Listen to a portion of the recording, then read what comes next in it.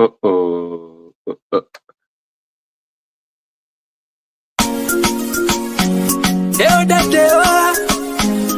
Ddc Skool of Thoughts, yeah.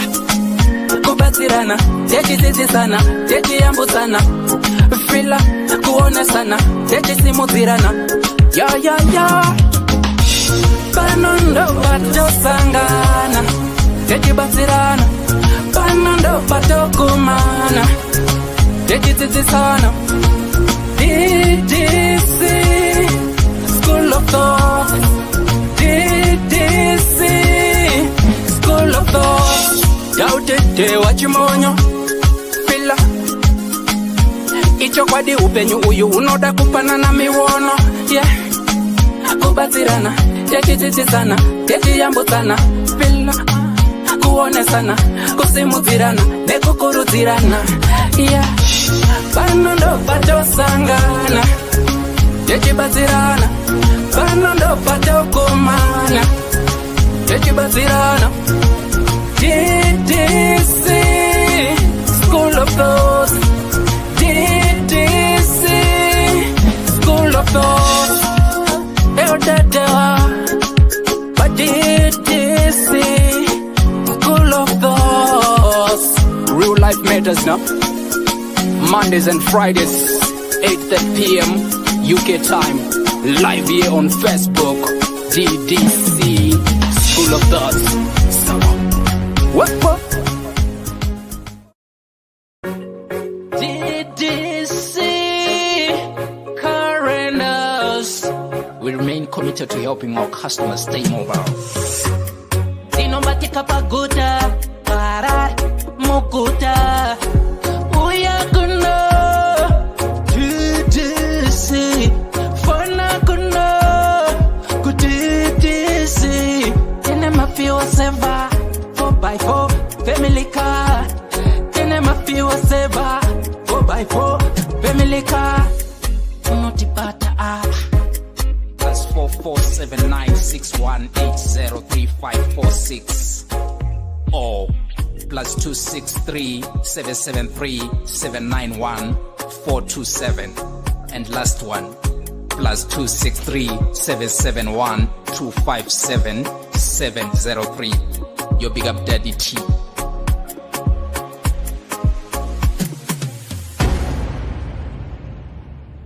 Which is Marabindo one time. Ungabe udinga indawo yokuchadela kumbe udinga indawo yemhlangano esikubiza sithi ngama conference space. Ikulu indawo Ddc Resort. Loba uthanda ukwenza imidlalo enjengokugada escape, ukugada amabhizi kumbe ikanu. Woza uzobona ubuhle bemvelo. Ikhona njalo izipline Ddc Resort. Kumnandi labantwana asibakhohlwa. Ikhona imjingo emihle emangalisayo emkhulu futhi. Ama virtual reality lama TV amakhulu atholakala ngaphandle. Hawu wakuhle Ddc Resort. Khawuleza wenze ibooking yakho uze labangani bakho lizojabula lithokoze. Sitholakala ku Ddc Road, Harare, Zimbabwe. Ddc Resort, an adventure and a leisure paradise.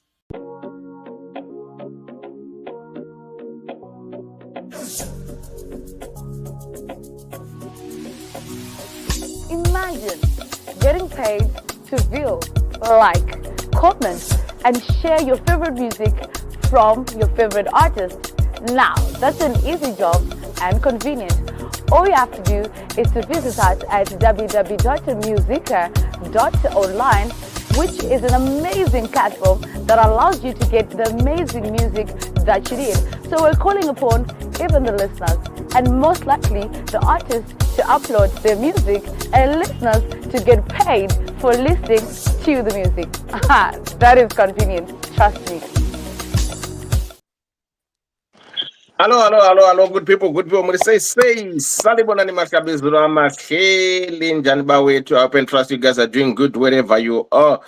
Welcome to the show, welcome to the program. We discuss real life matters of the heart every Mondays and Fridays, 8:30 UK time. Then you know where you are. Just follow the time wherever you are. Right. So, as always, the Ddc Skool of Thoughts program is sponsored by Ddc Rentals.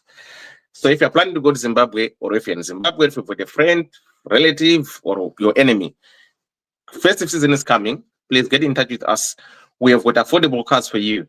Fuel savers, $45 a day. 4x4s, extras, $7 a day. And the family cars, $150 a day. And to put an icing on the cake, now we have got a bus. So if you want to go for trips, 100 or whatever, we've got a bus that you can fit yourselves and go. And again, on top of that, we have got Airbnb, Grange, and Mandara. So get in touch with us. Get yourself cozy homes where you'll be staying by yourself, enjoying yourself to the fullest. So I know what motor to get your car from the airport, then you just drive, you go to our Airbnbs, you stay there. So you've got your car and the houses. So our cars, you get your car with a full tank, you return our car with a full tank. You've got 300 kilometers a day. Okay, exceed 300 kilometers, you pay 50 cents per kilometer. So if you hire our car for 2 days, for instance, you know you're guaranteed your 600 kilometers. So your 600 kilometers, exceed that, you get charged 50 cents. Or if you don't exceed, that's fine. Or say, well, I am under 5 days in 1,500 kilometers, so you know you're sound and safe. Tovatati papo tiri papo. Atikanganwi kuti 2025. We are calling out the last calls, guys. DDC get together event, Milton Kings. Tell a friend to tell a friend. We have got entertainment that we have lined up for you.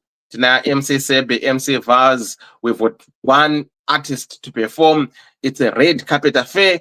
Ladies dress elegantly, high heels. Varume, Murukunzu Yamakafrika, midnight suit blue, white shirt, brown belt, and brown shoes. 70 pounds. It's a 3-course meal. Our function starts at 5 until 3 a.m. We'll be having 360 booth. Everything that you want will be there. Sakatonguti murdo takadi takaenda. Please. Ndatona neiko kutese tifare. The purpose of this is for us to interact as Zimbabweans. It's for us to meet, to network. Vanhu vari kufa, vanhu havaziva zvekuita, saka we just need to blend and enjoy ourselves tiri ku Milton Kings. Saka kana paine zvandasiya, kana uri kuzimbabwe unoenda Magolisi, unoenda Magolisi Resort Waterfalls, uchingosvika unongo Ddc Skool of Thoughts, vanokupa your own discount. Pane zipliner, canoeing, fishing, boating, panoitwa yonke kona ngale eMagolisi Resort. So please get in touch. Kanoenda chi waenda kuZimbabwe.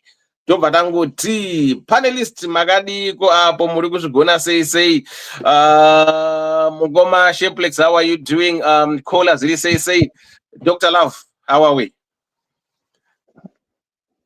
I'm doing well, bro. How are you, Elder? Oh, good, Mr. Sheplex, how are we? Kola and April. Bo wadi?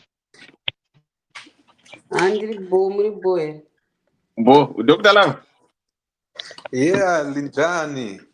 Ngiyaphila kunjani bud? Bantu bami. Yeah, ngiyaphila. Kochi mdala chacho? Ndi. Mugoma gwanguristo? Vari seko ana mai gumbura nana mai Equatorial Guinea. Guinea. Makanda.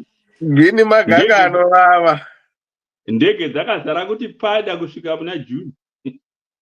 Vanhu varikuda kuenda ikoko? Aiwa, gumbura abooster tourism hai. Vanofanira kutonga vachi. Right.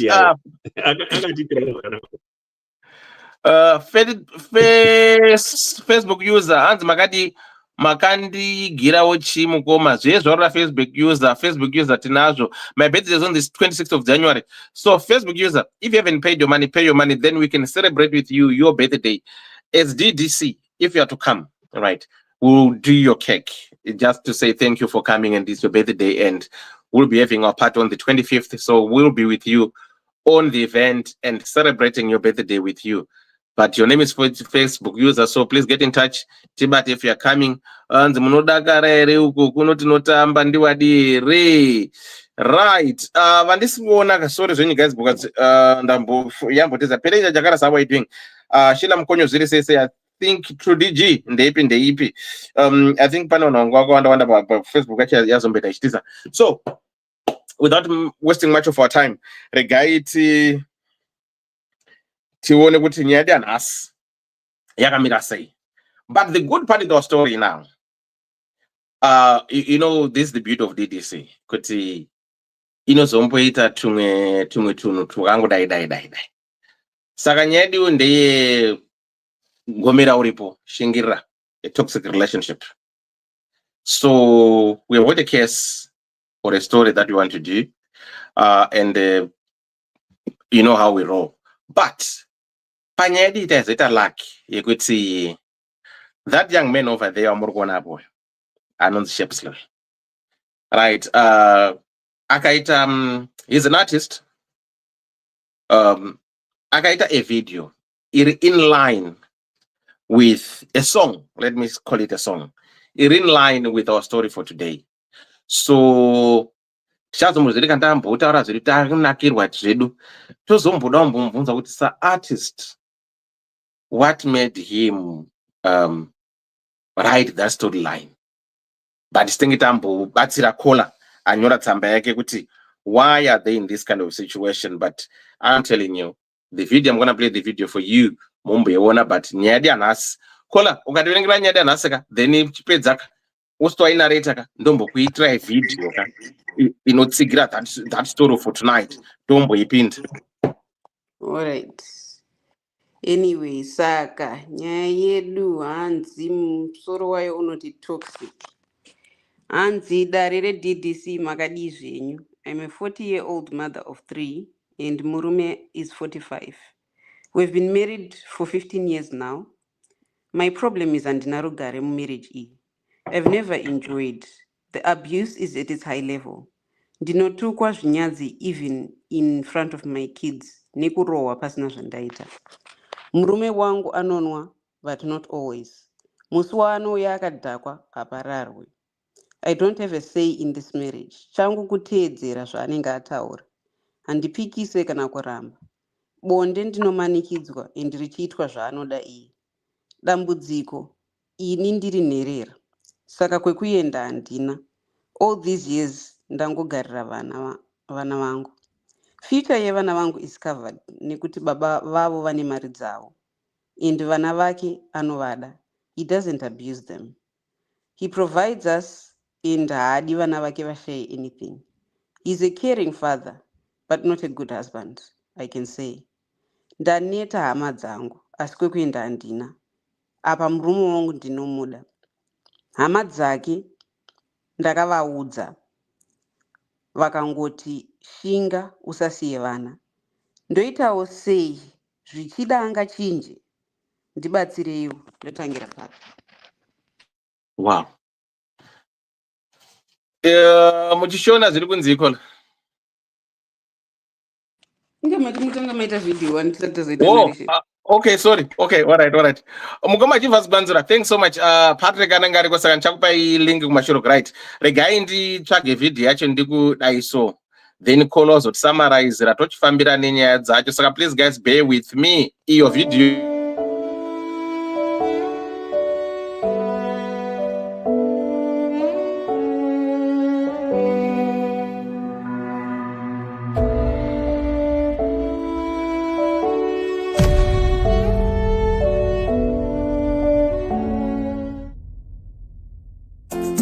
Rafika kumba rakadhakwa nasimuri nochona vanonorara vasina hope ndomabasa aro iroro shungurudza mukadzi nevana indoro here rinodaro shungurudza mai vevana kudzagwa here kunodaro ayaya emurume wangu chikoe nemurume wangu ayaya nemurume wangu chikoe nemurume wangu ushanduraya ushanduraya iwe ushanduraya ushanduraya iwe ushanduraya ushanduraya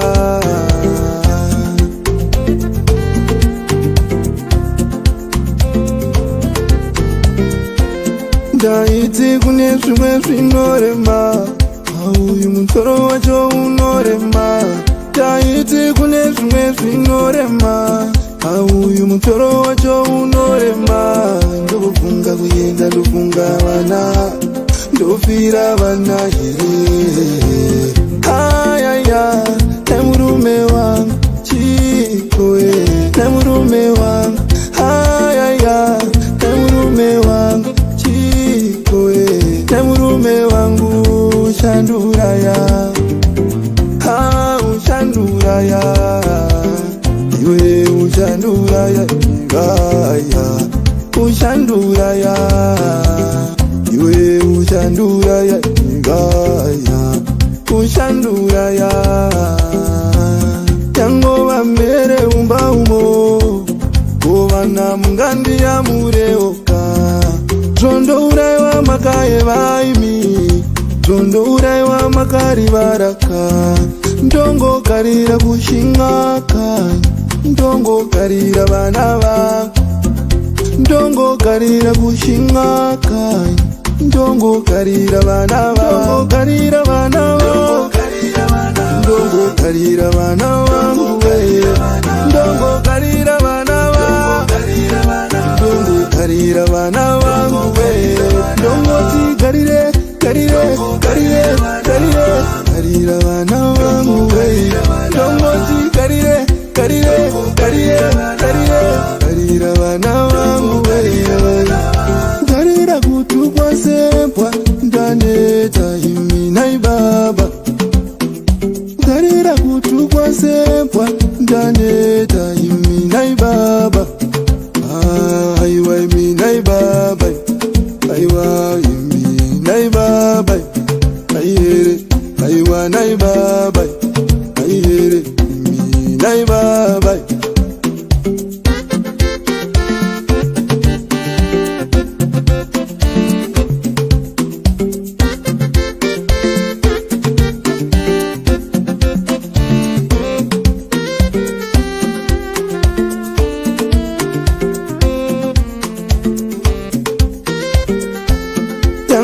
mbere umba umo kovana mungandiya mureoka zvondouraiwa makaye vaimi zvondouraiwa makari varaka ndongogarira kushin'aka ndongogarira vana vangu ndongogarira kushin'aka ndongogarira vana vangu ndongogarira vana vangu ndongogarira vana vangu ndongogarira vana vangu ndongogarira vana vangu ndongoti garire garire garire garire garira vana vangu ndongoti garire garire garire garire garira vana vangu.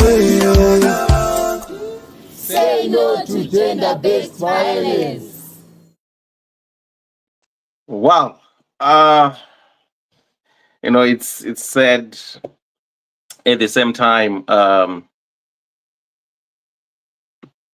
we've got people like that, and again, we've got community that supports gender-based violence. We've got people who don't know where to go.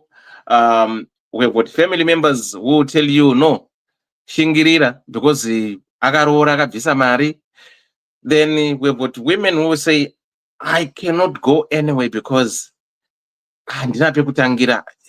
Then someone take advantage as if they're seeing this world through their eyes, which is quite bad. It's very sad. But no.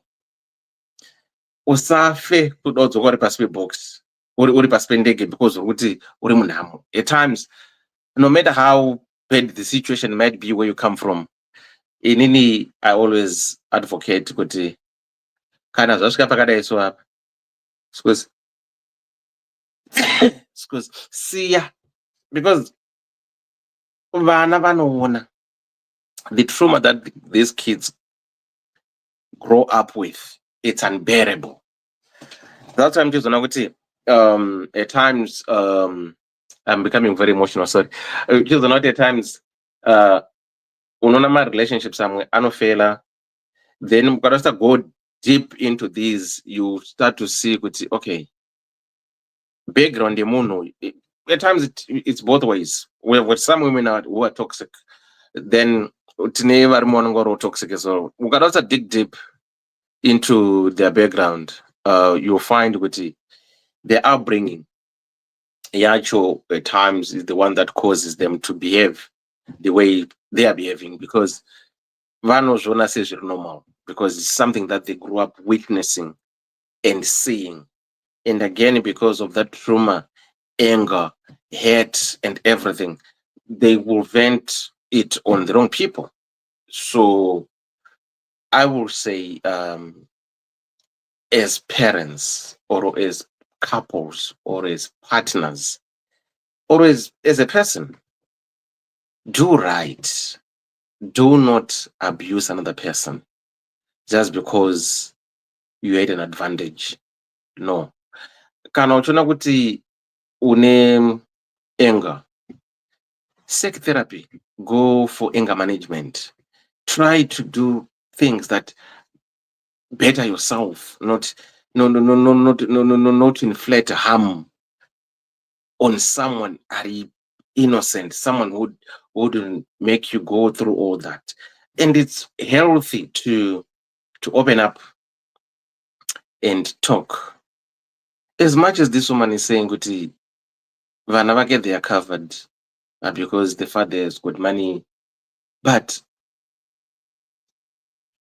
they don't enjoy that, because vanokura vachingona amai vairohwa and they will hate the father. No matter, money is not everything. Money can't buy love. As much as we think kuti kana tine mari we can surpass and buy love from our kids or from whatever, we can't. At times, everyone needs that emotional love, that connection. It's not about what you give somebody, but your attention, you being there to them is what they want. It's not about financial gain. No. It's very sad, to be honest. It's quite sad. You could see, I don't know how we can address or educate these kind of people with this behavior, because watching this video unoona kuti munhu anouya akadhakwa, anodhakwira munhu because they cannot face them ari sober. So some, they want to take advantage of saying I was drunk, that's when I can face somebody or I can do something to someone, but it's quite sad. Kola, sorry. Then danda kutonaritaka. Sorry, I become very emotional with this kind of things.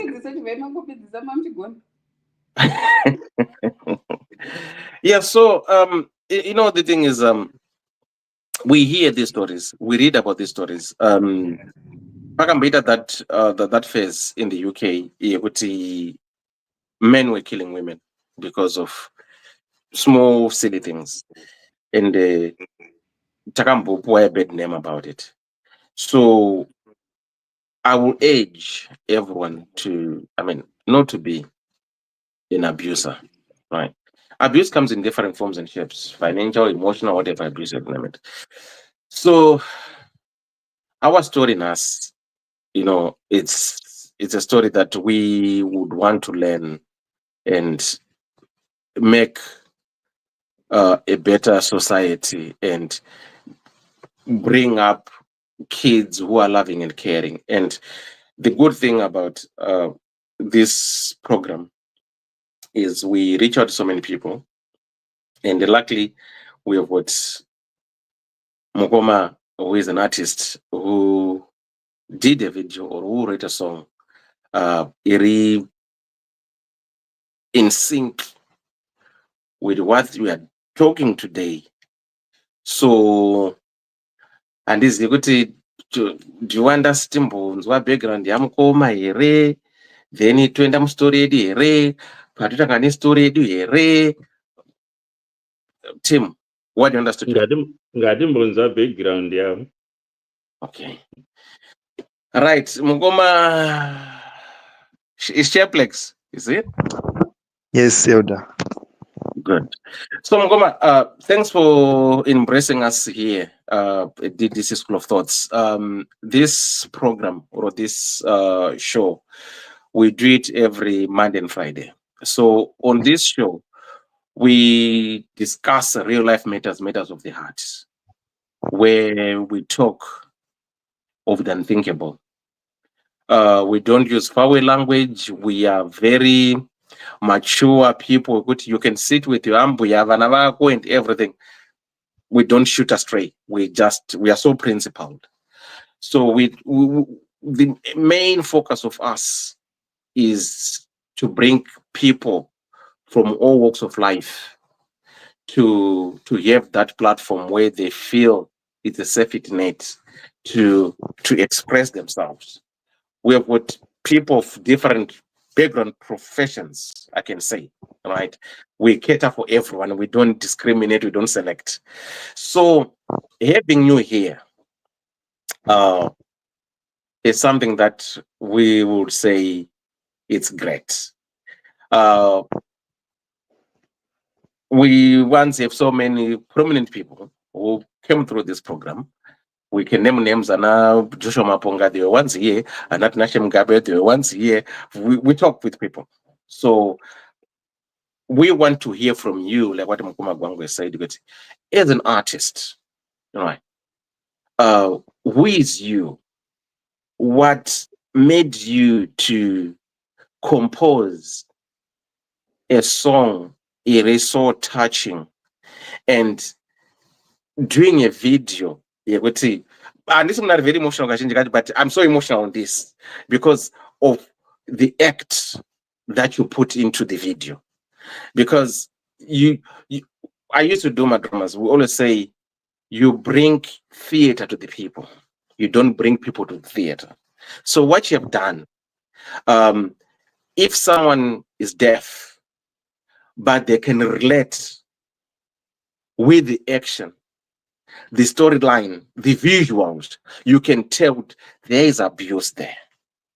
Yes. So we are now giving this opportunity or this platform to share with us who you are, say what you want to say, and we want to know more. But what inspires you to come up with this theme or with this song?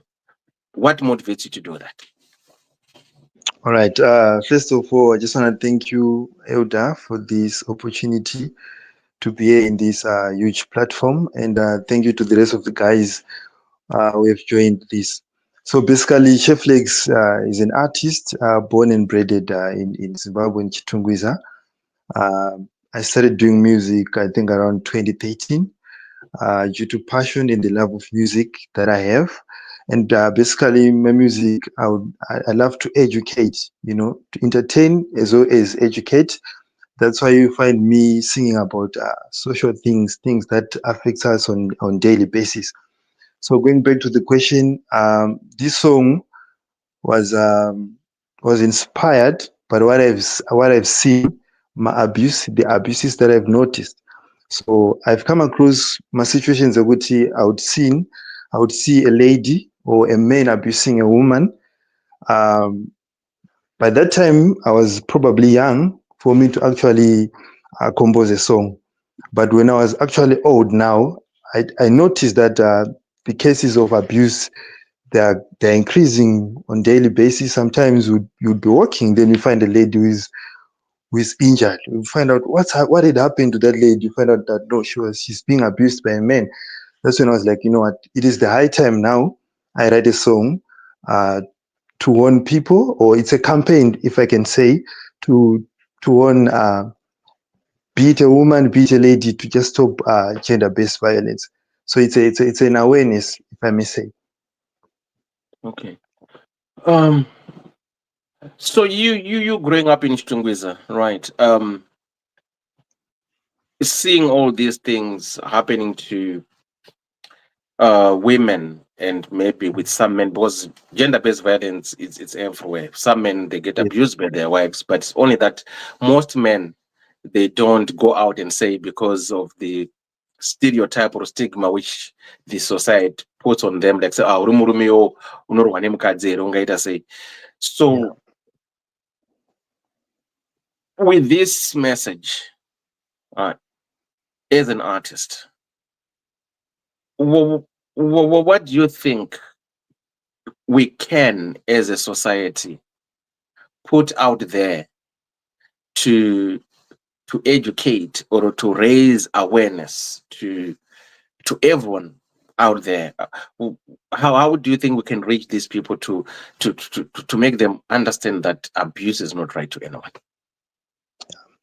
I think the best way we can reach out to people is probably having such platforms like these ones, where people gather around, we discuss such issues, because I believe we telling people or telling men is not enough. So we need such platforms. We need to raise campaigns where we need to reach out to platforms that are against gender-based violence. Those platforms, we need them to raise awareness against gender-based violence. So that's where we come in as artists. If we sing about it, probably it might reach out to people, but it might not do enough. So we need such platforms like this one. We need those organizations that deals with gender-based violence, so that we increase the awareness. We move around, probably do a road show with the placards warning people to stay away from gender-based violence. So we need to educate, be it a man, be it a lady, be it kids, be it whoever, just to know that gender-based violence is not a good thing. Right. I nearly have done what I wanted to ask you. Right. So comment section, if you've got anything that you want to ask, Tim, my panelist, we've got our guest, so then we can go to our story. Chingo mixer chinatagadar. Dr. Love, Kola, Mgoma Gwang. I've got a couple of questions, understanding the fact that the gender-based violence goes both ways. When you were making this video with the idea of exposing this vile and bad act kunemun, what I came to understand is murume uyu anga akadhakwa. Yes. And kudhakwa kwake ndiko kwakamuitisa kuti aite more violent than anything else. Would you, in your experience as well as your foresight into this situation, think kuti we need to also sit down with men? And I would like to hear your thoughts on this. Sit down with men and try and understand kuti kumwadoro zvokudhakwa kudaro is probably not an excuse for you to turn out to be a monster or something. What do you think, or how do you curtail kana kuti kumisa varume kuti vasadhakwe, especially in an environment that we see Zimbabwe is, in the hardships and all? Kuti how best can we advise varume kuti vazvichengetedze kuti vachengetedze mhuri dzavo? That's a great point there that you have put out. I don't believe it's the alcohol influence. Yes, there are some people that tend to be more abusive when they drink, but there are also some men that abuse women even if they're sober. So it's not only about being drunk. Even those who abuse women when they're drunk, I think it's the thought that counts. I think this man would already planned that I want to abuse my wife. So now, in order for me to have the guts, let me go ahead and drink something. Because if I may to remember, I do have someone that I know. When he's sober, he does not talk. You wait when he's drunk, then he comes and start complaining about whatsoever that is happening. But already in his mind, he knows what he wants to do. So if you find out that person early in the morning, you'll be shy. Then you know, no, this person knows what he was doing, but he just needed some guards, something to boost or something just to give him, that thing that I want to do this. So it's not only about those who are drunk. It's not only about those who are drunk. So I suggest that we just need to educate men as a whole, whether you are drunk or whether you are not drunk. We just need to know that being violent is not the solution. Being violent is not an option. Because if we say men should stop drinking because when they are drunk, they abuse women, I think we might be leaving out those kind of men that abuse women when they are not drunk. Because I've met someone who used not to drink, but he could fight his wife like, I don't know. I've witnessed some violence where you end up locking the door, and he beats the wife to the point that we couldn't even help out. Even if we try to help out, you get threatened. So it's not just only a song, but it's something that I've witnessed with my eyes. So me putting the act of someone who is drunk, it's just me trying to say most of the men that does this kind of behavior, they actually go and drink. They actually plan it. You know what? I'm going to abuse my wife today, so I have to drink. I need even if tomorrow morning when people ask me, they'll blame the alcohol, but it's not the alcohol, because we have a lot of people that drink out there. Some of them, they do not abuse their wives, but it's the majority now. We're talking about the numbers. So we just need to educate men as a whole that we do not have to abuse our wives. Whether we do have issues, we do have issues as people, but we need to address them in a nice way, not in a violent way. So I don't know if I did answer your question. Yes, you did, and thank you very much for pointing that out. I didn't want to lead you that way, but you got my point, and at least you got the hint to where I was coming from, because Yes.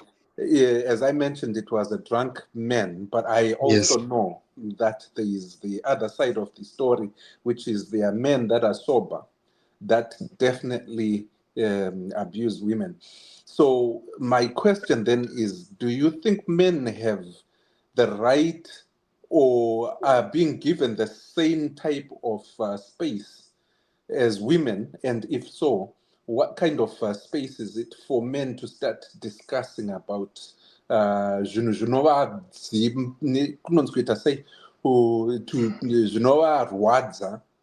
because at the end of the day, as you hinted, and it's very important, what you have said is very important, kuti anenge akanyarara asi achirwadziwa mukati, and the only thing that he finds himself having that Dutch courage is to kumwa doro, ndiko kuti Yes.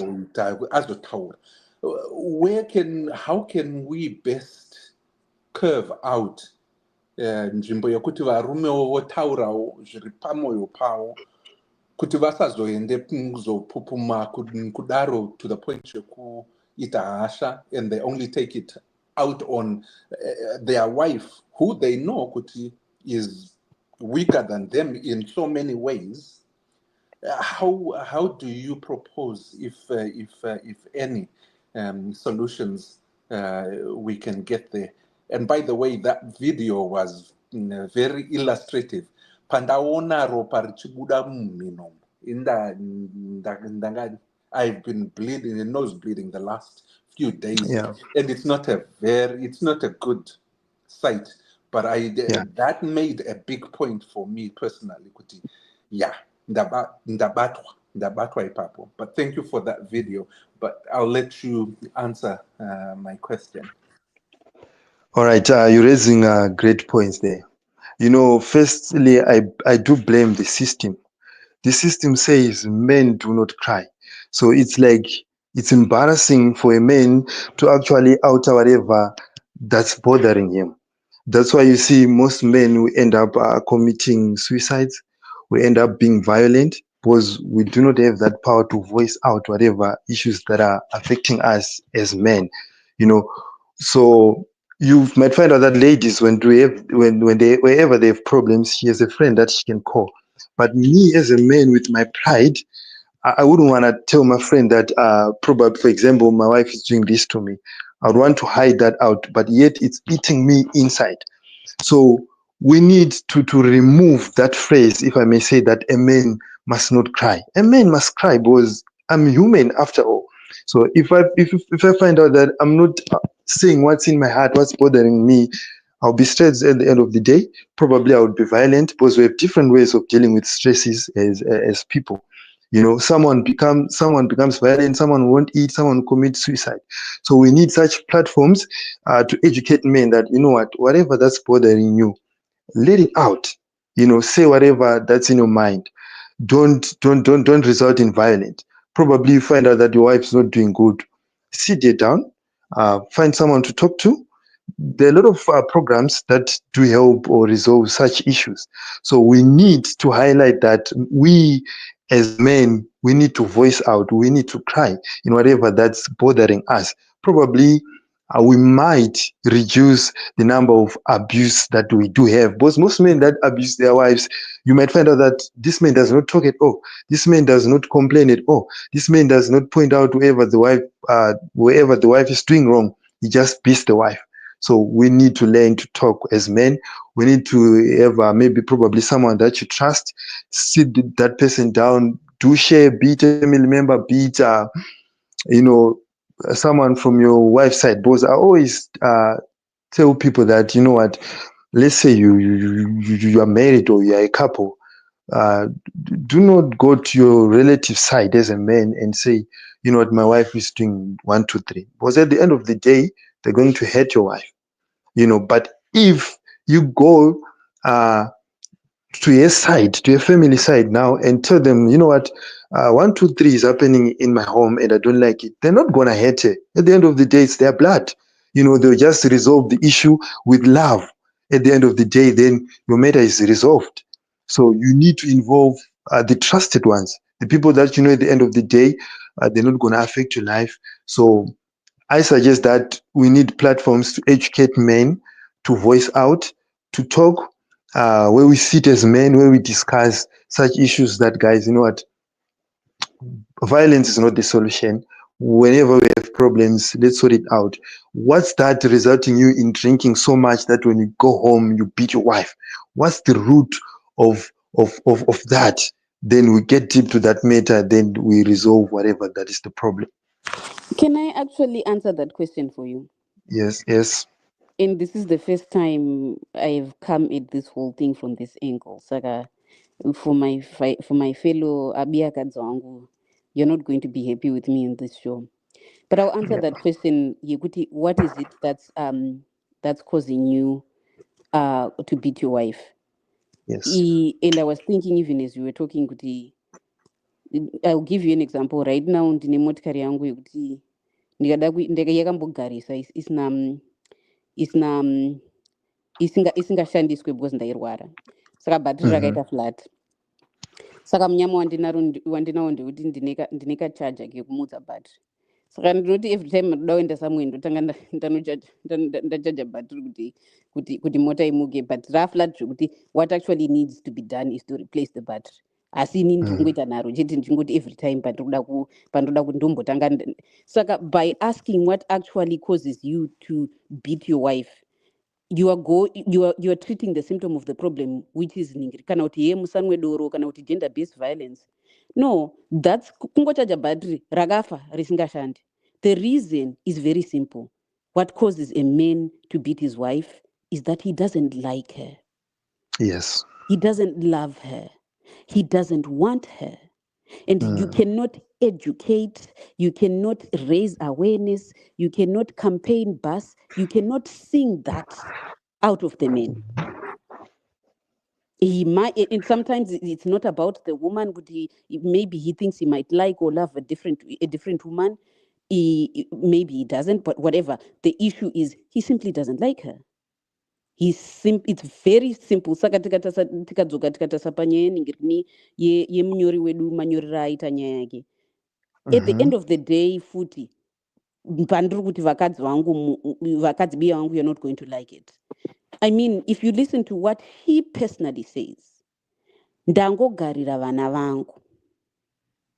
Do you think angota ndakaseka pandakaverenga kuti hanzi asi murume wangu ndinomuda. What do you love about that man? What can you possibly love about that man? And I like your insight here, it's not about alcohol, because in this man, he's a particularly good example. He doesn't drink every day, but he's abusive and not nice every day to her.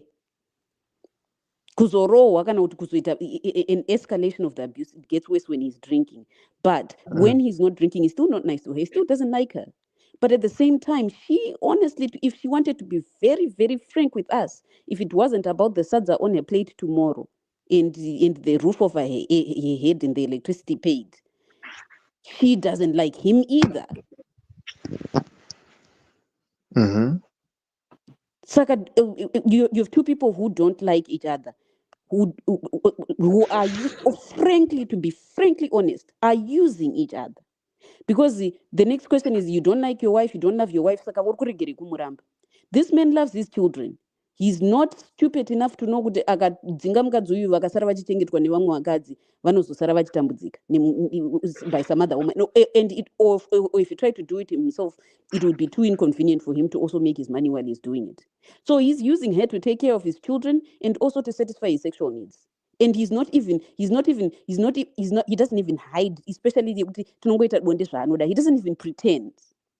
He's simply using it. She's what I call a biological toilet, a physiologic toilet. And then make sure kuti vana vake vaanoda vachengetwa. But at the same time, to be very fair on the men, she is using him. Because this woman, my first question was, it's been 15 years in marriage. And it Mira. It's 15 years. Right, catch up. Toxic. I'm 40-year-old mother of 3 and Murume is 45. We've been married for 15 years now. My problem is, andinarugaremu marriage. I've never enjoyed it. The abuse is at its highest level. Ndinotukwa zvinyadzi even in front of my kids. Nekurohwa pasina zvandaita. Murume wangu anonwa, but not always. Musi wanouya akadhakwa apararwi. I don't have a say in this marriage. Changu kutedzera zvaanenge ataura. Handipikise kana kuramba. Bonde ndinomanikidzwa ende richiitwa zvaanoda iye. Dambudziko ini ndiri nherera. Saka kwekuenda handina. All these years ndogarira vana vangu. Future yevana vangu is covered nekuti baba vavo vane mari dzavo, and vana vake anovada. He doesn't abuse them. He provides us, and hadine vana vake vashaye anything. He is a caring father, but not a good husband. I can say. Ndaneta hama dzangu. Asi kwekuenda handina. Apa murume wangu ndinomuda. Hama dzake ndakavaudza vakangoti shinga usasiye vana. Ndoitawo sei zvichida angachinja, ndibatsirewo ndotangira papi. Okay, so we're right, 15 years of marriage and she's 40. So she was 25, ndakaita miscalculation pandakatanga. She was 25 when she got married. So what was she doing? And this yukuti vabereki vakashayika rini. Asi how was she sustaining herself before and up until the age of 25 pakazororwa nemurume? Because the problem we now have here is urikuti hawa unogarira vana vako but urikunyepa. Because if we want to be fair, wanyatsotaura wega ukati anoda vana vake, future yavo is covered. If nothing else, this is the kind of man that I can at least trust kuti kana stepmother chaivo vanodzingwa. Because if he mistreats the mother of his own children, do you think he's going to let some other woman come and mistreat those children? No, he's not. So honestly, pakugarira vana urikutinyepera and urikuzvinyepera. Iwo urikugara because hauna kwekuenda wataura wega. At least as far as you've convinced yourself. But the root of kuti hauna kwekuenda comes from the fact yekuti takapenga paya kapata tine 25 years tichiti takanaka tine magaro. Tikati toda varume maprovide. Hewo wakamuwana. But at some point, things went south. But you guys went into this ningrini, into this marriage. Every gold digger, every visual creature deserves a gold digger. And I'm going to create a new statement for the inverse, papa.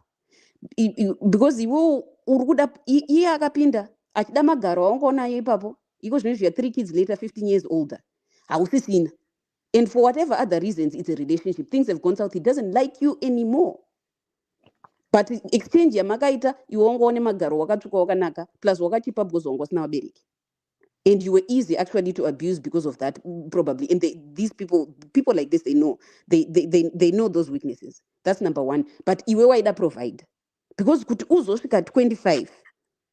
Wongoti saka you're basically a housemaid. This man, let's pretend wafanas. He can replace you with a maid. He can replace you with another one. You are replaceable to him. And you know it. But wakuti nyepera kuti wakagarira vana vako will be fine. You've told us he loves, he does not want kuti vana vako. Saka problem ndekuti takapindira contract ika expire. Asi zvaya expire, we are now stuck together for further for an evolved contract. You're now a sex slave and a child minder. Kola. But kama pedza ndingambotaura edits because pane zvandiri kuita. Kana mapedza. All right. But the way to resolve this problem is to first come to a point where we stop covering up the truth with our benefits. The truth is, he doesn't love you. He doesn't like you. You don't love him. You don't like him. You cannot possibly like him or love him because there's nothing lovable or likable about the way he's treating you and the way your marriage has gone. That if we can come to a point where we can both accept that truth, then we can even stop blaming the men. Because newe of you have to take the responsibility. Yekugarawo pausingadiwe zviri pachena. Indi zvekuteerera vanhingirikini hama dzevarume dzichitanzi usasiye vana because they don't want those kids to come to their houses for holidays because he doesn't have anyone to take care of them. They are also using you. Saka ngatibudiranei but iwe chinokuta vabereki at 40 ewe ngoriko ndoponga tatutana nevana vako vatatu tinogara mambuya nagogo vari kutotsvagawo kuti gore renzara kana vangu vakanhingirina vakaretire vasitorinawo pekubata nekuti mvura ina kunaya vanga vasina kutotarisira ende vaikubvumira here kuti udzoke kumukwasha ane mari dzake nekuti kala idzodzi dzinoziva kunhingirina kunonzi kuita sei kubraiba mhuri kana dziripo. So the truth of the matter is you are there not because of your kids, but because you cannot take care of yourself. Or you've convinced yourself that you cannot take care of yourself. But this man is also not stupid. He knows that. And he doesn't like you. He doesn't like you because he knows you're using him. And he's using you. You don't like him because you know he's using you. So let's just get that truth on the table. Then we can start having an honest conversation. Asi tatanga here kukupatsanura nyaya kana kuti tanga tichibvunza our honored guest pano nokuti ndizvo panga pangobvunzwa mubvunzo waita kuti ndibvarure nyaya wabvunzwa kunzi why are you have to because nyaya dzekudzanzi garai nemhuri dzemukadzi mugozovabvunza you're wasting your time muri kuita bhatiri rakafa hamudi. Okay. Koma gwangu chepinda yenu. Right. Ini zvangu ndiri kuda kuti pokanei nezvambotaurwa nayo muningina Sheplex. Zvokunzi kwai enda kuhama dzemukadzi. I've witnessed moto munhu aenda kuhama dzemukadzi. Kunzi wazoendirei kuhama dzangu. Wadi kuvhunza kana sahwira wako kana umwe munhu. Hazvina kwazvo mukayanikisa. Honestly speaking, hazvina kuti waenda kupi kana munhu ari toxic. Simple. Kozouya nyaya yokunzi doro vanhu vanoita violence zvakonzerwa nedoro it's 0.005%. The rest zvinenge zvakagara zvakarongwa. We have got violence going on in Mozambique. Is this right as we speak? Can you blame Doro? vanhu vachituma masoja achindofura. We have witnessed this kind of violence kumba kwedu. Pakaita xenophobia yakaitika kuSouth Africa. Taura kuti vanhu vanga vakakamwa doro aya. Violence inoitwa nomunhu 99% ari sober, akazvironga, akafunga. Kozouya problem in some of our sisters, quite a chunk of them.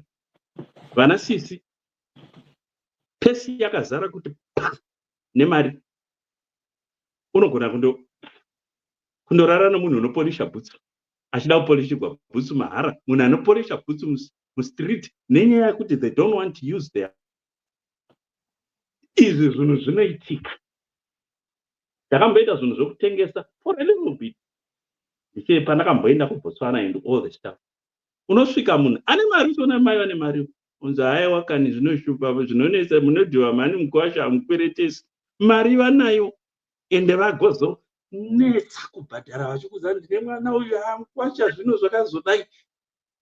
Kwekuenda ini ndine imwe hama yairoga dhati mukwasha akauya nepfumo pamba, inzi ndaringa zvinhu zvangu. Vanhu vakazondoungana, vanhu voukama vakazovatandanisa. But hama iyeyo yakakura zvakanaka.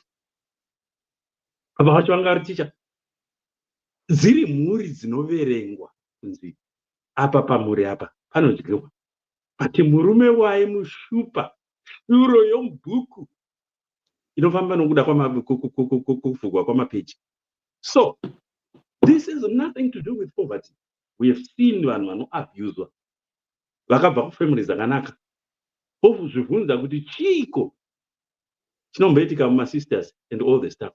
Munhu paunoona pasingaiti, hazvinei kuti wakanaka, wakadana nomukadzi wakanaka. Ndogara ndichikutaurira nyaya yangu yandakambotora hembe dzangu ndikaisa mupeva bhegi rokwatiye ndikabuda ndikaenda kumba kwandairoja. Ndadana naamwe mai, a very rich woman by Zimbabwean standards. Haikona kugara paunoabhuzwa. Usashanyira hama inotsvinya yekuti ikakubikira mafeti kuku nekapu yetii zvofuma zviri muherald zvinomukwaidza. Uri stupid. Kune hama dzakadero dzisina basa nokudadiwa. Move out. Nherera ine 43 years. Makambeiwonepi nherera iyi? Muda undoronga musika panze kwete kuabhuzwa. Hell, ini handibvumi zvinhu zvaka. Ini hangu inini musere personal ndakazvimirira. Handibvumi rubbish dzakadero. Ende ndakanakira kuti chunhwani ndokuudza. Kana ukandibvunza uri baba munini wangu kana baba mukuru wangu kuti sei usingauyi kumba kwangu iwe uchidada, ndokuudza kuti because of ABCD. Imamudi vanhu kumba kwenyu. As simple as all that. Problem yedu musociety yedu African, from Cape to Cairo and from Mombasa to East Africa kusvika kuAbidjan West Africa.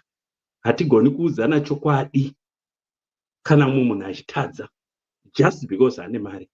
Vangani vana sisi vanoenda vachitodanana navanhu sisi vanoziva kuti vanogwara iye achizati ana chikwere. Opo just because ningi une mari, ningi une cash. Hell no.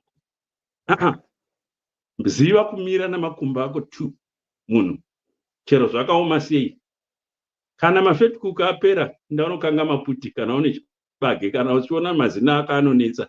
Haana kuita muchinyike mumvura ozochikanga wega chakanyorovera. All right, ndapedza. Just want to comment before we go any further from both sides. It's not always the case where someone abuses someone, then we say there is no love. There's a word that says charity begins at home. I want you to take note of this. If in your house, if you raise your kids, probably you say vulgar words. Do you know that your kids are going to grow up saying vulgar words wherever they go? Because it's something that they've learned from the parents. Now, let's say you and your husband, you always fight, right? Your kids are going to adapt to that kind of nature. So wherever your son is going to go or your daughter is going to go, he or she is going to carry that mentality with her. So we're not going to say that your son, for example, he does not love your wife because he's abusing her now. It's something that he has learned from you, the parents.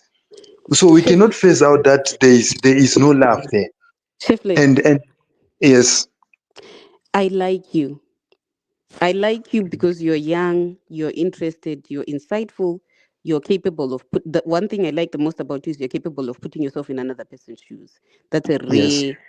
rare skill in people. Saka ukazonzwa ndakusumudza voice ingozoti ndozvatoita panapa, it's not anything against you. Yes. Is a disclaimer. Yeah. What you're talking about, I used to actually think that, and also Ningrini, and I'll give you this free lesson early in your life so that you already have it. What Okay. you are describing in the context of mwana wacho akura achiona mai nababa vachirovana, it becomes a concept that's called childhood trauma. Ukatona kune imwe Ningrini inonzi it's a scale inonzi ACE score, it's child adverse childhood event score. One of the things ndakatoseka pandakaifila in, because vanobvunza vachiti did you ever see your mother hit your father or something like that, and you get a point for that. But ndakaseka ndikati kana vava vari mai vako vairova baba, ini vangu vangu vari mai vairova baba, because it's gender. But so the reason why you need to understand it as childhood trauma is, unfortunately, what then tends to happen with people who undergo childhood trauma is that they're actually incapable of love as we know it in a healthy manner. Saka iwewe pauri kuti ari kuita zvaakadzidziswa, yes ari kuita zvaakadzidziswa, but emotionally agara, we come back down to the answer yekuti haamudi because haatogoni kuda, because love for that person is a crooked concept, because the two people who demonstrated it for him as he was growing up didn't know how to, so he doesn't know. Saka, and as long as he is arguing those behaviors akura, are still in a situation where he isn't matured beyond that trauma. So the where best of intentions, the answer still lies at he doesn't love her because he doesn't know how to love her. And you know what's funny and awful about life?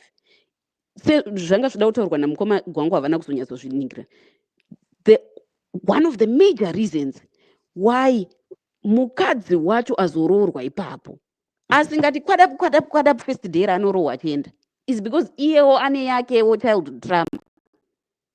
Saka haatogoni, inayewo mukadzi wacho haatogoniwo kuda munhu. We're not going to blame the men because they are not capable of love. These are two people who are not capable of love, who cannot love each other because they are not equipped to. Saka because variko vakadzi vekuti first day anenge aenda, that person was loved and taught to self-love.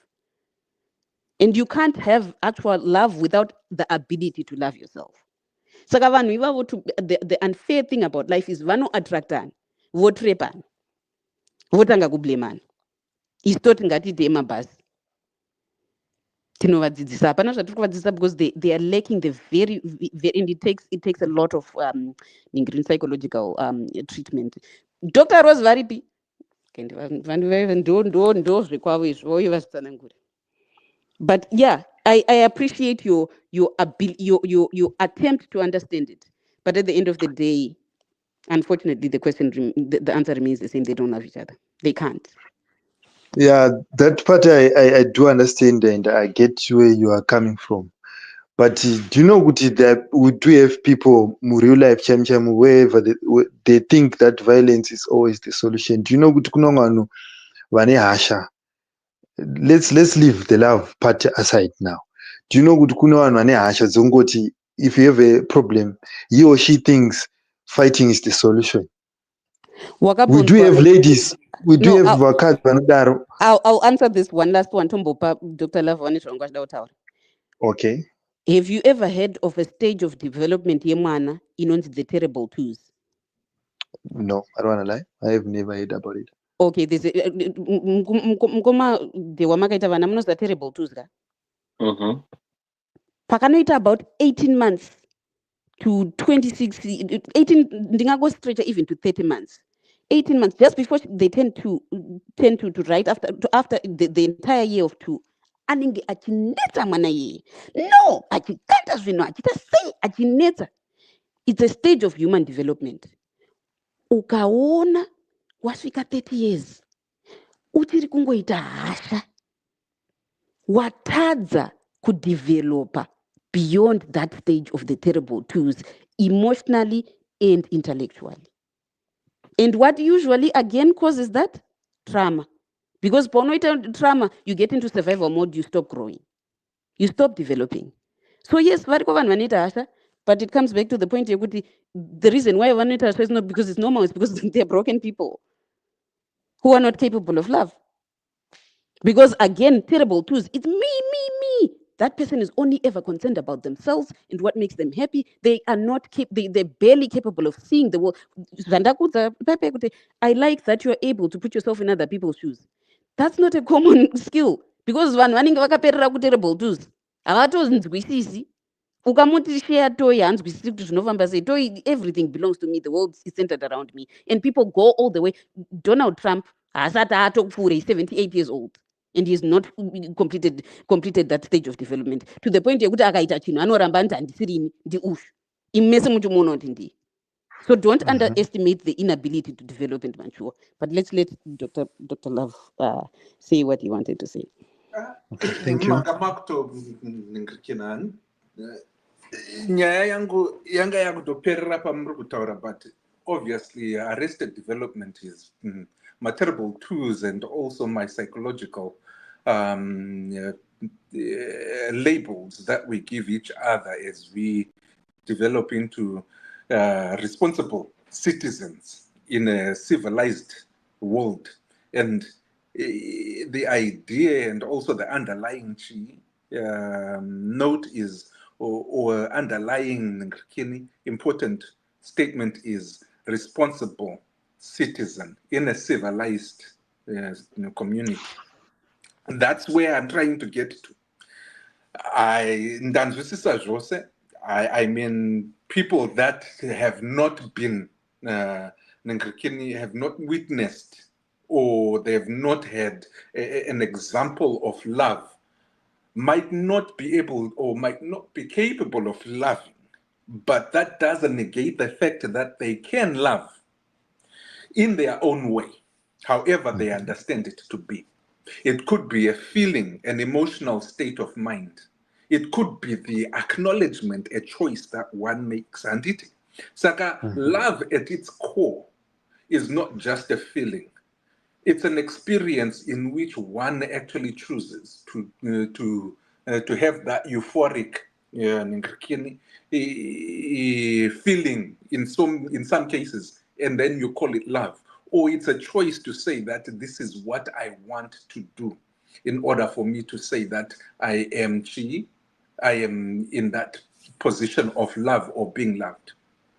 So that being said, anditi ngatichinzwisise kuti abuse of a man to a woman, kind of man to a woman to a man, is very unnatural.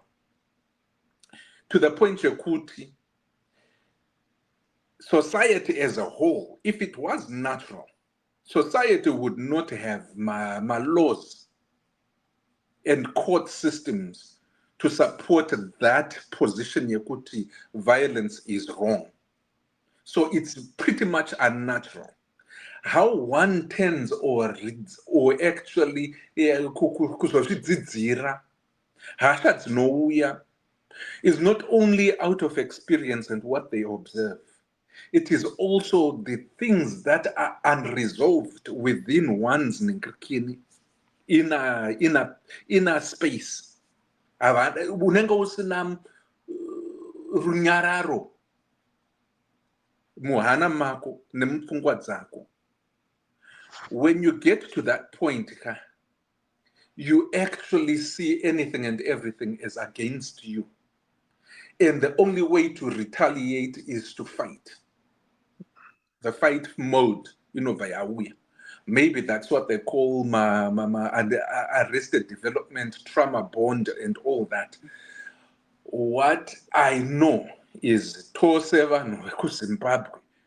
We have experienced, we have observed, be it in the house, kana kuti kunze uku, the neighbors, and also our extended families, where violence has been pitted on some of the people we care and love and respect, anditi. So how then do we become a responsible and good citizen? Tisina hasha dzachona idzodzo. Nyangwe takazviona, tichinzwa vanhu vachitaura zvinyadzi izvozvo. We cannot just leave it to, okay, ndizvo zvandakaitwa saka hapana chandingazviita. There has to be a concerted and a more conscious idea and also mindset yekuti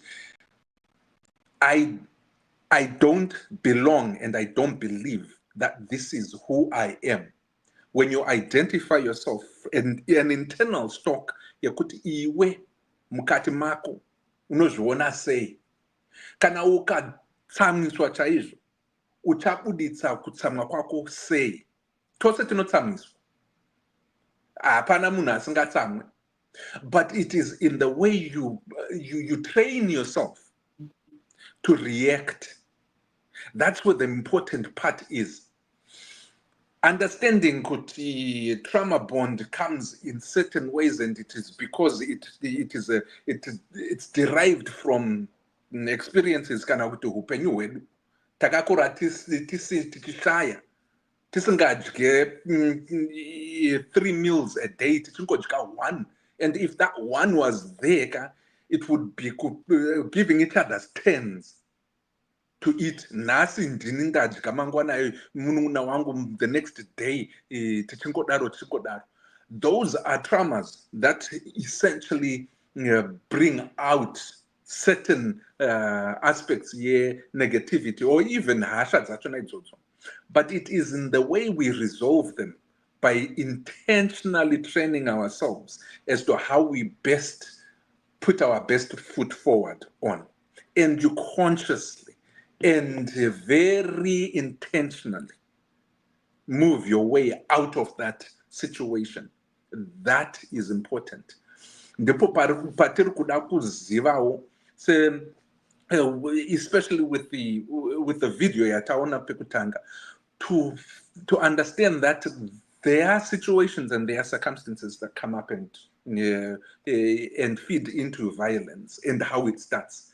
It is when you recognize those that you want to be able to say kuti inini zvandaya zvandiri kudai so nehasha dzangu idzo dzinoidzi, I can actually go blank, red maziso, and I won't even know what happened during that time.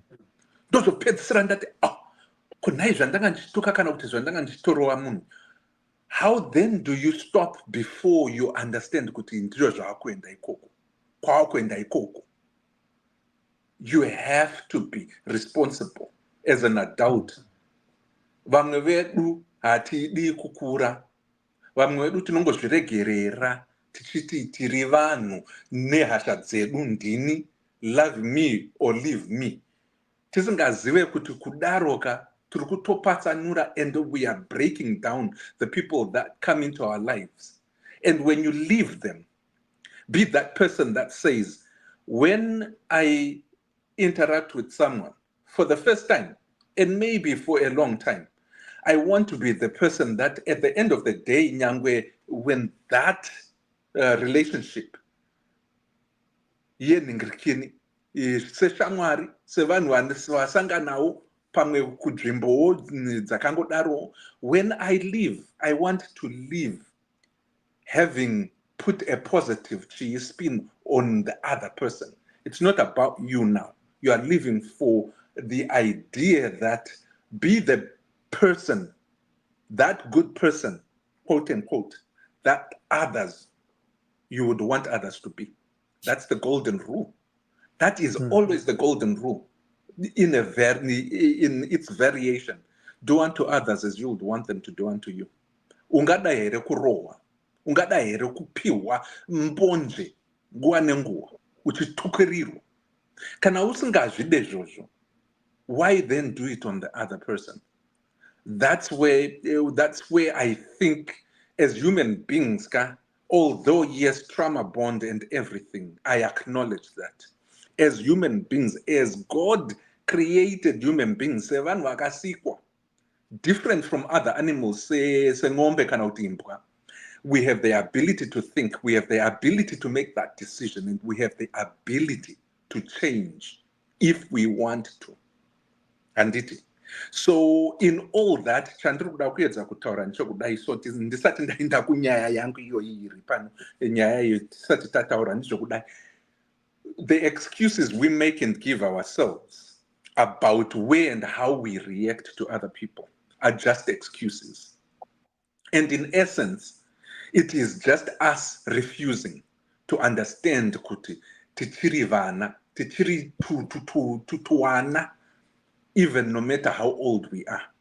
Because at that point, we have relegated tabisa ningirikini our power, simba redu rekuti tizvifungire, tizvipewo simba nekodzero nechiremekero sevanhu vanofunga vakabva kune vanhu, to act and do, at least in the most humble way, honorable and integrity, ningirikini a person, the character that one can show out there. We will fail, and we will fail dismally. But in our failures in doing so, doesn't mean kuti we have failed for life. Sumukai nehasha dzenyu dziya maona kuti izvi hazvisizvo zviri right. Dzokerai kudrawing board, reflect and introspect, and then conscientize yourself from internal communication yenyu kuti izvi ndizvo zvandisiri. Muchaita hasha nekuti that's your automatic ningirikini, but as you keep reminding yourself kuti handisi munhu ane hasha, handisi munhu anoda zvekurwa, handisi munhu anotaura zvinyadzi, nekuti zvinotondinyadzisa inini, ndinofunga kuti nditori mbinga dzemazwi, asi ipapo ndiri kungozvishuura ndini ndoga. When you get to that point and you internalize that, even when you fail, never stop internalizing kuti that's not who you are. Before you know it, you will actually feel kuti chinyadzi chamunenge motaura hachichiziri chichakufitai, chinenge chotokushuurai imimi, chokurwadzai kuti muchibuditse. That is where we want to emphasize kuti vanhu tinozvigona, because we have that capability. Ndisati ndaenda into my the presentation for the letter ka ndichapa wamwe mukana undombomwa mvura. Thanks, Dr. Love. Mukama gwangu muripera. Panana. Kola. Pane mumwari, no ndisitega tiripo. You know what? I liked some of what Dr. Love said, but I wanted to, and I'm sorry, my gender. I'm going to be very hard on you because I want, for example, na Dr. Love, he's very right. Kuti, you're growing up as a man, you can teach yourself to mature beyond that stage in physical violence to resolve everything. And that sounds very reasonable and very fair. But let's go back to this couple. We have a whole grown woman who, in terms of the ability to feed, clothe, and house and shelter herself, operates at the level of a 10, maybe 15-year-old. Because chaanogona iye muupenyu kusuka ndiro nekuwacha hembe nekutaira mumba. Kuti chikafu chichabvepi, kuti mabills achabhadharwa sei, kuti mota ichatengwa sei, vana vachaenda sei kuchikoro. Those are no, like, these are two people. What I'm trying to say is, in as much as a man can mature, he can train himself into responding differently, not using harsher, a woman is also has also the responsibility to mature into realizing, I'm 40 years old. Men have got hands and legs and everything. And before we go to 40, 15 years marriage ichirambai, asi waingozvara chete vana kuti ngowedzera. Pawakazvara wekutanga ukaona kuti marriage haisi handiti munhu ane maturation andangafunga kuti ndikaramba ndizvara panapa kapa ndona moto. That woman also has, they're stuck in immature places of their life in different aspects. But that's all I want to say. And they both have that responsibility to train themselves into maturation. And I will be fair, it's not an easy process. And also to be fair, I was almost the same age as that woman when I finally learned some of these things that I'm now paridzaring. But if not, what I at least understood of myself, the most important thing, kuva in a position yekuzvitengera chikafu chako, nyango ukanzi hausi kuzvitengera, but have that functional capability in process at all times as an adult woman. We don't get to where we are now. But okay, can we disagree to agree? Kuti, in life, we have people, both. Now I'm generalizing this.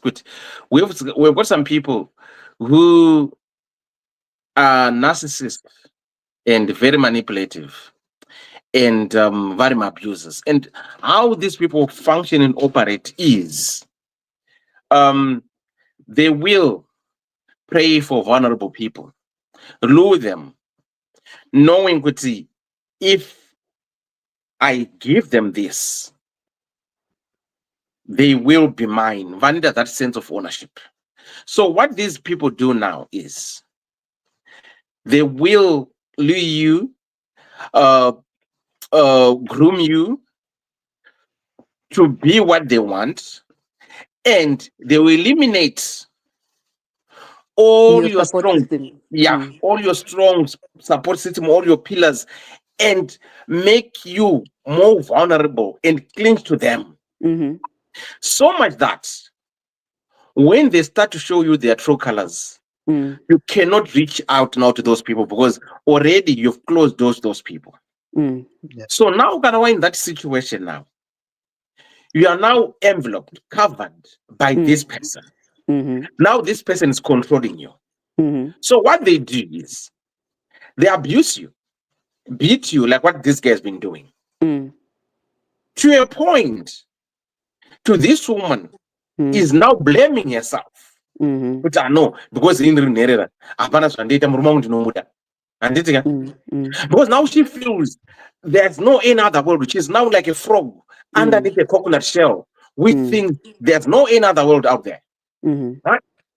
So now, until when she makes up her mind and get out of this situation, on the other side, she will say, shit. So all this time, this is the way I've been living. But as of now, agaroa kanagenda a friend. The next thing I not talk, right? And that person will go there. Start to batter them. I don't beat you up. I will not see Doro Zarneta. Plus, no safety Musia Gayogas and Bassa Darishana also, but that's why I grow. And this again, you know what about the Shua Ega? Sajamsen and the Mumpanasanos Buddhisa. So we need to be very, very, very careful with these abusers, how they manipulate and use these people. And again, to name situations, equity, we don't have all my same backgrounds. You've got a question to fall on, right? As we speak, they are lucky to have 1 meal a day. They'll be very lucky to have a meal a day. They are struggling to put food on their plate. Let me say this. We'll do last month. Within 6 days, the Naga spent almost 1,700. Not my money was stolen, but no. But I would come across people that I don't know and feel good. Let me give this person $20.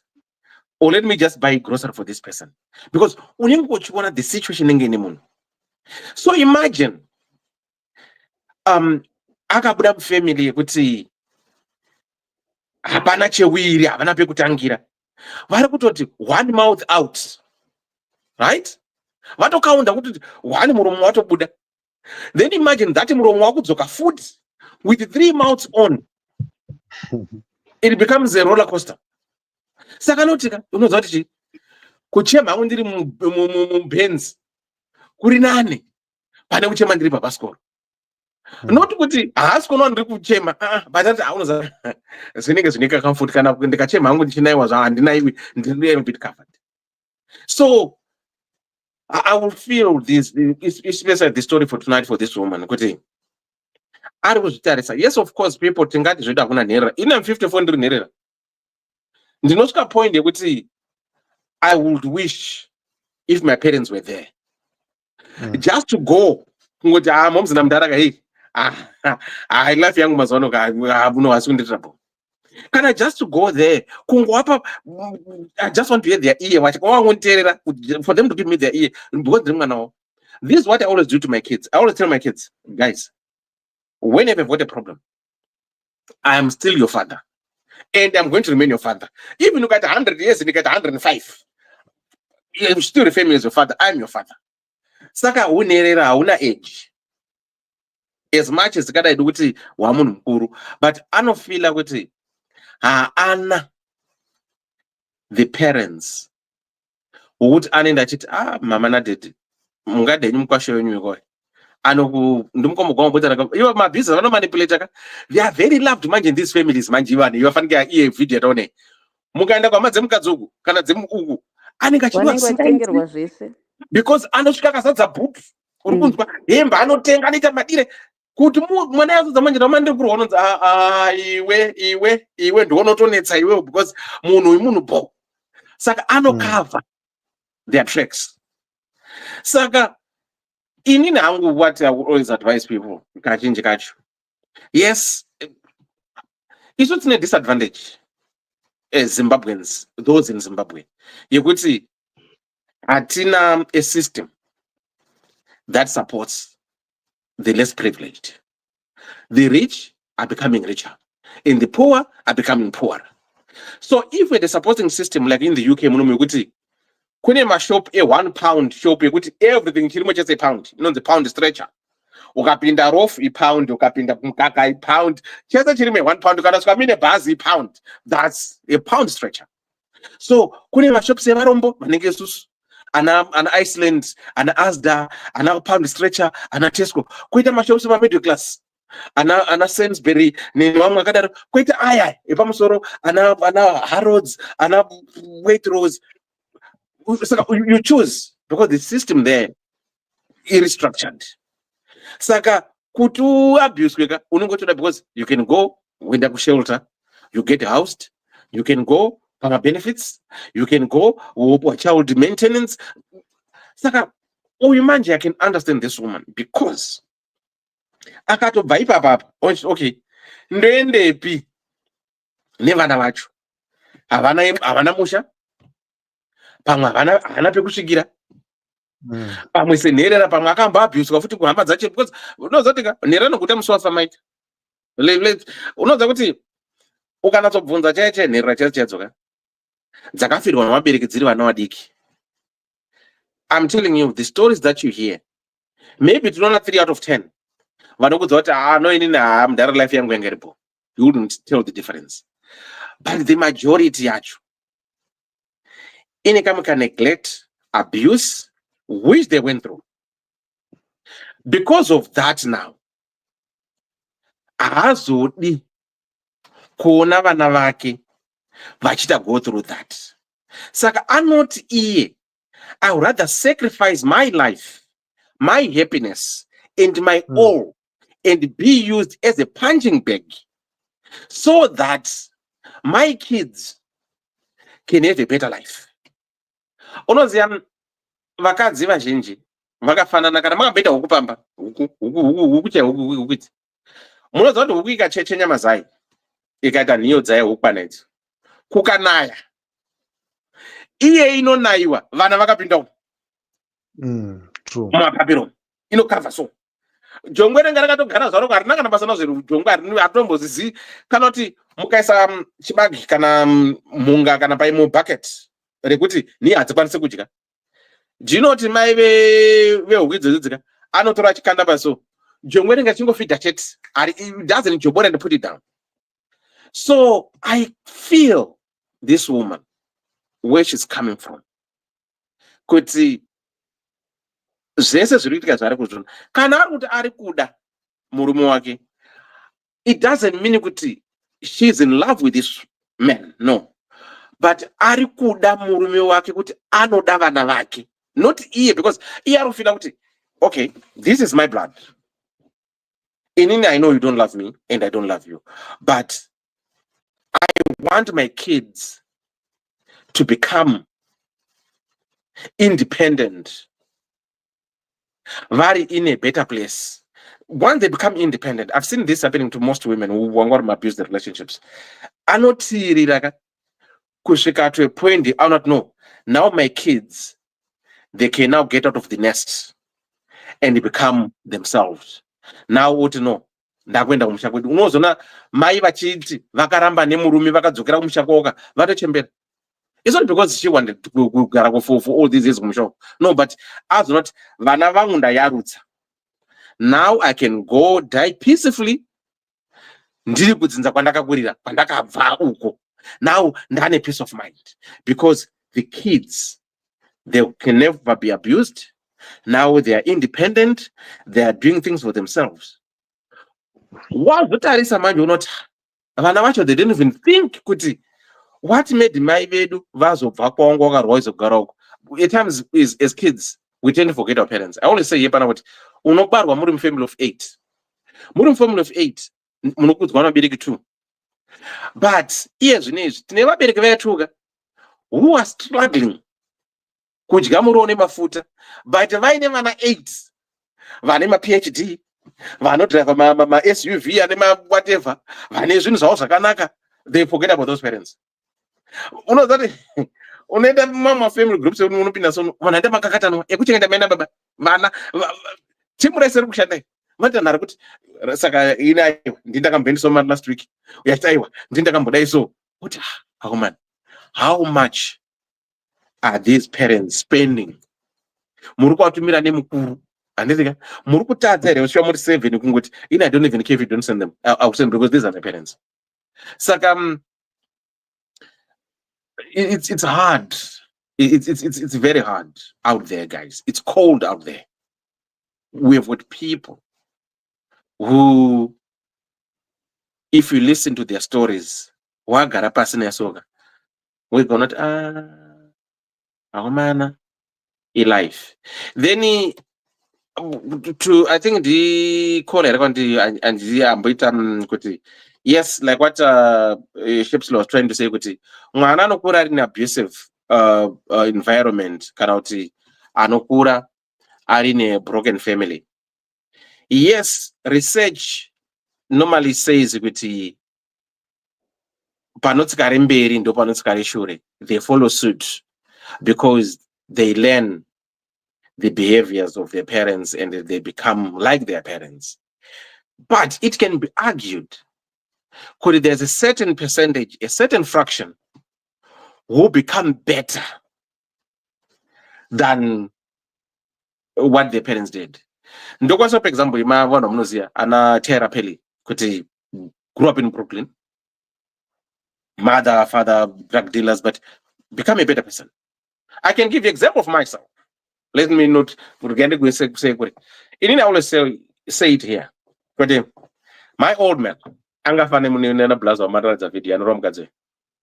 old man, why took it misbehave? By wearing 10 times on your pass until when dad. After 12 months or whatever, let's go watch it as a 10. Uti collar and on the bamboo stick. Who was on the rule? Right? My old man, I could agree. Oh, yeah, muri pakati muri fara zvinyi also muzodokata musikanzwa teneka obva anzi kola enda ndora bamboo stick tese nazotokanzi kola enda ndora bamboo stick or go and take Shamyang, we know that you is going to be better. So, vakasvika 6 musati majasadzi vaikura gapuroni zvechikomuredish wairohwaka mese muri magara somuri sei unotanga utachema wosvika pakunzi taura ngano uchirohwa utaura ngano uri kunzwa. I'm talking of my own father, right?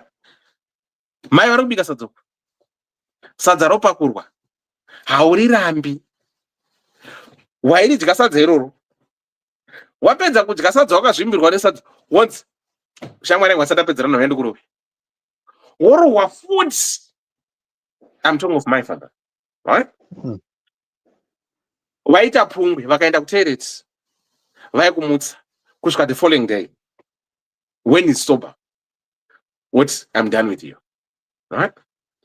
So me being one of the victims, akakura achiita go through that, right? I'm telling you this, even if you ask my kids, my firstborn is 32, that one 30, 28, 11. Ndakakumbira 22. Kuna Mwari, if God is there, those who believe my Christians. Ndakati Mwari, I don't want to be like my father. That was one thing. I don't want to be like my father. And Mwari, handidi kunwa doro. Because my dad, when he was sober, I'm telling you, he was the most caring, loving man. And trust me, ask anyone who knows that Mukomed was the most caring, loving person. But write up 10 accounts of mistakes, you will see the devil of him.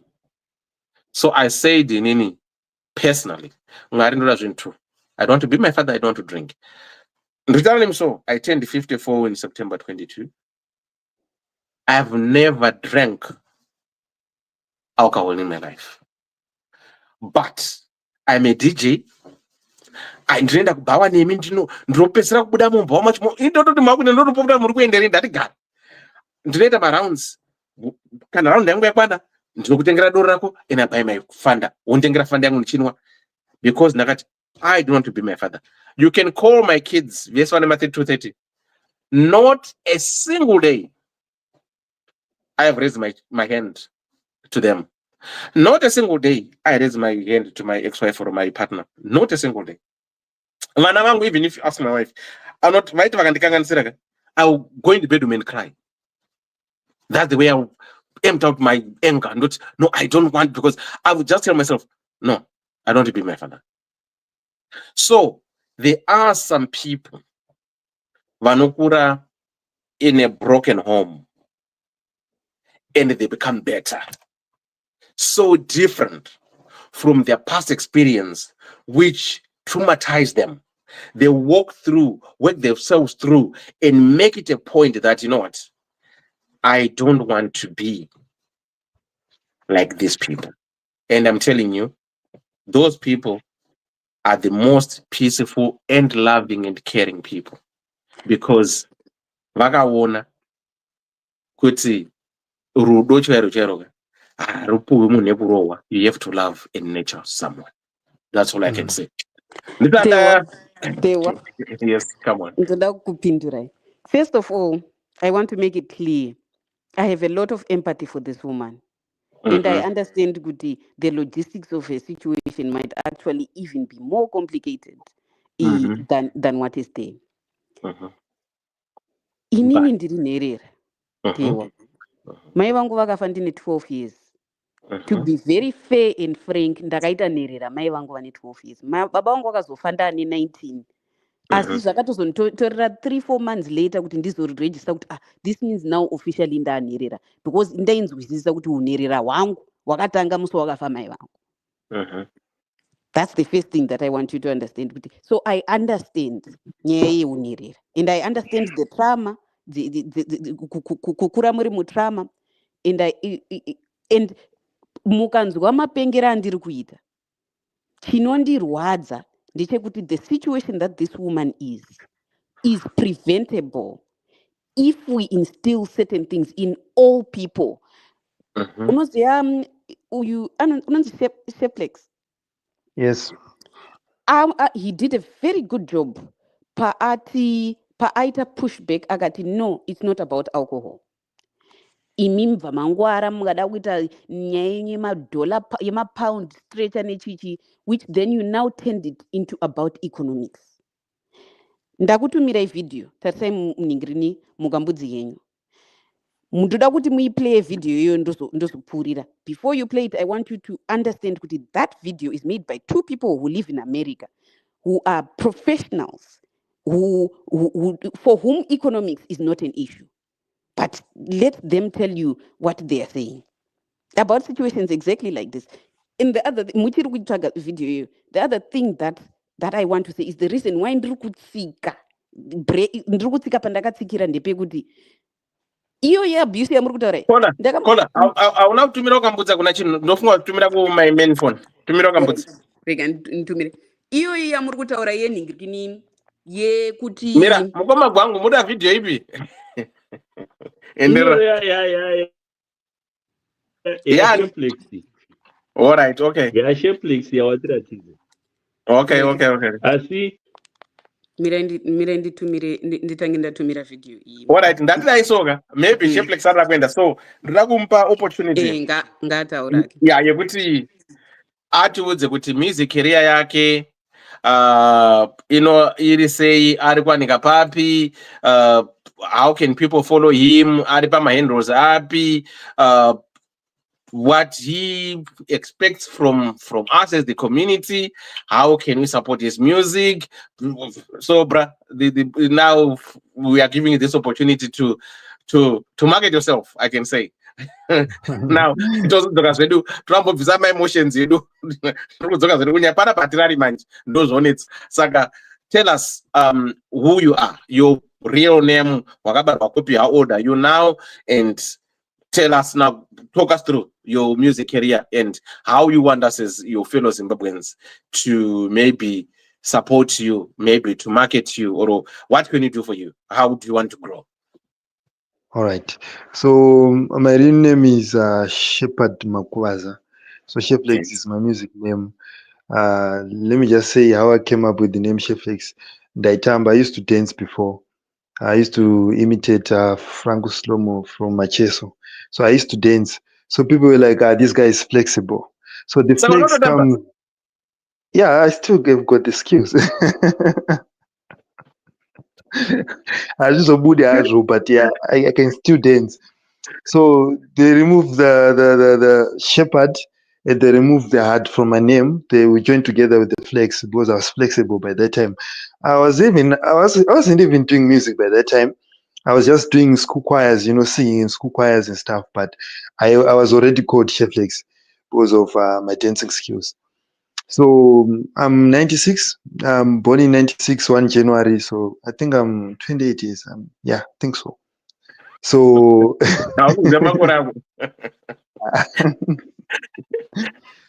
so yeah, I'm available my social platforms akawandisa YouTube ndiripo, if they can search Sheplex official, probably people go and subscribe. We've released this video. I think it has got only 4 days. So if people help me by sharing the video, we're also educating to those who are abusing wakadzi wavo kunze. It also helping me to grow as well. People should also subscribe to my YouTube channel. I'm available on Spotify, YouTube I've mentioned, Spotify, Apple Music, iTunes. I'm also available on basically Tungoti Instagram. I'm also there. So maybe probably my elder, when you go to the clubs and you play music, probably in UK there, play Sheplex and there. It's not. I do not only sing about my situations of gender-based violence. We tackle my situations because I know people wanna dance and drink and party. So basically, I'm not limited. So my genre is basically Afrofusion. I infuse all the sort of sounds in make it into one genre. I just do what Japreza does. The likes of Japreza, Animals and stuff. I do have party songs. I do have songs, though I don't drink. Just to entertain people. So I'm more of all in one. If you want a sad song, you'll find me there. If you want a happy song, you'll find me there. Educating songs, you'll find me there. Party songs, you'll find me there. So I'd appreciate if people from this platform or in UK or wherever, they follow me, help me to fulfill my dream. I do music for passion, for the love of music. I want to entertain people. I want to educate people. The abused women, situations. I have an album that is called Namajere. That's where the Garabshinga song is. Even if you listen to the song Namajere, I think it does affect probably one Wakawanda, especially where we came from in Zim, where poverty is playing a major role, So if you listen to that song, I think you can relate. Anyone can relate. There are a lot of songs in the album, in that album, that people can relate and actually, listen to and learn one or two things. So I love people to follow me. Help me to grow, playing my music. That helps me to grow as an artist. Those that are willing to sponsor, that are willing to work with me, probably organizations, campaign awareness. I'm available. I'm very much flexible. And just to let you know that there's also a new album that has already been cooked. We're done with it, but we just want to try to push this old album so that people get to know more about Cheflex, people get to know me. So I'm very much flexible to work with people. Those want to do parties, want to invite me to perform for them, anything, I'm available. Those want songs probably for dramas, for shows like this. I'm very much flexible to do some songs for you guys and actually grow my talent as well. Yeah. Okay, right. So what you can do, you can write all your information, your links, then to not pin up. But one thing that I want to give you advice here, right? Please, please, please. I'm just asking one favor. Yes. Don't change your personality. Kana wazeta following yakawanda. You need to remember humble beginnings and stay humble. Ngozi yako wakabva munhu kwakakosha. That's one thing. Anongonzwa panozongobata nevidhiyo yacho ngoti I know people change, but anyway, but right. So murudo takadi takaenda. Hold on, let me check it. What do you mean? Okay. Tichitaura muzukuru, taura. Kona. I know. Dr. Karen Genning. No. What do you mean kambudzika bibiyo? Ndofunga ndiyo yakanzi Dr. Aiwa yasvika manje. Yasvika. Yakanzi definition of childhood trauma. Okay. I will let me download it. Then Sorry, I was trying to write something there, so I don't know what happened. But I don't know. Advice and stay humble. Yeah, what I was saying, they would say, you're gonna grow big, but stay humble and be what you are today, because those whom you meet going up are the same people that you find when you're coming down.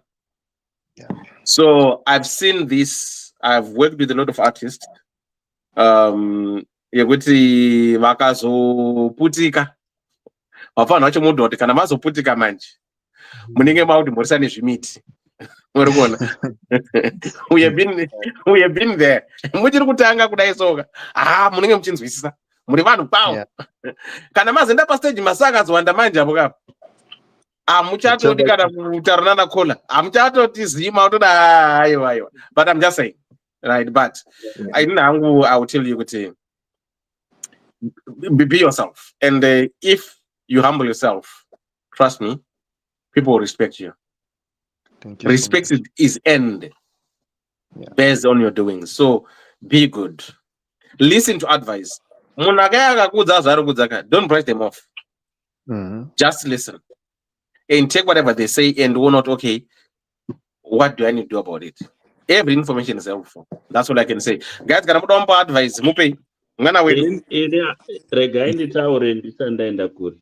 Unga pano umwe akutaurirapo nyaya Donald Trump. Yeah, is one of those people. He looks at people down. Unoda kusaraundwa nana yes men, and I don't even know why vanhu vakadzimaidzwa kusvika pakumudzorera mupower zvakare. Asi vachachiona. This I can promise. Iyo vanakola ava ndofunga munobvumirana neni nana Dr.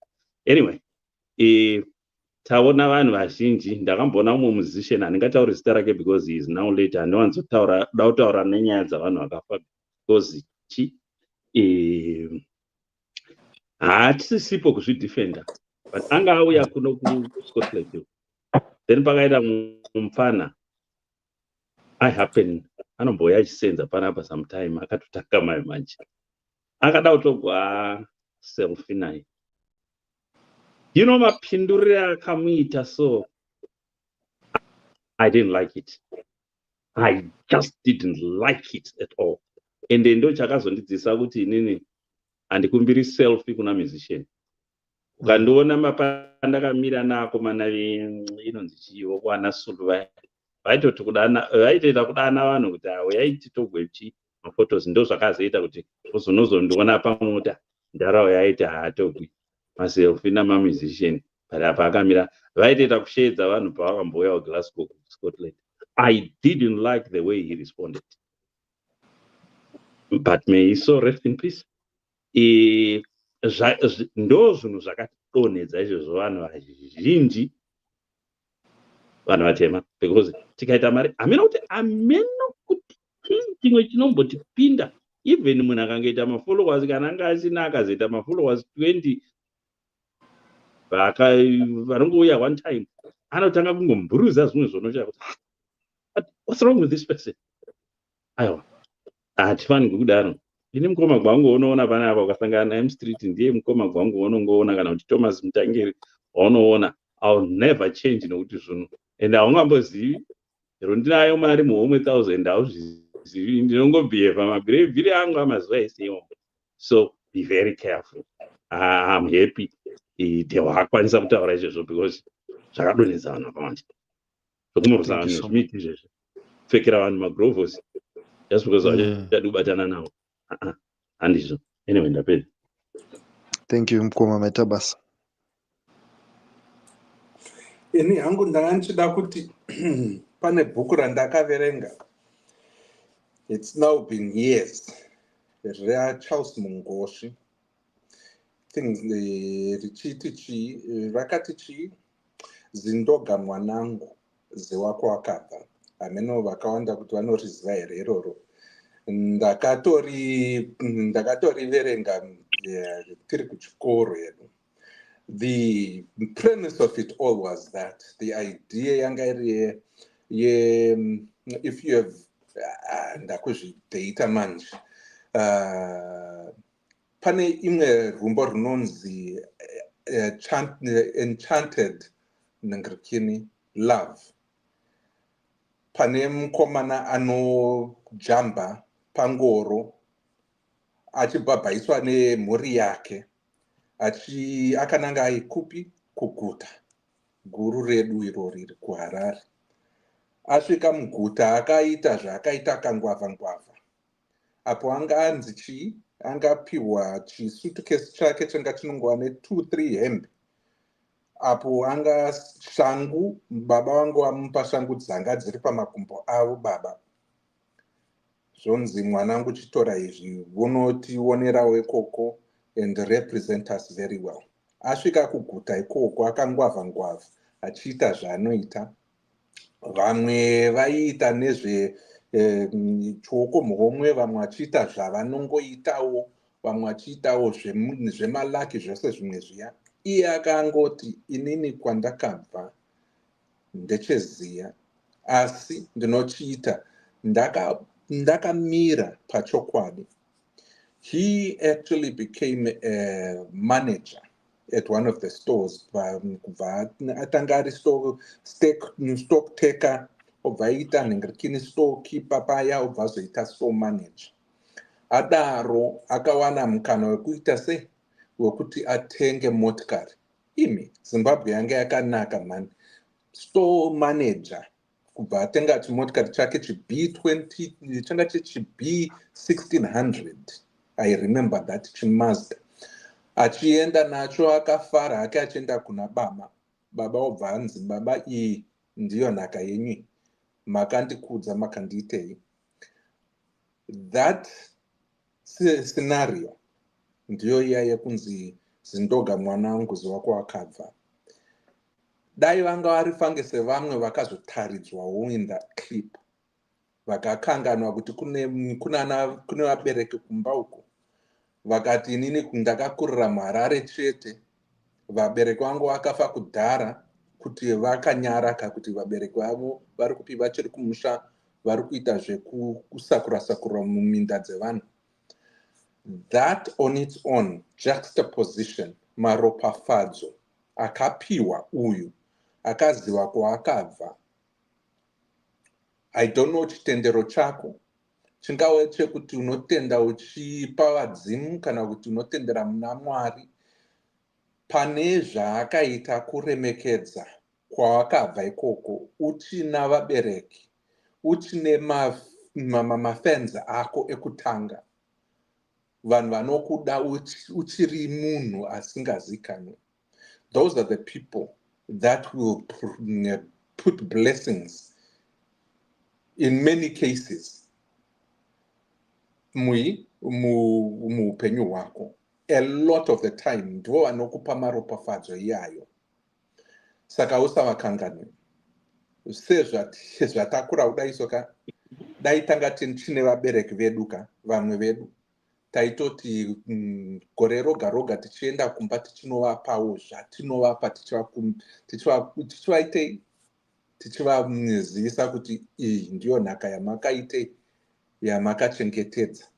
Please, please, please, by all means necessary, no matter how far you go, no matter who you become, as big an artist as you are gonna be, ziva kuti at some point unongozvitora woizviisa paside worangarira kwawakabva. When you do that, you actually are giving yourself a reminder and grounding yourself as to where and who you are. Don't be lost in the fame and in the stardom, because that's where a lot of bad things start happening. Saka tinongokurudzira kuti we are waiting, anticipating for your success, and we wish you all the best in everything that you are going to do. And stay humble and be as natural and honest and pure as you are today. You will not beat it. You will go far and you'll stay that far. Pamusoro ipapo. Atisi kuda kukuona uchidzoka pasi. Tiringoda ngokuona uchiri pamusoro ipapo kusvika narini narini, handiti? Thank you so Amen. much. Thank you so much. Amen. Right. Kola, do you want to say something to Seflex? Then don't play your video. I managed to upload it. Okay. In Nangdrum filling station, saka gear kuti nete kuchinja. See, unlike the men, I won't tell you to stay humble. I'll tell you why. The men will tell you to stay humble because they like to be respected. I will tell you to stay sensitive because as a woman, I like to be loved. I would say stay sensitive. And I guess for me, I'll also say stick to the truth because especially because of the dialogue here, from my own perspective, I don't want you to walk away thinking because I keep adding layers and wanting to pull the conversation in a higher to a higher level and to a different direction. That's not to say your message isn't true, and that's not to say your message isn't essential, and that's also not to say that your message is probably the only message that a huge chunk of Zimbabwean people can hear and understand. So that's not to say that your message is not important. For me, it's even though that's the message that you can reach the masses with and make change with. Iwewe is the person who's crafting that message. I want you to have a broader understanding of what's going on. But I think you're doing great things, and I hope you keep doing great things. Thank you so much. Thanks a lot. Powerful. Yeah. So mugoma mugada kugara nyumo ripo but mukati textira your details and everything, right? Vanterai mugoma Anozotexta akudona because akatexta ikuzvino zvanodona futi. unoda ramba ngoripo kola handitika, right? Saka rambai muripo munotipa tinoenda takadaro. Saka let's go right kola tita recap nyaya yeduka then tibva taplay video yako. All right. Hanzi nyaya yedu yakanzi toxic ndiyo topic yedu zvikanzi dare reDDC makadi zvenyu. I am a 40-year-old mother of 3 and murume is 45. We have been married for 15 years now. My problem is handina rugare mumarriage iyi. I have never enjoyed. The abuse is at its high level. Ndinotukwa zvinyadzi even in front of my kids nekurohwa pasina zvandaita. Murume wangu anomwa but not always. Musi wanouya akadhakwa apararwe. I don't have a say in this marriage. Changu kuteedzera zvaanenge ataura. Handipikise kana kuramba. Bonde ndinomanikidzwa richiitwa zvaanoda iye. Dambudziko ini ndiri nherera. Saka kwekuenda handina. All these years ndangogarira vana. Future yevana vangu is covered nekuti baba vavo vane mari dzavo. And vana vake anovada. He doesn't abuse them.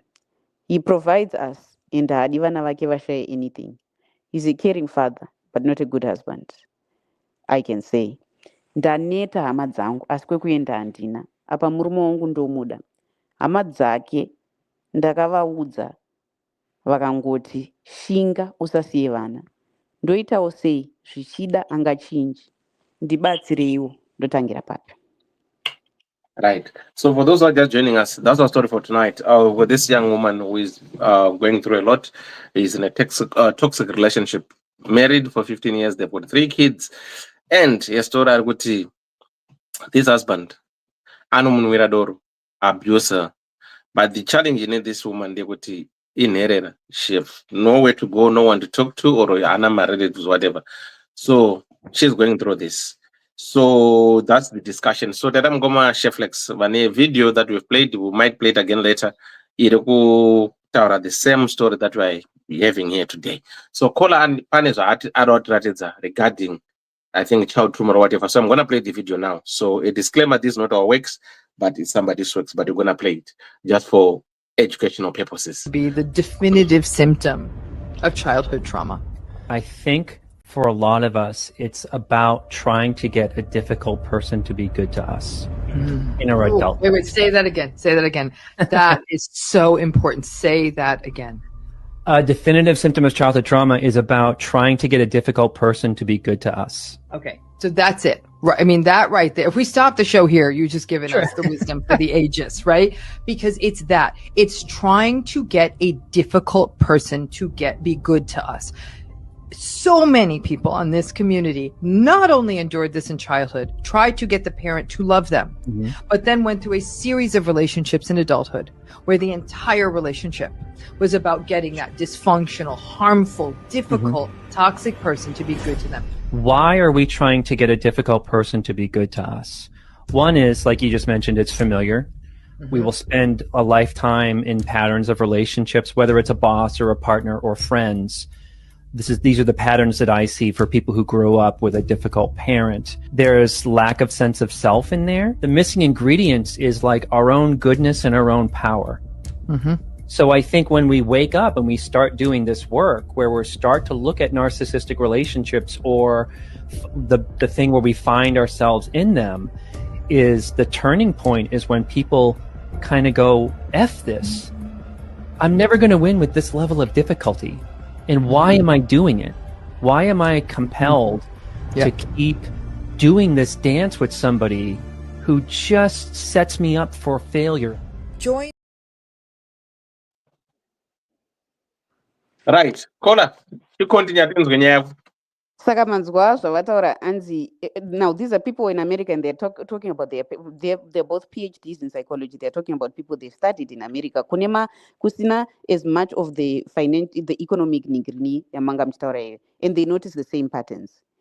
The reason why it's so important is the day I started to learn my role in perpetuating the abuse. Pakuti izvi zviri kuitika kune uyo yanoti first day handichadi otobuda otoenda. They're not trying to get a difficult person to love them. And that dzimwe nguva tinofunga kuti zvamamutaura kuti we grow up under certain circumstances tichiona certain things. We can do one of two things. Either we can say we can start acting like that parent, or we can say we never want to be like that to be like that parent. But there's also the other parent, don't forget, who is that mother, if we're going to talk stereotypically, arikurowa, and they're spending their life trying to get a difficult person to love them.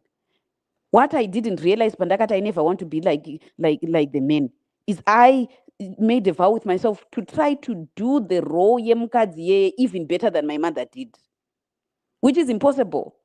I tried to get difficult person to love me even harder than my mother did because I wanted to succeed at it. Because ndandavaona zvavo zvichiramba. And the reason why also that video I thought was important is because at the very end of this letter ati ndoita sei zvichida angachinja. My sister, it's been 15 years. Takabaya tikachikokera vatete. Kana tikati hedu upenyu hwakaoma matimogarira vane venyu, chipikirai kuziva kuti ndiwo hwaupenyu hwenyu. Zvekuchafunga kuti zvichachinja hakuna. Hakuna, hachinji. I just want people to nigiri. And I understand kuti inenge isiri mhosva yako, but it's important for us to teach each other to understand ourselves. Kuti tinzwisisewo kuti but nyaya yake yakatanga ne25 years. Yakatanga after the first child. Ndopandogara ndichitaura ndichiti we need to and the other thing is I won't argue kuti society yacho hatisiri tiri kumisira pressure, because paakaita 25 years ipapa akazvara the first child akaona kuti panopisa akabuda dhima kumutanga kumutuka masingle mother what not. Even une mari yako, even zvandiri kutaura kuti you were 25, how were you surviving? What were you doing for yourself? What I'm saying is you didn't get financial independence. Akaita financial independence, vakadzi vari independent munonetsa, muri magindagoria, what not. Guys, we're living people with no options. Tikada kuteerera zvavari kutaura zvekutya kuti for this particular woman I will say that message. I've said it before. Ndevake vana havasi vako wega. If it means you have to leave them with him, what happens to them? If it's under his eye and he allows it, he too is responsible. But hazvibatsiri futi vana vako kuti vagare zvandandikudzai kuti inonzi scale inonzi adverse childhood events scale. The mere fact that they see you uchitukwa uchirohwa is traumatic to them. Hazvisi kuvabatsira, hazvina kana rubatsiro. But for me at this point taakutsvaga kuti zvingabatike zvacho ndezvipi. Asi patiri kutanga kukanganisa, tiri kutanga tichiti tiri kuda we want men who are providers. Zvine mubhadharo. Saka maybe as women we need to change that kuti uruda kuprovide asi iwe une chako here cheuviri. Kuti ukazoona zvaipa unobuda. Plus nyaya yekuti hanzi kana ukazonzi waita single mother waita kunge munhu ane gwembe. Please, we need to stop it so that people can get out of these situations with their heads held high. Kana zvekunzi hanzi ukabuda murelationship iyoyo uchashaya nokuroora, kana kuti ucharoorwa ka7, kana kuti uchaita varume vani kusiri kufa ndekupi. At least ukafa une peace yako. Nesuwo vakadzi tinoda peace. Enda unozvitengera peace yako, nesafety yako unozvitsvaga shamwari. Musika chaiwo handizivi kuti wotangira papi. But the problem is sometimes these things are so ingrained. I've seen these situations where you swoop in and you try to give this woman a job. Wotodi pane mwanga chitocomplaina paFacebook. Akati tobva kubatsira nemabasa. Vanhu vacho vanenge vasingachadi mabasa because wakapedza 40 years uchishingirira kuti chandofanira kuwana murume anondiprovida asi achindibata zvakanaka. Vashoma vanhu vakadaro. What you do when you get a husband who's a provider, you inherently give him power over you. And power is corrupting to most people. There are very few people who don't get corrupted by power. And once he's corrupted by that power, he changes. And you won't wasara manje wapinda pashinyas. Apa wazara vana vairi vatatu. In terms of just looking after yourself, it means either you have to do the logistics of wanda, or you now have to do the emotional battle yekuvasiya uchivatyira because takasara tirinherera tiri vadika havanodhamba. Asi what I will say again, as I've said it before, vanoona nhamo, but they will survive. They will live. They will live, and they are their father's children. If he allows harm to happen to them, that's as much his responsibility. If what you have done is get out of the situation so that you are not harmed, so that zvichireva kuti iye anosara nevanhu vake achiita yaanoda nevanhu vake, zvangu wako. They have a little like a kekuti the reason why I think it's ma cockroaches magakanje. If you put them in a bucket, they can't get out. Why? Because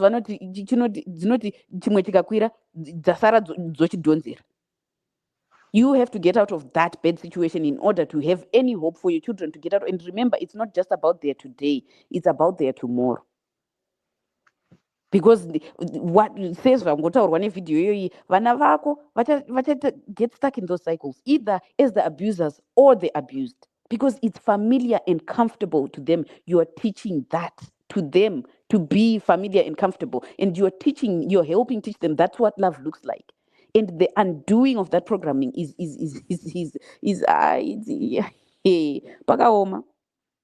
pakaoma. Indakatomboabuswa kuti ndizodzidza this much about abuses because ndandatoabuswa ndikashama ndikati akomana nekudzidza kwandakaita uku nekusvika kwandakaita uku ndaabuswa sei, wotozotanga kuona kuti zvinobva kuri.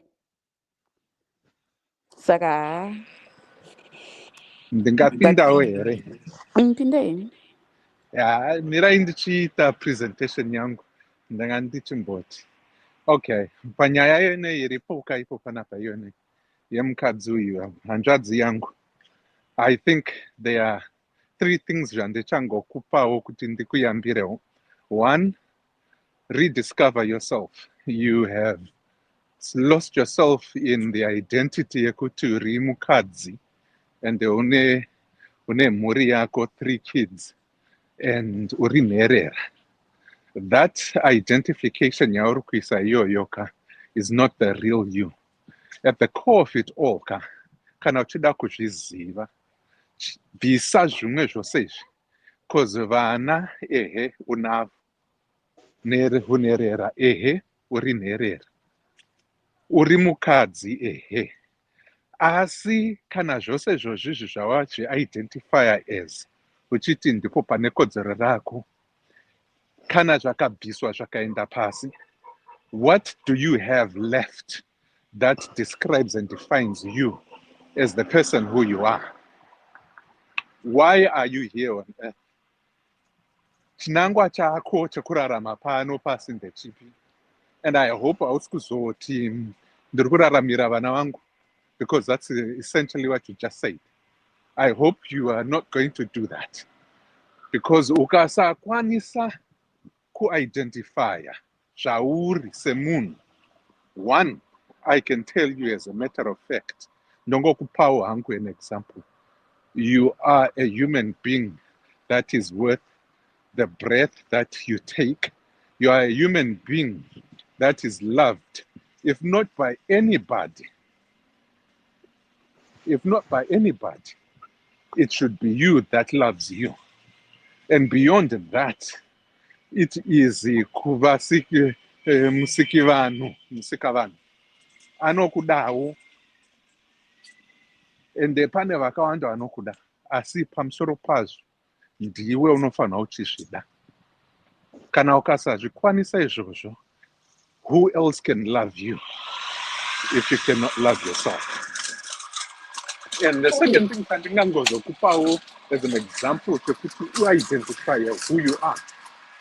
Paumire ipapo, there is no one else on this earth akaita sewe. You are unique. You were created kana kuti wakazvarwa uri unique. And kana uchipikisana nenyika enda kumapurisa wonozviisa mafingerprints ako ovati tsvagai umwe ane mafingerprints akaita seyangu iyanayi. Pasi rino kubva pakatanga Adam naEve kana kuti kusika vanhu aite atanga nyika yake kusvika nanhasi hapana. That's how unique you are. When you start understanding kuti iwe as a human being wakazvimirira une kodzero yekuva munhu ari munhu pavanhu ka, you are going to realize one of two things. That abuse yauri kupiwa iyo inoine murume wako is not befitting of you as a human being, as somebody that loves themselves. And the second thing is une kodzero yekuva ne voice in the situation that you are in. Shamisa murume wako. Just give him just surprise him one day.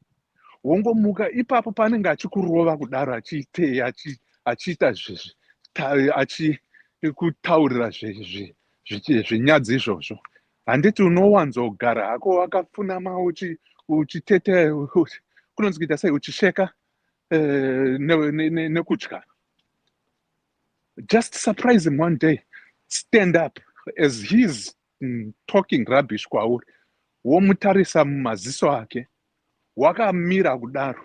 Nyange achazokurowa achiziva kuti unomborohwa. Wongomutaurira shoko rimwe chete rokuti hausi murume pavarume. Unorohwa zvimwe zvisingaite. Kana arova kudaroka, nokuti unogara uchingorohwa, woti ndadaro nekuda kwekuti ungandirova inini mukadzi wako. Iwe pauri papa wakazvimirira. Anofa Dr. Love. Aiwa, mirai, kufa kwake hakusipo here ipapa. Because she's already dead. Her spirit has already gone. Changova chimutumbi chakamira. Pane vamwe varume vekuti they are so cowards to the point yekuti anenge achirova nekuti ari kudherera. Anorova nekuti ari kudherera. But if she can stand up for herself and otaridza kuti haatyi kana kuti haachamirire izvozvo ka, 9 out of 10 murume anodzikama. Murume anodzikama. And I'm not going to advocate kuti umudzosere nekuti ukadaro aiwa anenge ozokurova semurume achiti wandisikizazve. But iwewe chiziva kudai wamutaridza kuti haumutyeka, wofamba wobuda. Handiti achikutuka achidaro wongofamba uchibuda uchiti aiwa zvandingazvimirire, wobuda uchienda kwako. Murume anoita hasha. Murume anokurova, agara achikurova. But there is one thing that will turn out in his, kana ari munhu anofema achifunga ka, anonzwisisa. Nyangwe azoita soba, achazvifunga izvozvo. Ukafaka, ngozi dzava ndiye kwake. It's unfortunate because what you have actually showed is that hausi kuda kubuda in this situation. And the prediction yekuti unofa munhukadzi nekuda kwekuti wazvimirira means that it's a dire and it's a consequential situation you need to get out of there.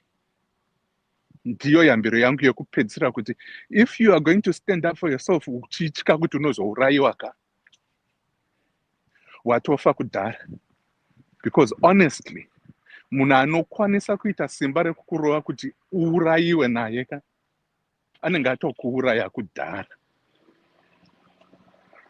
It's a matter of when, not if. So please, please, please, ziva pacho pakuita izvezvi kuti please buda uchine upenyu hwako. Kana usingadi chizvimirira semunhu anofema, anorwadziwawo, wozvitaurirawo kuti izvi hazviitwe. Chinozonakidza nchokuti pane maprograms akawanda atinombonzwa nenyaya dzema-domestic abuses. Ungofonera Tete Tilda one day. Iwo mafriday anaya Saturday. Ungonoti Tete Tilda ndine nyaya yangu yandiroda kutaura nemurume wangu.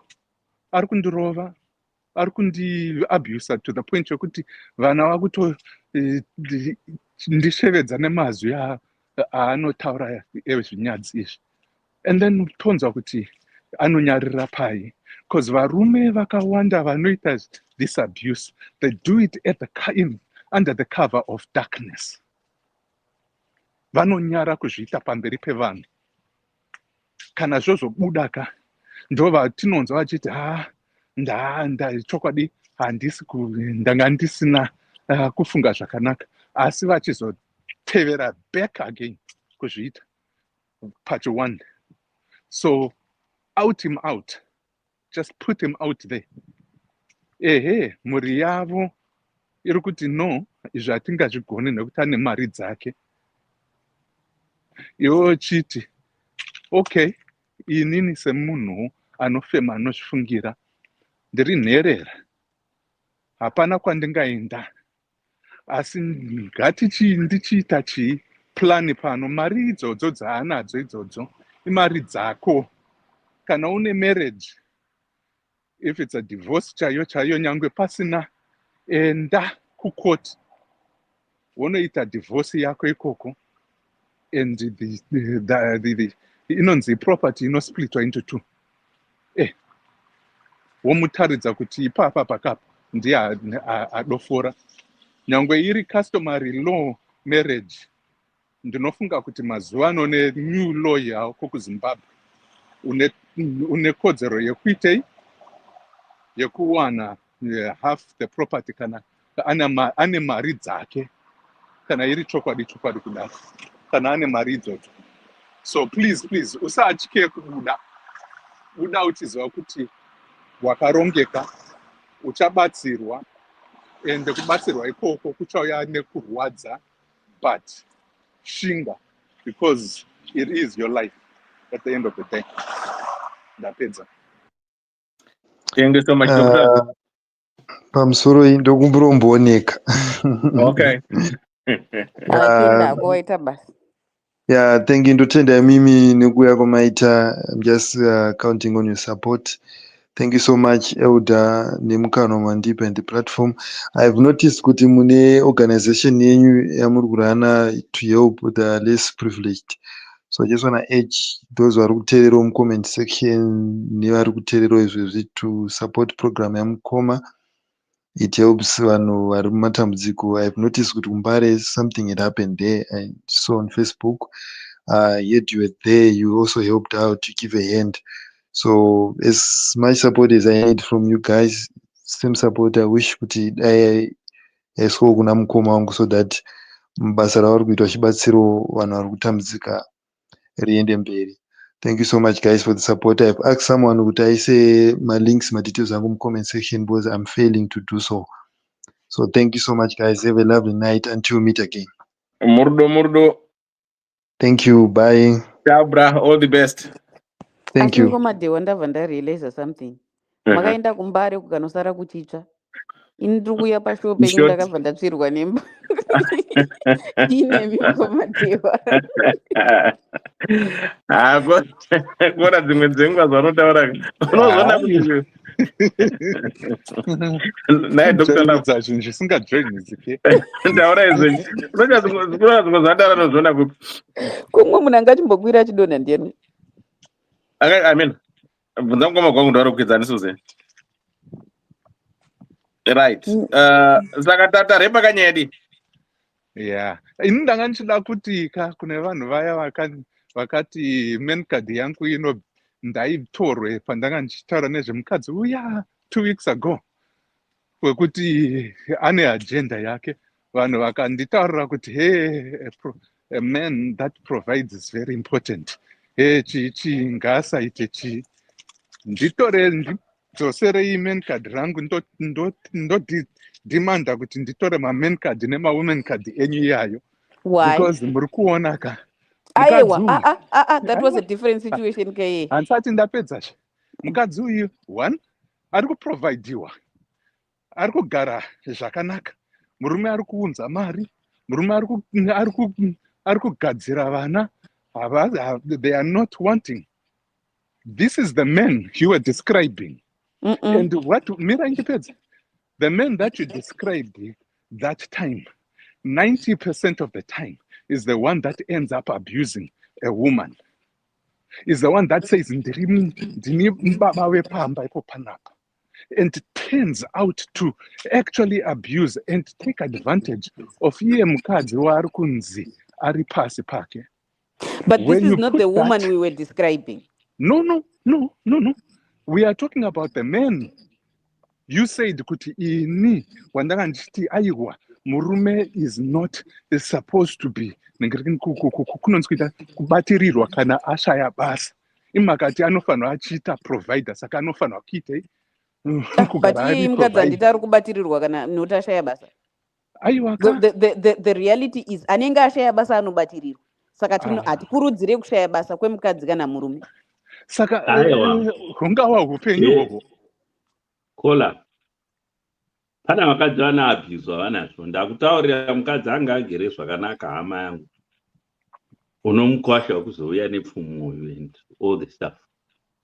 Nanga akura zvakanaka mukwasha anga asina chinhu. Ndakuudza iwewe kuti ichi zvimwe zvinhu zvinombo. Aiwa but iye anga ane basa rake here kana kuti aibva kumhuri yange yakanaka. Yes, but handizvo zvaimutadzisa kubva apa paanga pano munhu anga achitoshaya kuti kudzoka kumba. Because wakambodzoka akadzokera futi munhu iyeye. So it's not a question yokuti yes zviriko zvokuti munhu zvesho hawapererwa. But paripo ndambo paexample yokuti kola mune mari yenyu yakazara pesi kuti pada. But munogona kundorara nomunhu akuporishirai bhutsu ari murodhi mufana muro just because murungoda zvinhu zvemari.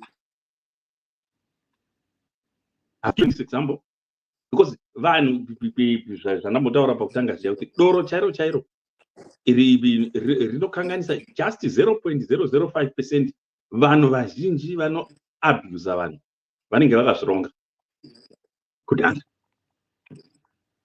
Kana mukamboplaya imwe yadhewa ukazowana record the late Mutukudzi inonzi chipembenene kupinda munzeve yemwana changa chawaridza bonde kare kare.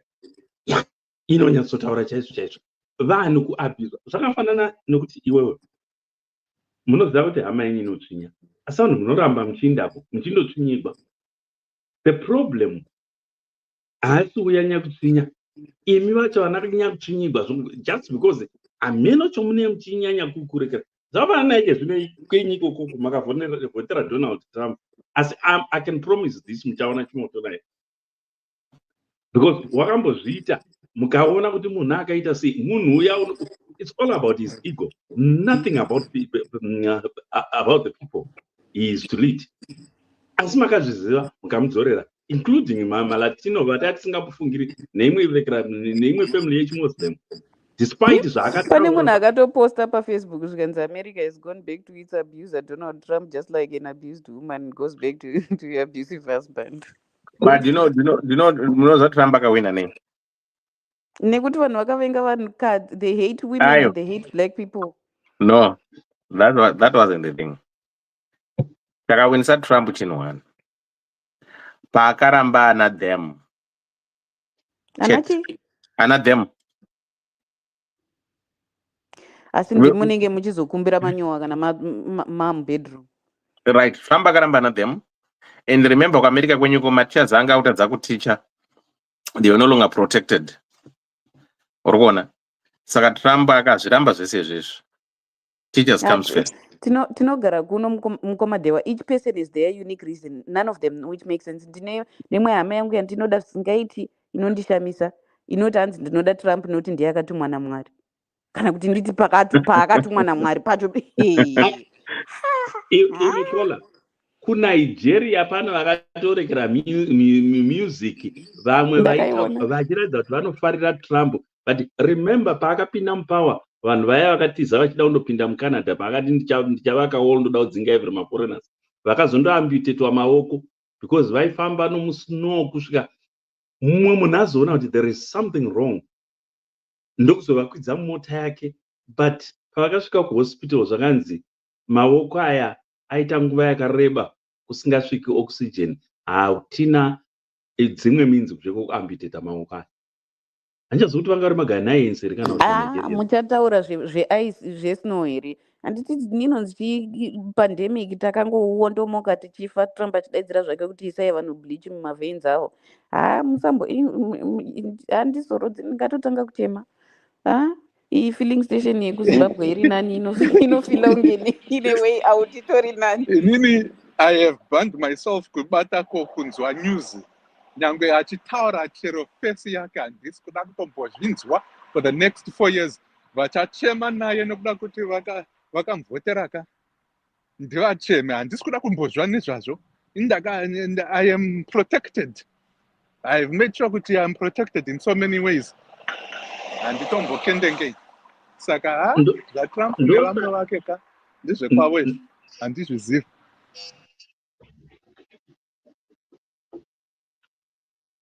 Mamuchida kuti ndimukoma kwavo. Ndosaka ndandichiti inini. Even pandanga ndiri mwana mudiki. Unoona munhu aya ane tennis ball yake kana kuti ane katoyi kamwe kakatengegwa nababa. Isu vamwe takazokura nababa vasasenzi. You want to be worshipped. Yadzokera kumba kwedu nondosunda mota dzematombo kana mahafu ezvidhina. Wotozwa mai voti, watodzoka kune vamwe. Wanza mudhara wangu kuti uyu ndimatamba ndoga. Yati ina handiti zvokushainikwa navanhu vane tennis ball yavo kana kuti vane zvimota zvavo. Just because ina handina. Ndinogadzira rangu ramapepa. Matamba ndogo wakadiko. Matamba ndogo wakadi. But ipapo mukoma gwangu, you've got a small mistake ipapo. Ndakambozvitaura, I remember my first days ndakauya kuti the way you men move in the world is different from the way us women move in the world. Saka imini zvenyu zvekuti matamba ogaka, you can do that as a boy and even as a man. In fact, you quite often do it. There are very, very few men who have friends, close friends. Ndikaita problem ndinofonera. Most men don't have that. On the other hand, mukatarisa especially in these situations, the abuse, dzevakadzi vanoabuswa. The problem is, I'm taught to define myself in my best version as a woman who can make a man happy. But then we forget that there are some of these people that are difficult, harmful people that you can never make happy no matter what. They're hell-bent on not being happy. Saka problem ndekuti munotisiya tine identity crisis yekuti I'm trying to define myself. Nemiwo munotondidefine by how happy I can make a man and how long I can get him to keep me as his woman, as his wife. Those are and how many, and furthermore, how well I can raise his children. Those are the 3 major ways in which women have to define themselves. Wobva wasangana jumbanisa ndikwati singaiti apa pamwe watororwa ukanzi wadivhosiwa to problem pamwe usually waitiswa nhumbu makatitaura mega pano imi mungati ndichingorora first thing inhumbu ndatoitiswa nhumbu kuti ndichabva ndakuona kuti pana hapamiri handichakwanisi because ndakubva pano ndane stigma yekunzi ndasingle mother futi wakundinyima uri kunditumira $5 yeningrini yeningrini maintenance. The part of the issue is as society we are contributing to cornering some of these women. Ivavo vamukutaura vanenge vane mari dzavo anenge yakapera kuti yes I'll agree vamwe vanenge vachingoda zvemahara. But for some of them, they actually intentionally put themselves in those situations, in a situation ndiye anenge achitobhadhara. Why? Because makatiudza mwati mari dzenyu hatina basa nadzo. What matters to society and to people is, as a woman, have I attained what to have achieved something as a woman? Have I made a man happy enough to marry me, happy enough to keep me, and have I raised his children well? Kola. Mari yako ikauya ine zviabuse mukati vagwangu vanongoti gara nemari yako.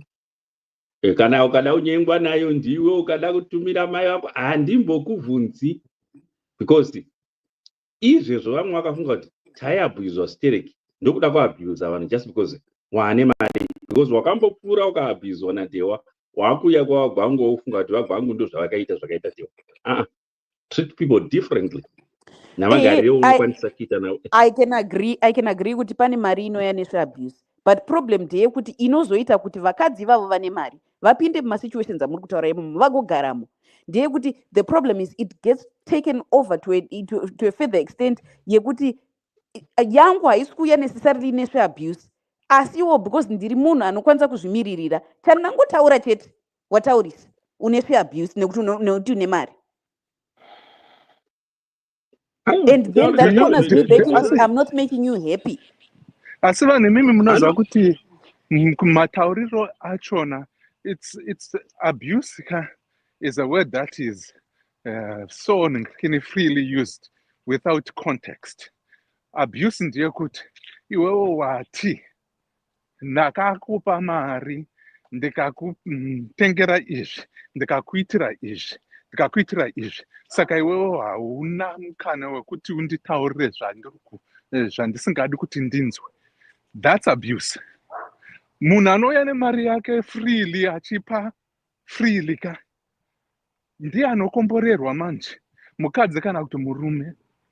It should not be. The reason why ndichikashamara, and now I'm getting it, tiri kutungamidza mari pamberi peupenyu hwedu tichiti that's how we define ourselves in my relationships edu.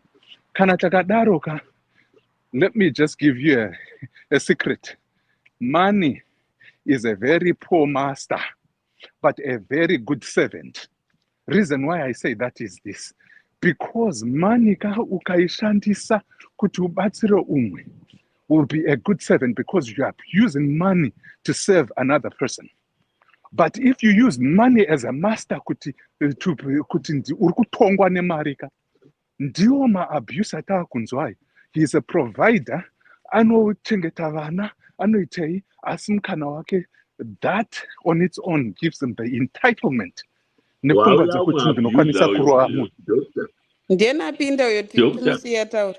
Wauya muabuser. Handiti ka. Ndianapinda. Ndiko. Gomalaka. Regaida. Waita goka uya koni. Makadiko comment section, ma panelists, makadi. Kona ende tuonas, kuna Dr. Love, Dr. Gwangu, na Nicola, na Mdewa. What is say? Mngoma pawo varamba kuuya hanzi ndiri busy. Dr. Rose vati ndiri kuZimbabwe, andichihera vekuAmerica vangoti hanzi ndiri kuisa maheadphones, saka ndaziva zvinorevei. Topic irunaka chaiye zvino ndandisingopinda chibuda.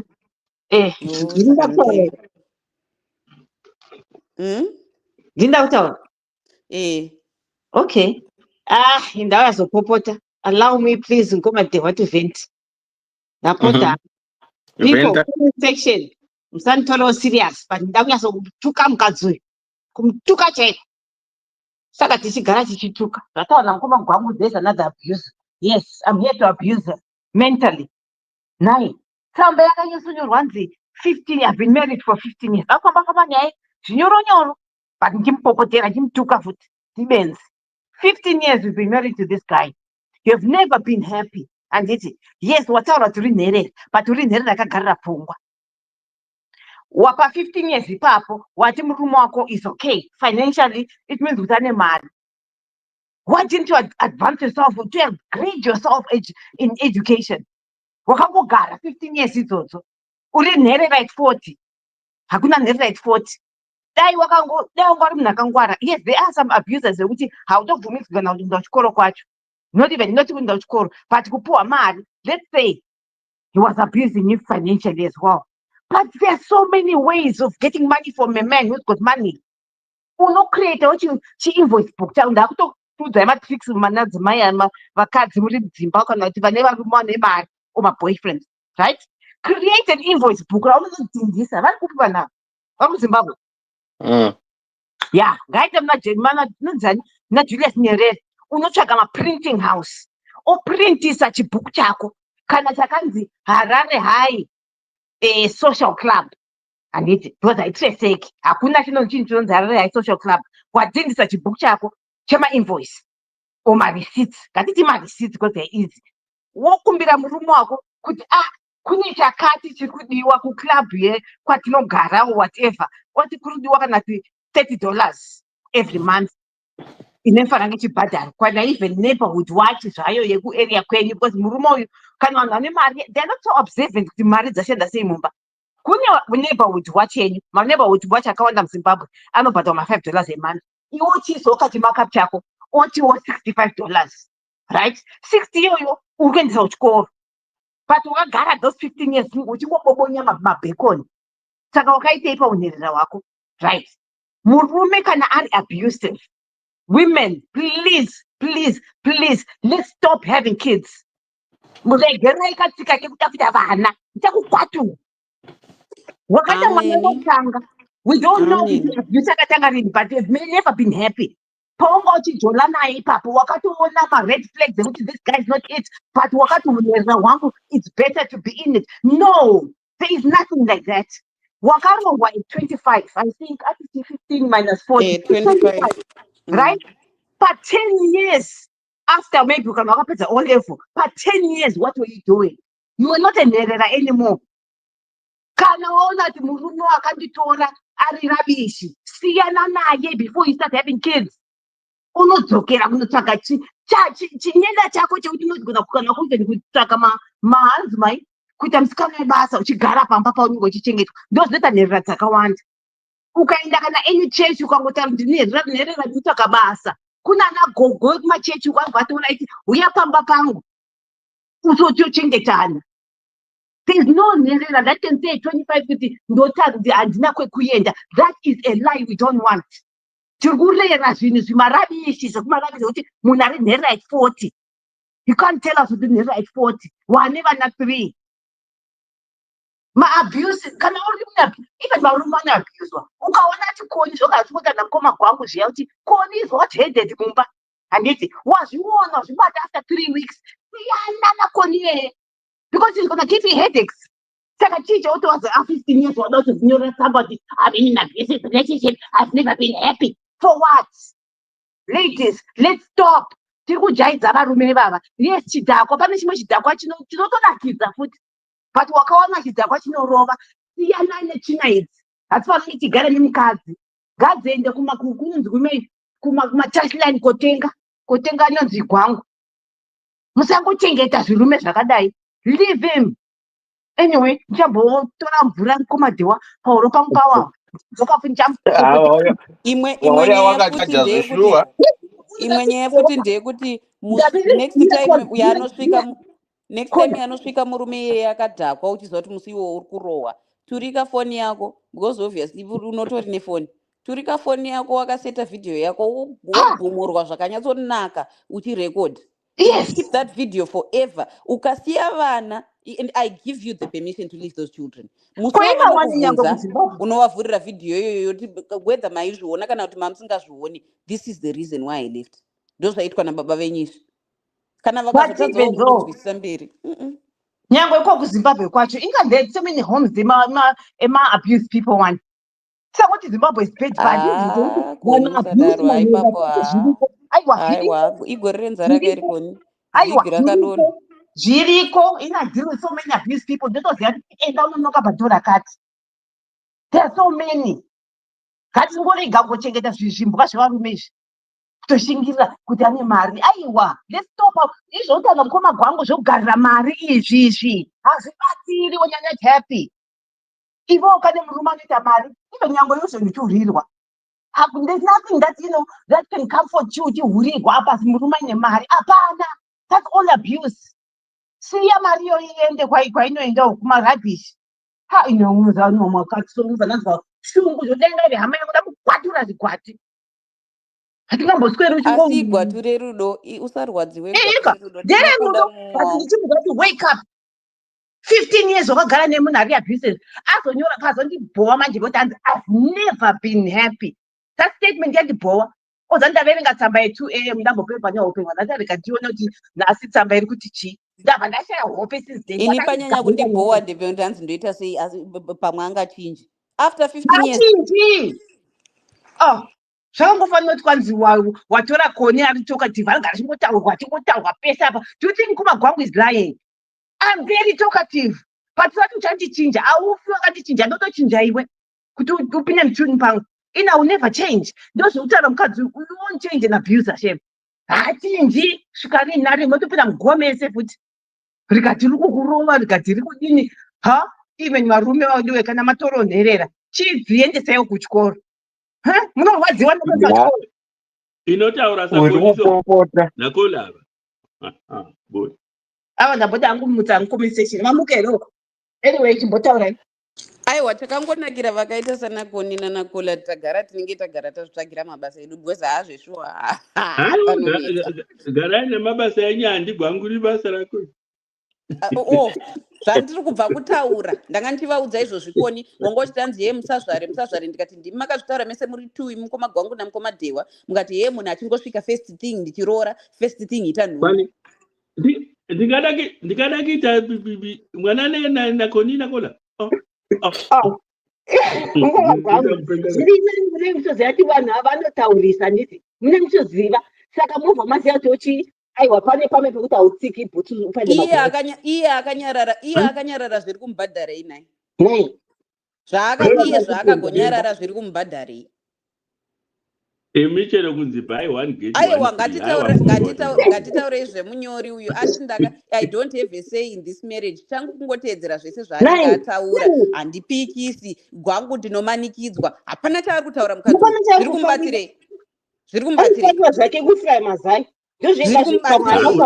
ndozvega zvaari kufarira uyiginda gori yaro murume gwangu exactly maita basa mukoma gwangu pamunoti uyu iginda goriya remurume uyu ndakambokuudzai varume vari pano kuti munofunga kuti the rest of the world is men like you. Most men out there vatinenge kuti tizotaurisa kudai vatinenge tichisangana navo majority anenge angori maginda vamune muchiti uyu iginda goriya uyu iginda goriya vazhinji vakadzi kusataura zvavo chete ndozvinozoita kuti ugare waziva kuti kana usingade kubatirwa paginda goriya rakadai beta kutaura.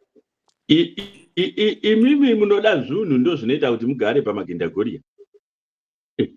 Aiwa zvinhu zvacho ngazivepo kabhadzi ndiri farawo nemwe saidi uye hapana chaari kufarira gwangu chairo rinonaka sei kana nyangwe makapopotedza nyange musi kutaudza rinongonaka ingawo ndakabonyora wane this week pane mukadzi ari kuasiri hepere mbonyoro nemasekti patikaona tanakirwa takaguta this week iye munhu atonaye mabva kwagumbura uko kuequatoria guinea takafara watinga takagwangura naye zvino munhu aitoi naye murume mumba imoma she's not happy with that sex wakagarira naye vana sanyepe kuti magarira vana asi ndosaka indati mukadzi uyo akatofa kudhara cause unhu hwake pakadai so ari kubatwa chibharu ari kutukwa ari kurohwa ari kunyadziswa pavana vake ungava munhu chirudzii akadaro so she needs to find herself first. No, Dr. Love ipapo I disagree. Ndimi munenge makauya sevarume pano moti men need respect, men need peace, men want submissive wives. The process of this woman's death was abiding to those expectations. Oh my goodness. Ndosaka ndichiti vanhu mimi munotaura out of context. Nyaya respect. Do you know what the other? Okay, let me just give you or introduce another word per submissiveness and respect. Submissiveness, a woman should be submissive, auntie. How about if we use, instead of submissive, adaptable? Does that make a difference in the way you perceive But that's not what men want. Men do not want adaptable. Men want submissive. You know what submissive is? The submissive in the context inenge yakanyorwa muBhayibheri is adaptability. Mkozoti yenyika zvevanhu vepasi panyo zvenyama is different. Just the same as I say money is mullah in Somali, but then we are basically talking about the same thing, but it's only different in the different context. And that's what it is. That's where in the GT, when you talk about these things, let's put context into it. Kana tichitaura nezve nyika yose kupovoka, you are right. Varume vakawanda don't understand what being submissive is, for a woman to be submissive and for a man to love that woman. They don't. So that context, kana zvadaro vasinganzwisise, tinenge tisati tatombotanga to debate about it at all. Tinenge tichizvinyepera, and tozotanga kuspreada ma-lies yana and cementing these concepts in the wrong manner. Context is king. But let me paint this picture for you. You've been indoctrinated. Men need respect, men need peace, which means usataure neni varume havadi vakadzi vanotaurisa zvinotaurwa namukoma gwangu, and then men want submissive wife. You are a brand new wife, wabhadharwa pfuma, fanga uya ngagara apinda ane problem yofunga kuti ndiri nherera, wobva wasikononzi namukoma gwangu namukoma dewa ayozve ndichingorora first thing chaurifana kuita kutobata nhumbu, wobata nhumbu. Wozotanga kurealize kuti munhu waunga uchifunga kuti anonzwisisa in the proper context, because we don't. The problem is you guys don't come with instruction manuals or with disclaimer forms that say this one is the stupid kind, he doesn't this one is the stupid kind, he doesn't understand love and submissiveness in terms of adaptability. But you've already you've set up a situation where I'm trapped. And now I realize that no, you're one of those ones. You're the stupid. Ndikada kubuda imomo single mothers chichi apa uri kundishungurudza futi nenyaya yekuchengeta mwana wako ndokunge ndabvumidzwa kuenda mwana wacho kuti vamwe varume vazimbabwe vanotaura baba mwana wangu ndedzidzana nangu hapana kwaanoenda ndakunoshunguridzika because now I've left it, which you forced me before I was ready. And if at word go I had argued against that, ndatova mukadzi anotaurisa, ndatova mukadzi asiri respectful, ndatova mukadzi asiri submissive. Kola iye kuti kwai masingomaza isi tongoudzwawani kuti svimborume unombowatombokendenga here, unganotomboona mamaza andaitomboposta ndichibvonga zvangu nechikafu changu ndepasere nezvotaurwa nemunhu uri panext door. Ini ndakazvifarira mumba mangu, ndakawaridza, rekera ndinofamba, ndikada kufamba ndakashama ndini. Why should I worry about what the next door person is saying? You can again, you move in this world differently as men than we do as women. You can have the munotaura muromo wakashapa kudaro because you've never been a single mother. You don't understand the burden of not kuti ndiri kukumbira munhu mari kungova nemwana. Vanhu vakangoziva muchechi chaimo kungoziva kuti uri single mother. You don't understand what it means to carry that burden. Ndosaka muchitaura muromo wakashapa kwadaro. Ndini munongozvinetsa, munongotakura zvimwe zvinhu zvisina kana pedzezvo ukatozotakura burden iyoyo yekuva nemwana usina zvinhu zvako zvakanyatsokwana zvekuzvichengeta nemwana wako, which most of these women are in the situation because akanyanya kudzidza futi, akanyanya kuita independent futi, zvaipa futi. Kola, this is what mukoma gwangu ndiri kubvumira nemi. This is what you just need to do. If the people that you are surrounding yourself with do not accept you for who you are, walk away. Ndosaka nyika yakatekeshera nevanhu vakawanda. You don't have to be in that situation yekuti munhu anokutarisira pasi. Unongomhanya, kwete kumhanya, unofamba negogo rako uchitobuda hako uchiti twei. You can't touch this. That attitude. Okay, I appreciate what you're saying, but I'll actually say it back. Ndichitaura nenyaya yamambotaura mukoma gwangu ndikupindire ipapo. Pane pamataura mukati mukadzi uyu, pane mukadzi aibva kumhuri yakanaka astereka, hapana chaimutadzisa kudzokera. Mukoma gwangu ndakambotaura story iyi pano, ndichaitaura futi nhasi. Ndine cousin yangu akauya kuzotiratidza, he was one of the first people wandakaona in a relationship. Ndakamusensa, ndakakura ndine sensa yamanarcissist. Akauya nemukomana wake kumba kwedu kwangu kuri kwababa munini wake. akauya akakufura nekwababa munini achititora isusu sevanini navake tikaenda kwatete. Anga ari kundoratidza mukomana kwatete. I remember tanga tiri mugarden remadomasi ratete vangu. Ndaridha mukomana uyu ndikati naisisi, handichatauri zita rake. Ndikati naisisi, saka murume uyu paanokurorai, muchambotanga mamboita birth control here for a while mozombomira kuzvara. Ipapo I was 14 years old. 15. I was 15 years old. Ndanga ndatomepa situation ndaona kuti musikana uyu akasangwara, akakurumidzisa kuita vana. Uyu munhu uyu, it's not going to take long kuti azomunetsa. Saka I was hoping kuti achati no ndichambomira. These two vanga vari maticha vese vari vairi. Akati no, akandipindura akati izvozvo hazviite because ukatanga nebirth control unozotadza kuzvara kwakumberi. I was 15, I didn't know enough biology or know enough anything about kuti ndinzwisise kuti she was wrong. Ndakabva ndangovhara muromo wangu ndikanyarara. Akaroorwa nemurume akanonetswa. Akasvika pa vaitita primary school at the same Ningrini, at the same school. Yeah, murume I think aitita grade 6. Musikana aitita either grade 1 or grade 2 or grade 3 whatever. Akaitwa teacher in charge grade 3. Murume akatanga kuti saka uda kunditonga pano. Akarohwa mukoma gwangu. Sister yangu yakarohwa akabudisirwa wardrobe yanga yakazara hembe ikapiswa. Pachikoro pakasara vanhu. Akakwira bus. Akasunga Zambia pamusoro penight dress ranga rine ropa. Achidzoka kumba kwedu. Isitanga tiri kumba kwedu, tanga kumba kwedu ndokwanga kurumba kwavo kwabamunini wake. Angachibva kumba kwanga kune zvinhu. And she also, this one was also a woman who was capable of taking care of herself, need be. Mukoma gwangu, I will never forget this. Vakagara darara, murume yeye hana kuteera mukadzi wake, hana kufona, hana kumutsvaga, hana kuita sei. Vakagara dare, vana baba mukuru vangu nana baba vangu nehama dzedu, vega vakatenderana kutora sisi vangu, vakamukwidza motikari yedu isu nadriver wedu isu, akakwidzwa akapuwa driver, vakanomudzosera kumurume waabva kwaari, akasunga Zambia rapuwa nemaneighbors, akapfeka night dress rine ropa. They sent her back.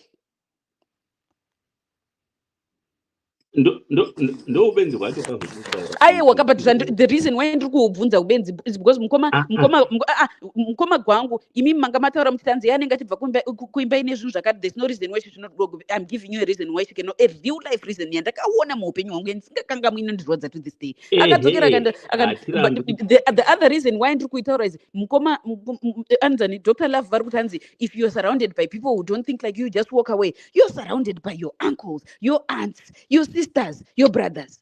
And they put you in a family car with a family driver. And they send you back to Mond. Who are you walking away from? ndozvetiri kutaura. Ndofunga ndapaivo kudhara yehama dzimwe dzinotsinya just because zvinhu asi unoona still hama dzichiramba dzichiindapo zvichinzi ukama hahugezi nesipo zvichina. Yes, kana pafiwa handinoendapo, kana pakagwariwa zvitori serious kwete zvongoti pane mwana wakosoro. Hell, I don't do that. Simple. Ukandivhunza ndinokuudza the reason. Problem hatiudzani chokwadi. Uri pabasa iwewe, chakutadzise kudzoka ndinondokumbira transfer ndikaenda kune chimwe chikoro zvinobvumikwa. But kuti vamwe vanhu vanoregera vanoomera pakufunga. Ndozvinoitika. Yeah. Ngandiudza kuti vagwangu isvimborume vanozvibikira mukati vanowana here. Who cares? Gatsi ramuri kutaura mukoma gwangu rekuita zvamuri kutaura izvozvo rinongoitwa nevanaginda goriya vakaita sana Koni nana Kola. Vana vasikana vakarayirwa pachivanhu chedu havaiti baba vako, baba mukuru vako nababa munini vako natete vako vese vagara, and you're 20 something, brand new teacher. They have made the decision that for you, it's best to go back to that husband. It takes a Gindagoria to walk either a man or a Gindagoria woman to say, forget all of you. So you guys have to decide, if you want these women to be good enough to defend themselves from abuse, you also have to be aware that they have to be empowered to a certain level. Aiwa taingovaona vamwe ndaenda kudza nyaya yemp wagara akarobwa kumeso kurekera akapfeka mazidhaki glasses aya kuti asaonekwa kurekera kuti wakarobwa. Why shall we MP? Kumwe kunongova kupenga asi kuti vanhu havadi kubvuma kuti mupenga. Andigari pendo abuse waini. Ini chero basa pakanzi panotambigwa mari yakawanda.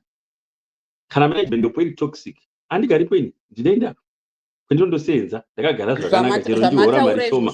Zvamataura izvozvo zvikataurwa nemukadzi, zvataurwa nemukadzi anotaurisa ari disrespectful and asiri submissive. If it's said by a man, it's okay. If it's said by a woman, it's not good. Muromo wamataura iwo. Isusu zvaanhu anotaurisa. It doesn't matter kuti uri amusikuvaona here vamwe varume vanongochemera maakwa zuva nezuva vachindoitwa vaberekera variko varume kuti vakadero kozouyawo vakadzi vakangoitawo zvavakaita. Ini ndiri kungokuudza kuti ini handigari nomunhu anotaurisa. Ndoshava pisi ndofanira kuti kana ndapedza basa daizvozvi ndoti ndachinda kumba kuna mai mwana ndinondofara kwete kuti ndinobata shaya ndiri panapa ndofunga kuti takudzokera here kumhupupu iya iri kumba uku ndikondopinda futi nayo mvira nehurukuru yandasiya kumba uku. Hell no. Kune zvakadaro bheta ndinoenda goridhe ndoga ndikandowanawo savi ikoko ndizvezvo ndikahushayiwa ndizvezvo change ndindafamba nandozvifadza wherever kwandaenda kwete kugara nomunhu asingaiti aiwa kuna zvakadero kishanya kumba kwehama inodada for what. But the problem is that tauri chero tikaona munhu achiita zvakashata ari wokama especially akatoita kamari unonzwa iwo ukada kuti usumuke utaure upe advice imwe yakanakisisa pazvinhu zvomune muchidiscuss. Unonzwa tigarirei pasi munhu ane mari ongobuda achihukura zvinhu zvisina basa mosekerera zvinhu zvakadero zviri kuitika kuvarume noti kuvakadzi chete. Panodiwa magatsi okutaura kuti aiwa iyi nonsense iri kuitwa yoshamari kana uchisarutwa ndakamboita hama yanga iri muarmy yaida kuti todiscussa nyaya dzepamusha just because iye unosalutwa kuarmy. Yakashamari hatikusalutiwe panapa hamusi murekera mumabharaki muno mete okusaluta. Hatitaura nyaya dzomusha listen to what everyone is saying.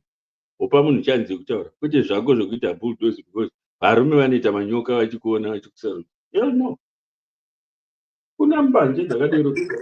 Zvese zvamataura izvozvo zvikangotaurwa nemukadzi chete, mukadzi yeye munhu asina hunhu, munhu asingagarike naye, munhu asingaiti. Izvo ndozvamakaziita waya mubrain dzenyu naizvezvo.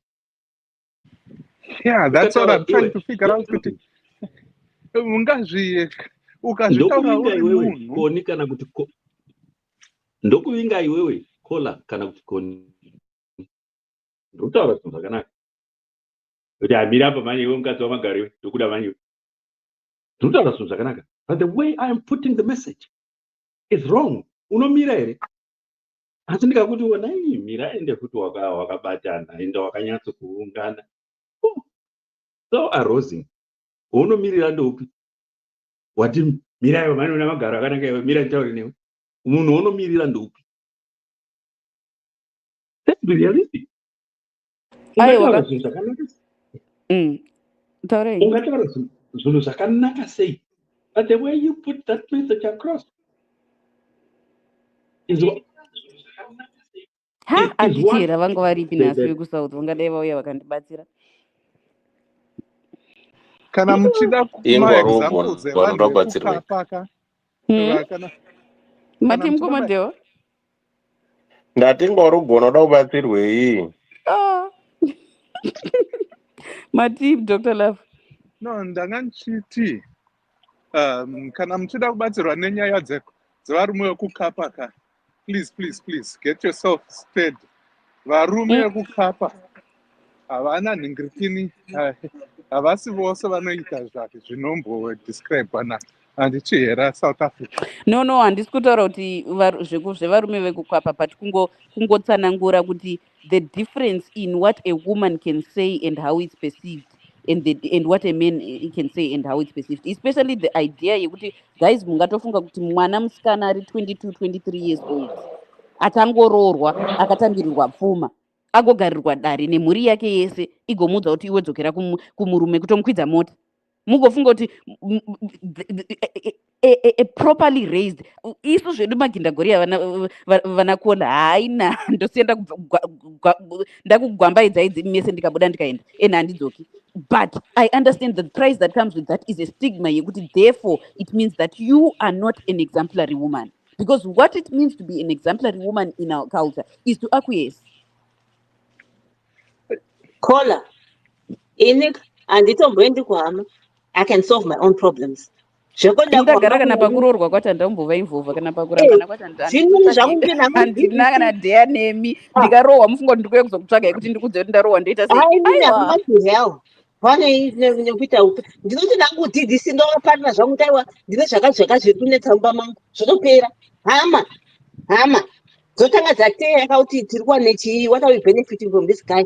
Ndopaunozokuudza manyaredamo. No, never. Let's take out the idea yekuti kana ndiri mukadzi handikwanise kutaura zvakadai. Just like a man, you know, we actually say kuti alpha men basically say what they say and they shoot ngirikini by the hip whatever, on the hip whatever they say. And just think about it. What message are they putting across when they are doing that? And to who and how successful are they in what they are doing? Communication is about persuasion at the end of the day. Persuading someone who has their own rightful mindset. Kuti aite decide kuti zvandataurirwa izvi ndizvo zviripo kana kuti hazvipo. Kana ari, if it is we then differentiate kuti, is this a work relationship? Is this a romantic relationship? Is this a parent-child relationship? Kana takadaro takanzwisisa kuti those are different aspects of communication and how you persuade and put your interests.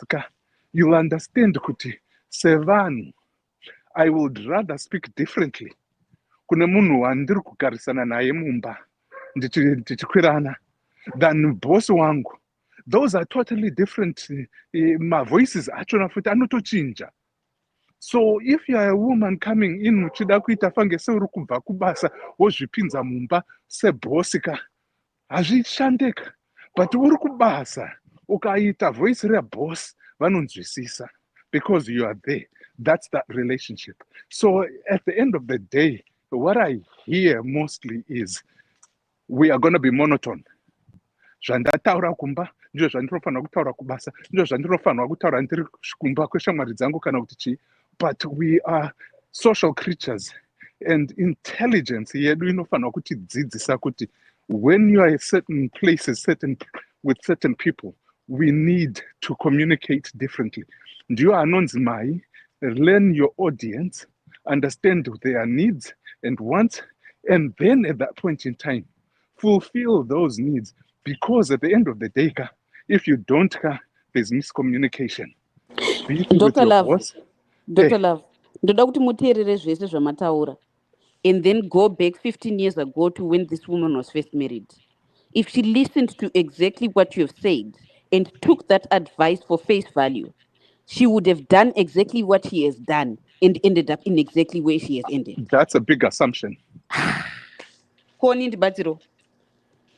That's a big assumption. Vari kunyatsotaura vakati iwewe as a woman you're supposed to know kuti you're supposed to talk differently. No. Handina kuti as a woman, that is a munhu, as a person, not woman or men. Handina ku differentiate sex ipapo. That as a man and as a woman, you actually munema different voices for different places, men and women. Handina kuti as a woman chet. No. Msandi, don't quote me wrong ipapo. I'm actually saying, in any situation, you cannot talk to your boss the same way you talk to your husband or boyfriend, the same way you talk to your friend, Ari acquaintance, versus a friend that is an intimate friend of yours that knows you closely. You cannot. That's the intelligence, social intelligence. Once you do that and we understand that, we will understand each other much, much better. Because it's not monotony. It is social interaction. intelligent social interaction. And that's what it is.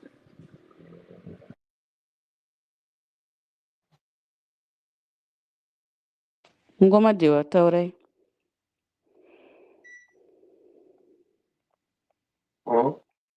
Taurai.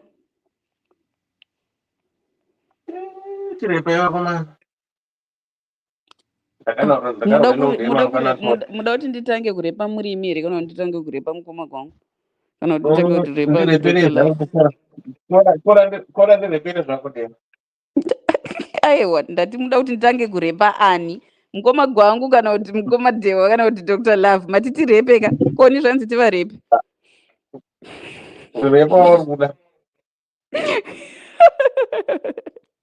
Repa one bazooka.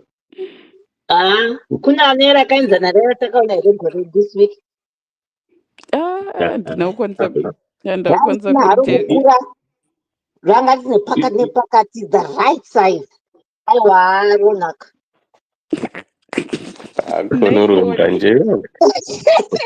Makataona video rachona Koni wakaona video. No, I only saw 1 minute of it. You know what? I think I saw the wrong one because the Ghana Remkats and me and big people I turn off. They were not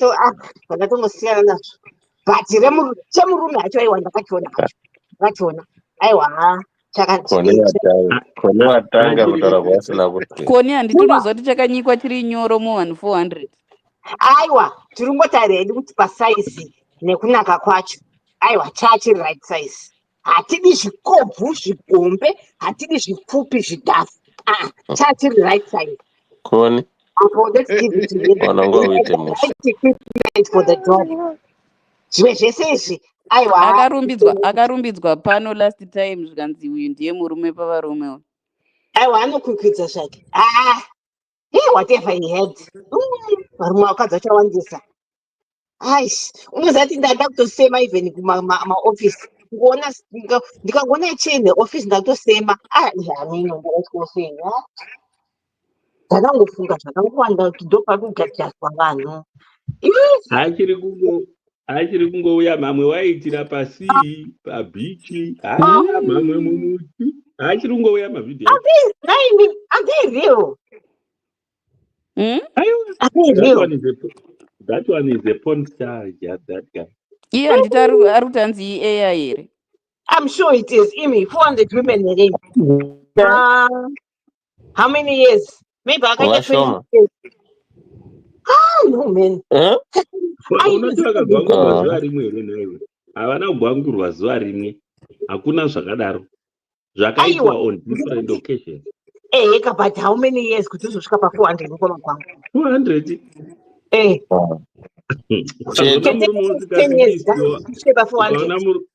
Ukaona murume usitazivisi waveza ameno asi gwangura kawanika kuti usangana koni gwangura kawanotosvipa unotombonyepera ukanga kuti zvinake especially kana wakuzosvika pakuvasofta kuti ngatitorei vhidhiyo akanga mboiokutanga ndopanaona kuti sinozviunzi kuti nyangwe murume nchikuda senyangwe achinipa mari yakaita seka parekoding apano hanzi vakawanda vachona vakatouya for maseconds nemathirds nematens kuti papo vachiwanei vachiwana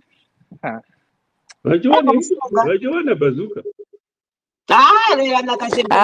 vane recording kuva bazuka harisi bazuka zvaro asi aiwa harisi but ndowatinoti atoda orit andoda saka muri kuzvionepi izvozvo imi anakola nanakoni kuti ndakatozongozvitiwawo ndiyanaona that 1 minute of it endaudzwa nanti jeni ndikaudzwa nakoni this is not for me vane mimika imi aiwa this is my first ever since I was born to watch ever. I've never watched these things. Ndakazosaka ndakasvashuva moyo but aiwa dai ndakatoona but the first lady I saw mukoma gwangu vakaona magaro ane mapotholes last time show yakatadza kana zvakaramba vaingoti mukangodai zvikanzi kune magaro ane mapotholes kani kunyugini saka vakambonyora ndosaka vachiti vadhanakona havadiwa nemutsindo vakumbonyora zvavo Zvinopicha inozonaka nokushaiwei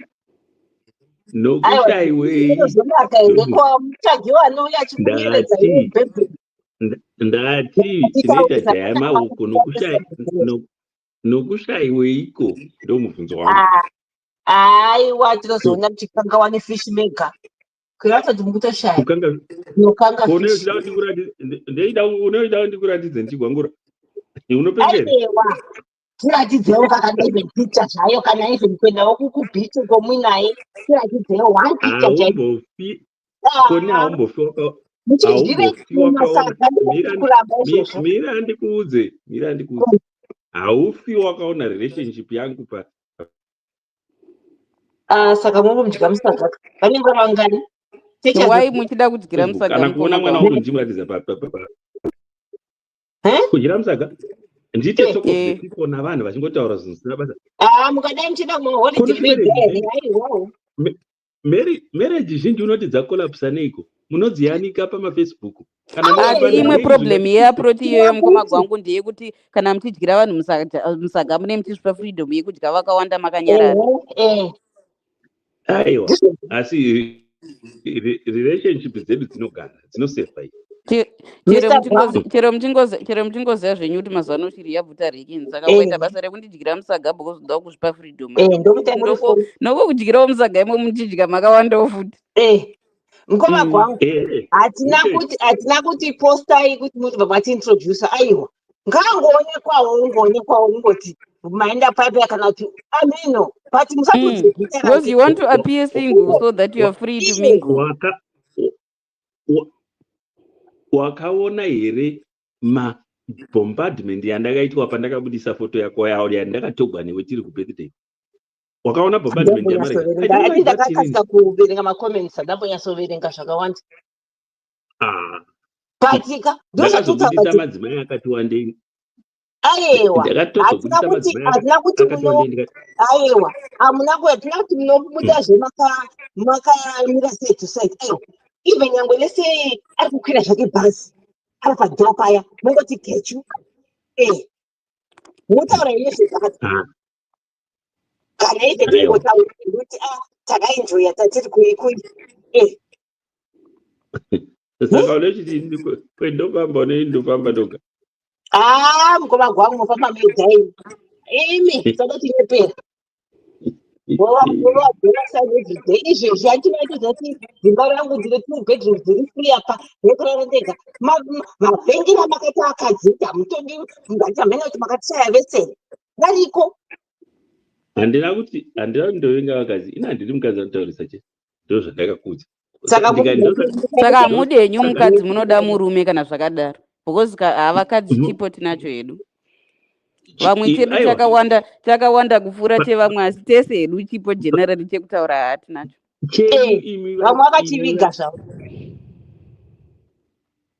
imi vaviri aiwa mukombi wacho ngapfuura pana vamwe vari vanombouya panapo ko tinotaurei chakashata nhai mukoma gwangu nei kuita ungati hameno ungati hameno kuti imba macho nemunhu aiwa tatouya tikatuka mumwe mukadzi biya wedu tikati tikubatsire chokwadi aiwa ngoma gwangu pane imwe hohoka yekuti yekupopotedzana inyangu haiko ikoko yangu hohoka ndeyekungofara mba zvenoizi zviya ndikada kujaivha zvangu ndichiti hangu noizi ndikada zvekuti mataura nezvatrump zviya tomboita debate yedu zvedu ndo zvangu izvozvo zvengu zvati mukoma gwangu let me tell you something. I'm not there.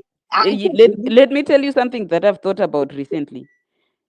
Iyo nyaya yeunzanzi unotaurisa plus ndinotaura very fast ndinokurumidza kana ndaapassionate ndobva speed yekutaura inobva yawedzera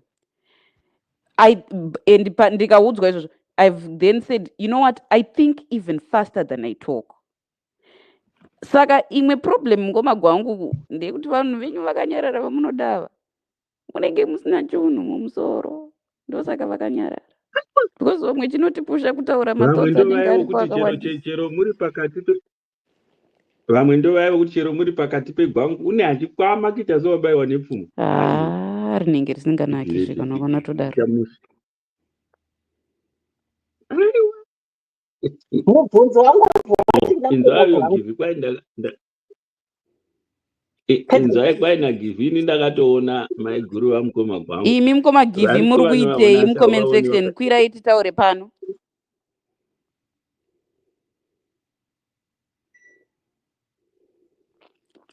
hanzi ndakaona maiguru vamukoma kwangu vaite sei? kwai ndakaona maiguru vamukoma kwangu ari kuti ndakavaona mukoma kwangu vanavo maiguru.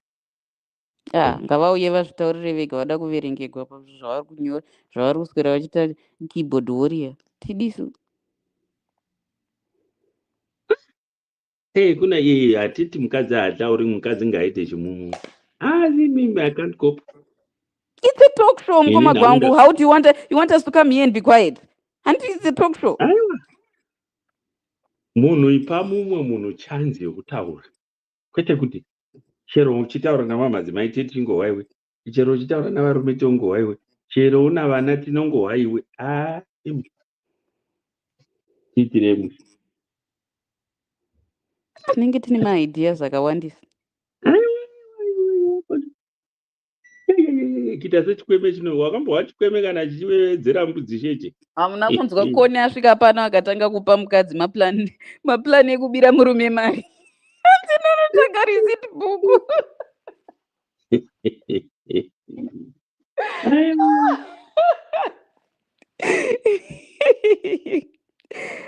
Zvakaoma. Alright, inde mubvunzo mukoma kwangu. Ukanyatsotarisa alright before you leave it. Tarisa kana shamwari dzangu vazhinji vanhu vavakadzi. Asi unoda ndogwangura vakadzi vose ivavo here. Hell no. Asi ndo shamwari dzangu dzakawanda. But kutaurisa nekuva jealous are two different things, mukoma kwangu. Alright, mukoma kwangu. Timboti describe, right? Let's say 5 of the women that you've dated were ever married. Describe amakarita avo timakasangana mire nditange ndakudza iya vakambotaura ndakavati naye mukoma kwangu who was the most peaceful woman you've ever dated. Ndobva nditi pane mwe wandakati mhene wawakataura wakambodana neye vachiri kuZimbabwe anzi it was so peaceful tatsingambogwi tatsingamboiti sei. Ndikati saka relationship iyoyo yakazopera sei, makarambana sei? Hanzi takangoona arogwa nemumwe munhu. Ndikati saka ndo peaceful yacho ye munhu anenge achitorova kusaidi zvake ongopedzera arorwa. Aiwa, five characters that you've ever met. 5. Pick the top 5. Aiwa, ini ndakuda kunzwa musati maita 5 ndoda kunzwa wamunodemba, wamunoti uyu kauyu ndakapotsa dai kuzorambana kwatakaita dai ndakamira takarega kurambana. Wamakaita relationship naye. And then what was it about that one? Who was the one that got away? Uyo akatizawo nomunhu une mari. Handii hamudi kuona vanhu vane mari kana kumwe asina. Asi ndakatotiza kuno umwe wanga ane mari aitaurisa manje ndotaurisa ndiripo, mari iripo kana kuti isipo handakana basa nazo, asi ndichitarisa ndinotaurisa ndichikuda chete. Chero ukata mari dzako uchitaurisa asarawo mari yako. Amunapindira mukoma kwangu, pindira mubvunzo wabvunzo. Yeah, who was the one that got away and what was it about that one? I'm not today. Uyu kwa ndakasipa ipapa ndingadai ndoingadai katota permanent based. Iwe ndokutaurira okuzoenda nomunhu wemari. Haiwa kana namanje ndiri kungomufunga. Aiwa character yakabira sei? Hanzi anga asingaiti nharo. Aiwa aiterera. Aiwa aikupa chance dzokutaura. Mukoma kwangu ndochibvunzawo kuti iye wachona akaenda kune mari ikoko, muchiri kutaura naye, muchiri kumuona kana kuti chichi, what's your relationship naye? I lost contact naye kudhara. Kuda akatoshaika ka? Achiri akaroorwa kumari ikoko. I don't know. Ndakazonzwa hangu kuti pano paakaenda nesocial media iyi munhu ane mari kudaro ane social media presence somewhere. Anenge akafanana namunyori unenge wakangonoroorwa kumari usina kana kobirirako. rekutiza kuenda kuSouth Africa kunotsvaga basa rekumadhumbi chero rekukwira bhazi re14 hours because sometimes zvimwewo zvinobuda, it turns out kuti anenge ane mari asi ndicho chete chanokwanisa kukupa pasina zvimwe zvose, asi kune vamwe vanopa mari nerudo zvakangofanana kudaro, asi vashoma vanozodaro manje. Asi iko kunoku kunonzi the 1% of men that the 1% men vanoita sei? I think vabvanyarara, but I think pane statement the 10% of men that earn the most money also tend to not be faithful, or they tend to also have multiple because they can afford. Muchingoti munotungamidza mari munotunga unombozva chinoita kuti munhu dzimwe nambo, but not in all cases, munhu azoregera umwe munhu azova unfaithful. Ukagara uchifurufusha munhu wako mumba, usaita mistake kana uri murume wekutaurira mumwe mukadzi kuti ndozvendoitiwa namai mwana kumba, because mukadzi ye ukaona whether ari single or ari married akasimbaita zaya newe, umwe unopedzisira akupakurira poto. Aiwa, but ava veningrini vari kutaurwa naDr. Love ava ndevekuti vanonzi maningrini anonzi high value men, yekuti hazvitombori zvekuti anenge akaroora here, whether aroora kana kuti asati aroora haawanzi aita munhukadzi wano anofambidzana naye, because mari yake in general makes him desirable such that anotongogara ane vanhu vakawanda at all times. Ya, zvinhu zvacho zvinonetsa, ndosaka zvinzi zviuya zviwanani. I've met only one man in my life ane mari yake yakawanda wandinotemba kuti uyu ndogona kungomupikira kuti asati ambochita paningiri pamukadzi wake, but usually pakangoita mari hapana rugare. And I have a brother very faithful. I don't pick it. Never cheated. And that I have a brother. He's never cheated on his wife. Never. I will not pick it up. Asi chakatanga kundibhowa chandakazokura ndikazonzwisisa manje ndechekuti asi ndaifunga kuti because a lot of people vanikafanika kuti kana murume wacho asina mari it means anonzwisisa to the point yekuti is loving because anotonzwisisa kuti newewo waita sei. Okay, unenge uchifunga kuti anotonzwisisa kuti newewo kumuda kwawamuita newewo watoita sei, watomunzwisisawo saka anofanira kukudawo achikuratidzawo love. Izvozvo ndo matakana naye ndakazoona anenge asingorina mari asi chingoita udhoti hwake. Izvozvo ndo zvinorwadza manje. Regai vachizoti avobheta kutema ndiri murange rover. Oh yeah. Hey, but still, I mean, I don't know. I can't. Exactly. Being cheated on. I can't. Get it out. But sometimes it's not even about cheating, but it's also about just being loving. Kuti unofunga kuti asina mari wacho achakompensata wokunzwisa kuti zvaasina mari anokufanira kukompensata. Always zvake. Mari tono, love tono, zvese zvazvo. Ndivana fugu ndefuti mba macho. Boring. Asi nangu I want to sue Hollywood. I want my money back because I believe kuti vanhu veHollywood ndo vakatikanganisa. Vaitoonesa zvimamovie zvavo tichikura nevanhu vekuma90s boy band vachiimba zvimasongs zvavo. I want my money back. They ruined my life because ndaifunga kuti ndichadiwawo kamadirwo iyayo. When I'm with you I'm flying without wings. Unozoti ukatanga kuzvifunga nhasi kuti ana boys to men vachimba kuti although we've come to the end of the road still I can't let go. Taigoziva here mazuva iyoyo kuti itoxicity iyoyo takazoti takuabuswa waunzwisa kuti aiwa kana ndaramba shamwari chienda hapana kuti anzi end of the road still I can't let go. Kola I don't know if you're my age mate. Tainyorerwa zvitsamba zvine masongs masongbook tichinyora maningirikini tichinyora kuzadza ka soft cover book nemalyrics end to end. Ana vananhingirini vana SUV vachimba vana Heartbreak Hotel. And we felt like painful love was the best kind of love. Yo.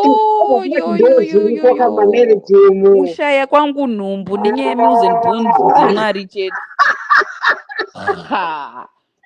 Dai ndakangofarisa nenyaya yeMills and Boons ndingadai ndakaita nhumbu ini.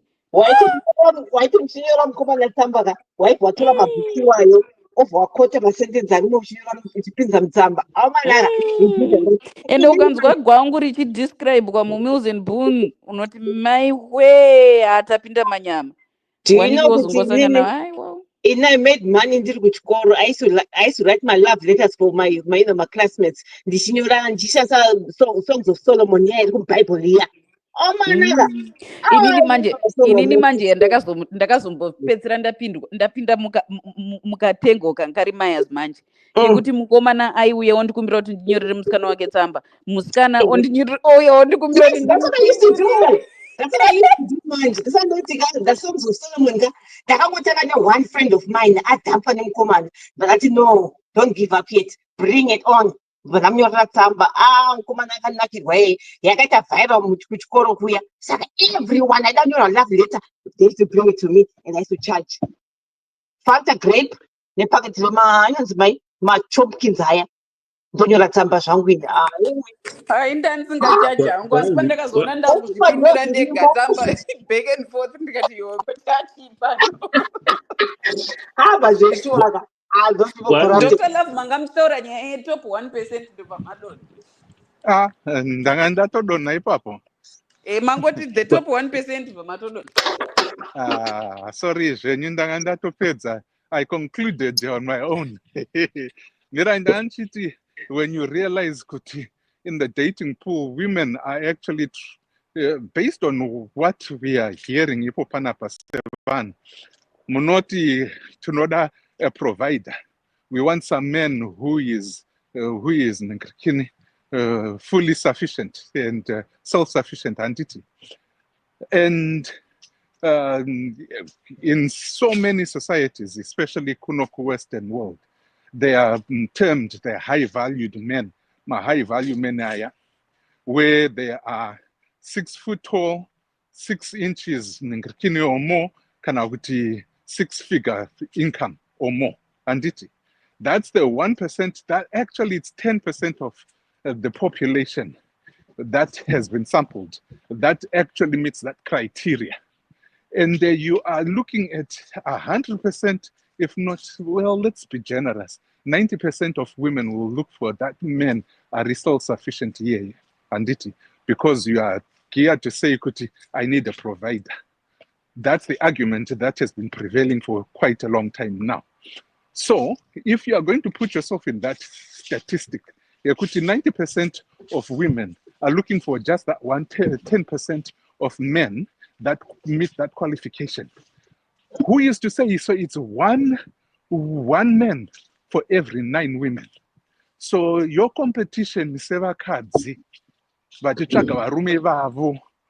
is very high in terms of the number of people. How then would you think, given the fact kuti ipapo murume anenge ane options iyayo, kana asiri murume akadzikama asina hunhu, anotovhura achitoti iwewe handingakumirire iwewe nenonsense dzako nekuti pane uri 1 out of the 9 people wandiri kutotaura navo. So to me, I don't wait for such stupidity. I will go and take a round of the other 8, I mean to say, besides you. So zivai kuti, when you are looking, or actually when you are making that situation attainable, yekuti inini ndrukuda murume ari provider kudaro.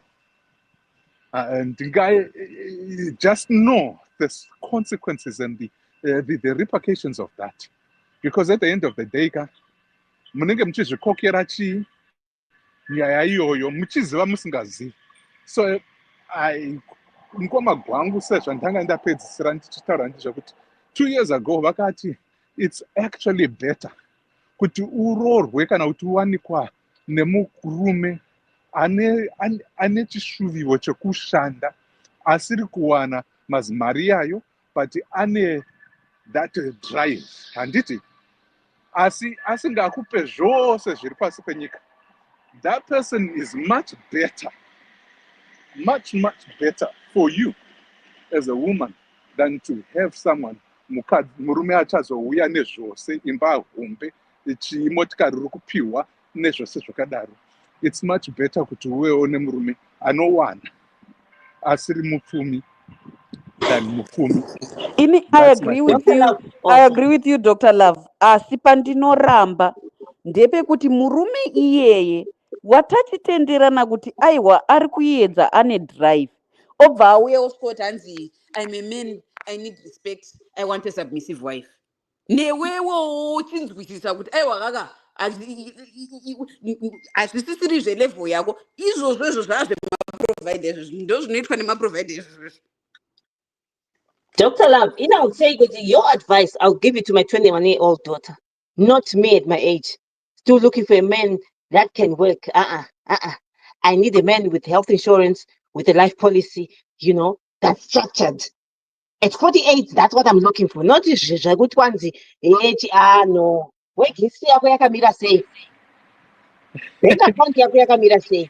Are you on mortgage or rent? Those are time to research. 21-year-old, yes.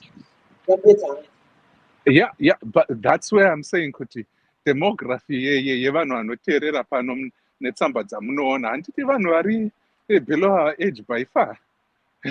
Average age is 30 when it comes down to it. Vanyori varipo. That's who I'm actually talking. Ndakavananga. Age dzedu idzodzidzi. You are right about that. So definitely. And not a lot of people our age are coming in vachitsvaga kubatsirwa. It's mostly vaduku, and that's who I'm gearing my thoughts to put into context. Yeah, that's true. Yeah. Mm-hmm. Ina hangu pandinongoramba chete ndepekuti we can all agree kuti it's better to have a man ari striving who doesn't have everything wekuti newewo unenge uchibatsiridzawo uchiedha, but that man now has to realize kuti that's no longer the kind of dynamic yekudemanda submission. Haichaiti iyoyo. Vanodemanda submission ndevana maprovider ende vanonyararirwawo zveshuwa, nyangwe ndisingafari, nyangwe ndisingaiti sei ndonyarara, nyangwe ukahura ndonyarara, because ndiwe kaprovider wacho. That's the contract we've entered. But contract yekuti aiwa chinzwisisa kuti uyu ane less money but you're striving and you're working towards things together, iyewo wacho anofanira kuuya ane zvaanonzwisisawo, kwete kuzoti hanzi asi handidi kuti utaurise. Let's normalize the normal kwete abnormal ka kuti munhu anenge ari nengirikini ane mari dzake, nokuti ane mari dzake hazvireve kuti ane mbumuro yekuti abude panze achiita kumbopanze. Actually, Dr. Love, inini personally hangu, that's where I take a hard line on the women. Iwewewo kana uchida kufondoresa mwana wevanhu to the point yekuti unongoswera wakangogara, iye achinoshanda achinoita zvaanoda, achinoshanda achinotsvaga ane stress yese yekuprovida. As hard as life is, even for two people who are both working to make ends meet, iwe woda kuswera wakagara wakafumbata maoko, there is a price to pay. Nothing is free. And if that price is that you have to do what he says, then that's what you've signed up for. If you don't like it, get out. If he's nice enough and kind enough to not do that to you, then you're fortunate. Good for you. But if he's not, then you don't have a leg to stand for. In the same way that I say, every visual creature deserves a gold digger. If you're kana standards are values are at a certain level, you have to understand and accept the consequences that come with that. What are those consequences?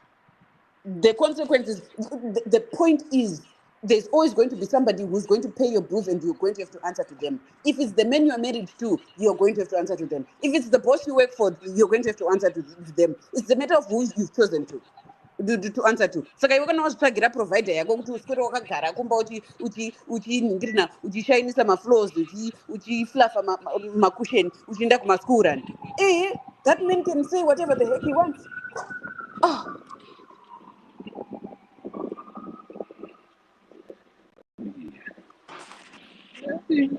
Saka tiri vanhu rudzi vanobvumira kuabusa vamwe, whether it be financial, emotional and physical abuse. That's good. Thank you for That's saying what I that. don't understand. Thank you for saying that. That's exactly what I mean. Where I'm coming from is, for in this day and age, a woman to choose to sit home and let it be only the man's responsibility to financially provide and do everything, that woman is financially abusing that man. So if he abuses you back, then those are matenderan. Vanhu vaMwari musadaro. Because nyaya yekuti in this day and age yekutora mwana wavamwene ari one ugomusengedza mutoro wekuchengeta iwe nevana nemhuri everyone, the extended family, everything is on that person and on that person alone. That's financial abuse of that person. Let's be frank and fair about it. Gone are the days with a housewife. No matter how much money the man has. No. Anything and anything you can't just sit at home and say, "Yeah, I'm going to." The man is supposed to be the provider. Iwe arikuzgona ndiani vamwe vari vairi vachitoshanda vese vari vairi zvinenge mune mutombo uenda kubank monotsvaga chikwereti iwe uda kuti zvisengwe nemunhu ari one chete. Kana mari ndinayo vana need that motherly love, unogara pamba iripo zvayo mari, kana pasinawo hapana. Aiwa koma kwangu I disagree because I've been in that situation with my parents. Hatingabvumirani zvetu. Aiwa ndingotaura nangu kuti with money comes control. I don't know zvinongoitika. Munhu ane mari power. Yes. Do you know isi takambogara Bulawayo handitika. And then my mother used to run my businesses. My dad was at work. Tikamuva kwenda uchifu. There was no business for my mother to run. Then she became a housewife. Love chavo. She became a housewife. She became comfortable. My dad was providing everything. But that thing, a control came in, even when that is one. My mother, one thing, my mother, she's tough. She must think it.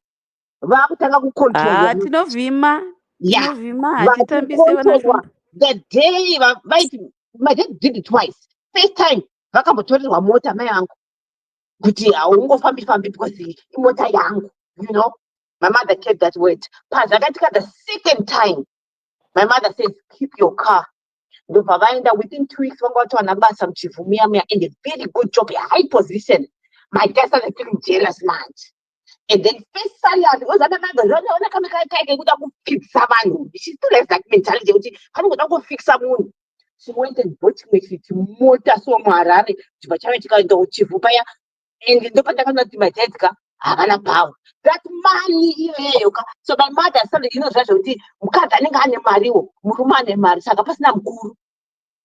with money comes that control. You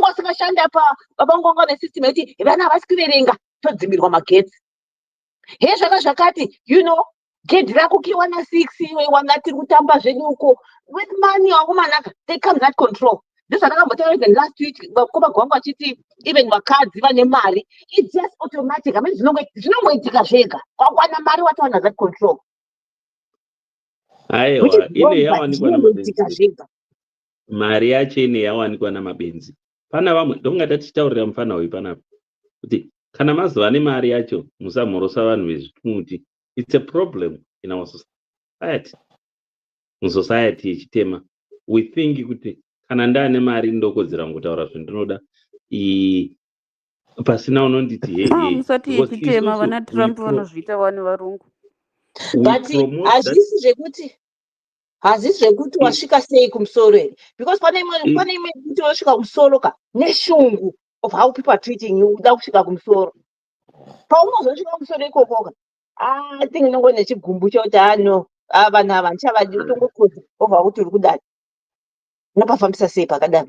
You know, I tried to contact a guy andakaparadzana naye 1975 vatama kubva kwedu vachiinda kudhuze nokusaka. Inini zvangu ndatongomufunga because ndakafunda nemufana wake iye anga ari kumberi kwangu. Ndaudzwa navamwe maiguru ake vari muno kuti ari headmaster pakati. Then pandakamufonera ndokunge yakapindwa nerekera yekuti nedhati kakapfungwa kekuti maybe ndine hama ndiri kuda kutsvakira nzvimbo. Even madairira akandiitawo and all the stuff. Enda kana unoyu I simply wanted to say hi. Ndakasiyana naye because iye anofunga kuti ari pane imwe nzvimbo iri influencer ndione uchiuya uchionekwa nemaparents vane vachitsvakira vana nzvimbo ndiwe otherwise unopa nzvimbo and all the stuff. Tine problem iyeyo sevanhu vatema. Iye yakawanda kwatiri vanhu vatema. Yes, kuvarungu zviriko but not as bad as it is. In our society. Where I can agree with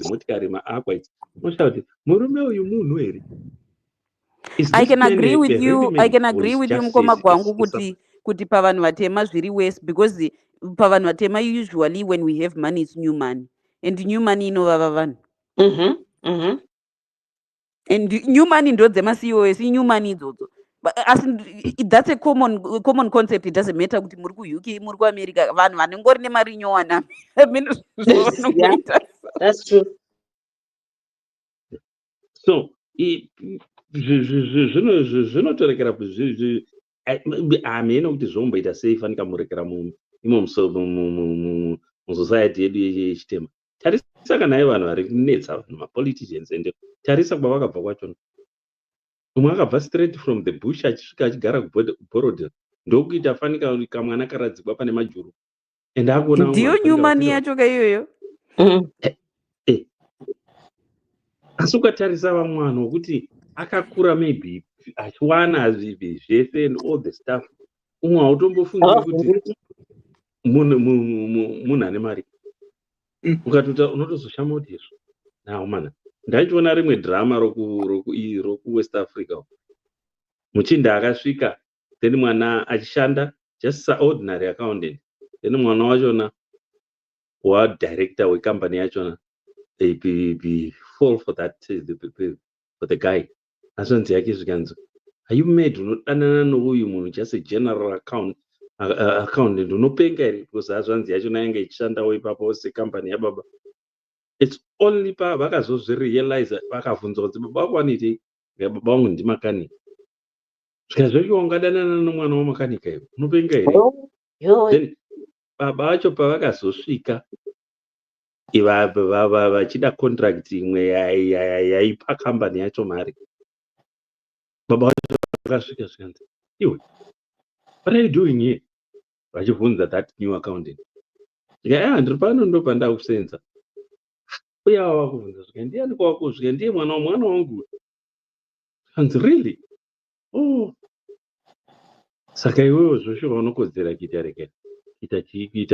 Kita my brother in law. Asi manga wacho wanga chimboti kuna sisi wako are you crazy unodanana nomunhu is this she's just an accountant for our company. So zvinonetsa ndongandambotaura tichitanga panapa kuti ndakaona one of the musicians who is now late mumfana achida kutogwa self naye. I didn't like response yaakamupa mumfana akumbira self. So ndo zvetinongoita. But hazvibatanirwe neculture yedu yekuti ukaenda kwana tete uda kuintroduce mukomana wako unotanga kutobvunza tete kuti anoita basa rei. Is that important? Yes, that's the problem. Avatarisi kuti munodanana here. Motikari kana ichibuya yakazara nebhutu negrocery chero ukarogwa uchibviswa mazino zvinonzi ndo inoita zvinoita imba nhamo inofukidzwa nezambia. Exactly. That's the problem. That's when pandati money is a very poor master, but a very good servant. Yes. Pakadaroka isu munoziva ndosaka ndichiti pamwe ndinotaurisawo neniwo dzimwe nguva let me just put ndongosiya mazwi akadai. The day we give ourselves the right to be free from being judged, une mari kana kuti hauna mari, kuti kodzero yako iri pamari yauri kuwana ka, is the day patichanzwisisa kuti upenyu hwakakosha, mukuti mari is an enabler but not a necessity. Not necessity kuti necessity here, it doesn't give you upenyu. Steve Jobs died at the age of 59. I want to believe 59, but before age 61 for sure. At his deathbed, on his deathbed, the last words he actually said out was, if with the billions of dollars I have, I would only wish to, if I could buy one day for me to live, one more day, pakafa, because whoever wankaita ihoho was everything that destroyed him. Anema billions ake yayo. And things that could have easily been taken care of and even fixed at an early age if they caught that ningirikini and this kuti yaizorapika here at an early stage, but iyaga achingoshingirira kuenda kubasa achiita basa night and day, and he forgot about his health, and when his health caught up with him it was too late. Nemazimari akaita iyayo. Saka as human beings tinodawo kudya soft life. Tine bvumiro yacho nayoyo kana muchikwanisa, but please ngatizivei kuti upenyu hwakakoshawo. And I understand kuti kana makabva kunhamu makapinda musoft life zvinotyisa kudzokera back, and most of us tinobva tanyatsokubva anything, we will do anything to stay in that soft life. Ndizvo zvinoita Satan izvozvo. Satan anoda kukupa one thing, you taste it,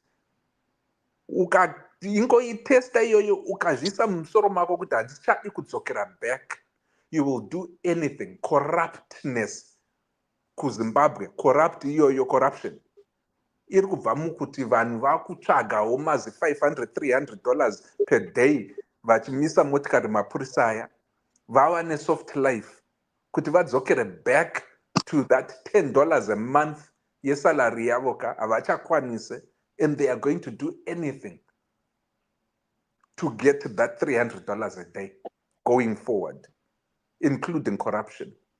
Saka ngatisapinze mari kumberi, ngatiisenzesei nemazvo, and you'll find kuti upenyu you won't have to go kuita mumba gumbo panze, unenge uchifara nemukadzi wako nekuti hapana pressure iya, unenge uchiita zvaunoda nekuti unenge wakuwanawo zvinokwanisawo pabudget yako, and then you are better off that way because you can sleep during the night. You don't have to worry and look over your shoulders nekuti unenge waita sei madhire aya yawakaputsira vamwewo anenge asingachauye kuzokuhaunta. And most of us tisingadi kunyeperana pano, indanga ndisingambozive. I will honestly tell you this, pamberi paMwari, I never knew that kunenzi chinhu chinonzi kuromba until last year munana November. Last year munana November ndiko kutonzwisisa kuti pane chinhu chinonzi kuromba muZimbabwe kana kuti pasi rino. And I am 40 something years old. Ndanga ndisingambozive chinonzi kuromba until last year munana November kuti ndinyatso kunzwisisa kuti 2 and 2. Ndaizwa kuti kunoroyiwa, ndaizwa kuti kune mbavha, kune mabhinya, kune magriginda goria. Zita rekunzi kuromba, I might have heard it here and there, but kunyatso kunzwisisa kuti chii chinonzi kuromba ka November last year, and tiri muna November nhasi. only a year ago. But kutaura kudai so kuromba kwanyanya muZimbabwe. Tisingadi kunyeperana. Nokuda kwekuti tazvipa mapresha yeanaya ekuti tinoda mari. Please, zivai kuti mari haiunze happiness. Musazvinyepere kuti ndinenge ndichidya masoft life, ndinenge ndichinyemwerera, at least ndinogarawo muchimba chiri comfortable. Wapedza kuita corruption iyoyo, munhu wawaita corrupt against iyeye, okufambira kuenda kun'anga kana kuti kui, uchanetsekana. Ukaenda kunoromba, zvichakupandukira. Ukada kubira vanhu, know that one day a dog has its own day. Uchafa uchitambudzika, and you don't have peace in your life. Ndanyarara hangu pamwe ndinotaurisa. Ndapedza. Ndapedza. I think I'll be going now.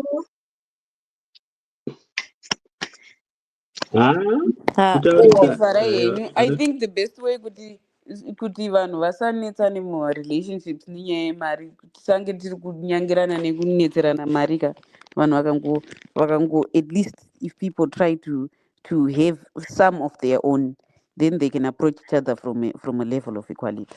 That's the best way to go. Each person have at least some of your own. It doesn't have to. Kuvhara yenyu. Yakoni nakola aiwa. Koni wanzwa tasekwa munhingirini unonzi mucomment section anzi kola nakoni makatengeserwa shiri yakamhara patambo yemagetsi. Ndaiverenga, I didn't understand what that meant. It means makatengeserwa shiri, it gets electrocuted kana yamhara patambo yemagetsi, saka inenge yakafa. But ndepatachitaura zvemamovies nemalyrics. Hasi Kivi. Mina anga kangoti Facebook news. Ndikivi uyo. Ndonzwa nemamwe ndamutaurira acho. Hanzi kola nakoni vanenge vachida kuhita target 8,000 words a day. Ndikivi uyo.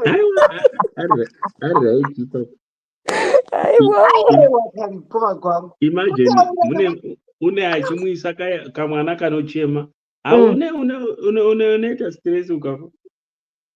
Because hauna zororo. Anyway. Rudo chete runondinyararidza. Nai, ukangodawo munhu wako anenge achitaura sei? Rudo kana wada tinokupa. Gwese from mari nekwakupi manje. Mari, aiwa. Imi makafita zvokuti chero ukakiswa ukaisa rurimi mukana wamako uchingozama kutaura kuti azowadzipwa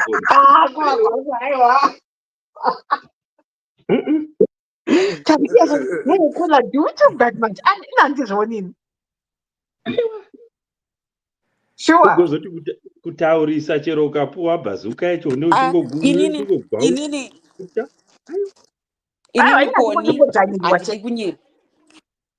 Inini koni handidi kunyepa. Ini hangu dzvanyirwa handidi, that's one thing. But on the other hand, I remember ndiri grade 5 ndandina ticha vanzi tichashambira vanga vari ex musoja, so vairova nerope. Vaita monthly meeting yematicha. Vaingoti vachibuda patoziva kuti vari kuita ku1 hour monthly meeting iyoyo. Ndebva ndaudza class monitor kuti inyora hangu zita rangu izvozvi. Because ndikada kunyeperana kuti hanzi njera mandakanyarara kusvika awa yapera baba vadzoka hakuna. Ndivongoninyora hako kuti ndiri kuita noise. Zvekunyarara I wasn't a lot to say. I was just talking. If someone has something to say is not your cup of tea, I'm not the person. Nemio.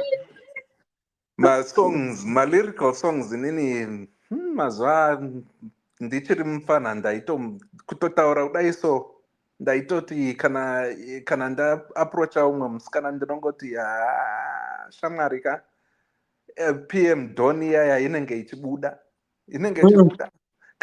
kana iri imwewo yaya yenhingirikini yasasi tichitamba so ndakatombosumudzwa on a Friday tichiita matalent show on Fridays.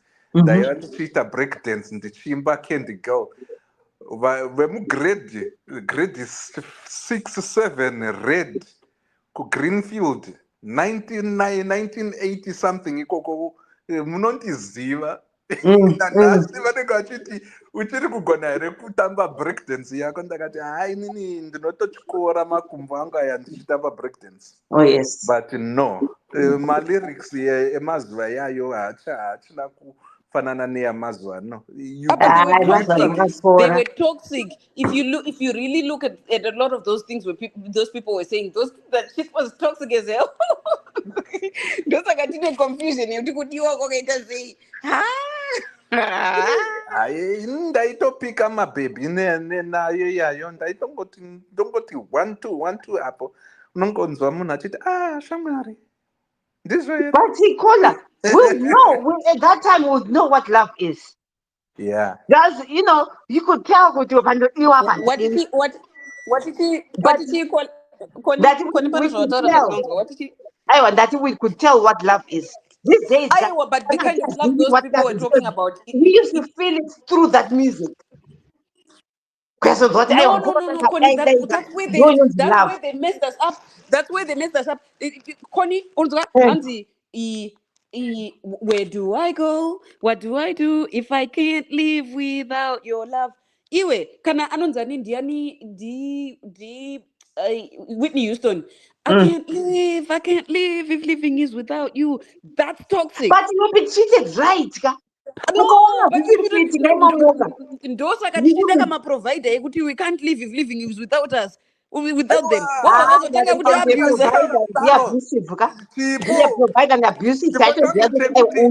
Is not relationship material. Ndakandine chipo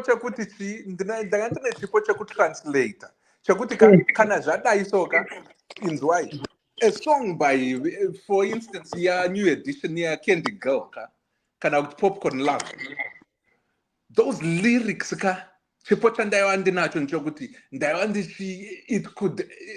ndaibva ndaisa emotion yangu kudai so musikana aitozvinzwa iye akati I can't live without you zvinenge zvichira kuti kwete kuti aiwa I am providing for her mari no inenge iri nyaya yerudo inonzi heartbeat to heartbeat. Yes. Ndikati if you hear my heart beating and it beats to your heart and to your sounds and it actually connects zvimwe zvakangodaro munongonzwa kuti can you feel my heart. You could feel it through a hug of a guy. You know, I can't live without you. No. Aiwa. Inenge isiri yemari, inenge iri yekuti uri kunzwa. That was true that we had before. But even a guy, let's say you're supposed to meet for Wimpy Patam na first muya na 3 o'clock. Iwoshika zana 10 past. Atiwoshika kumba after kusendera song yekunzi I'm sorry. For that 10 minutes, you can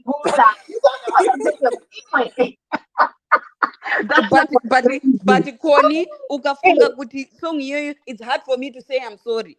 Varume vasingagone kuti sorry today because they think it's romantic for it to be hard for you to say I'm sorry. Plus ukazofunga kuti sorry yacho ukazofunga kuti sorry yacho kuti song hiyo izogadzirwa munhu anenge abura hombe yakaita sei. But remember, it's hard for me to say I'm sorry. But today I'm gonna say it because as much as it's hard for me, that could mean pizza because of you and your love. It should not be hard for you to say you are sorry, you are wrong. And it's not a badge of honor that you finally were able to say you are sorry.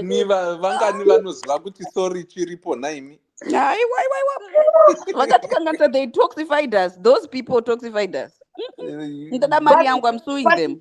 Cola, if you look at that generation, they're happily married. Not happy, but they're in marriages. Like how we wanted those songs. You know?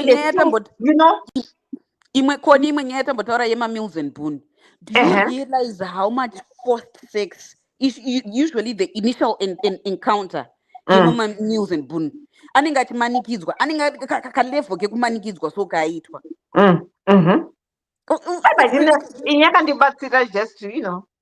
Just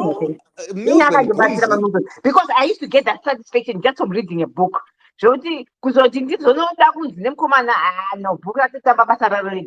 Already I'm done. But Mills and Boons painozokanganisa yaitibatsirawo nevarumewo. ndepaunozopinda mubedroom rechokwadi mukomana uye otadza zvawakadzidziswa kumills and boon But do you understand kuti vakomana vaireadha Mills and Boons? Inini I had 4 sisters and they all read my Mills and Boons. I always knew kuti where the juicy part of the story was. Not say vanga pane chidog ear. Pane chidog ear ichocho, and I would throw the book on the floor. It will open on that. I used to keep a bookmarker. I'll put 3 or 4 bookmarkers in the whole book. I would always rewind.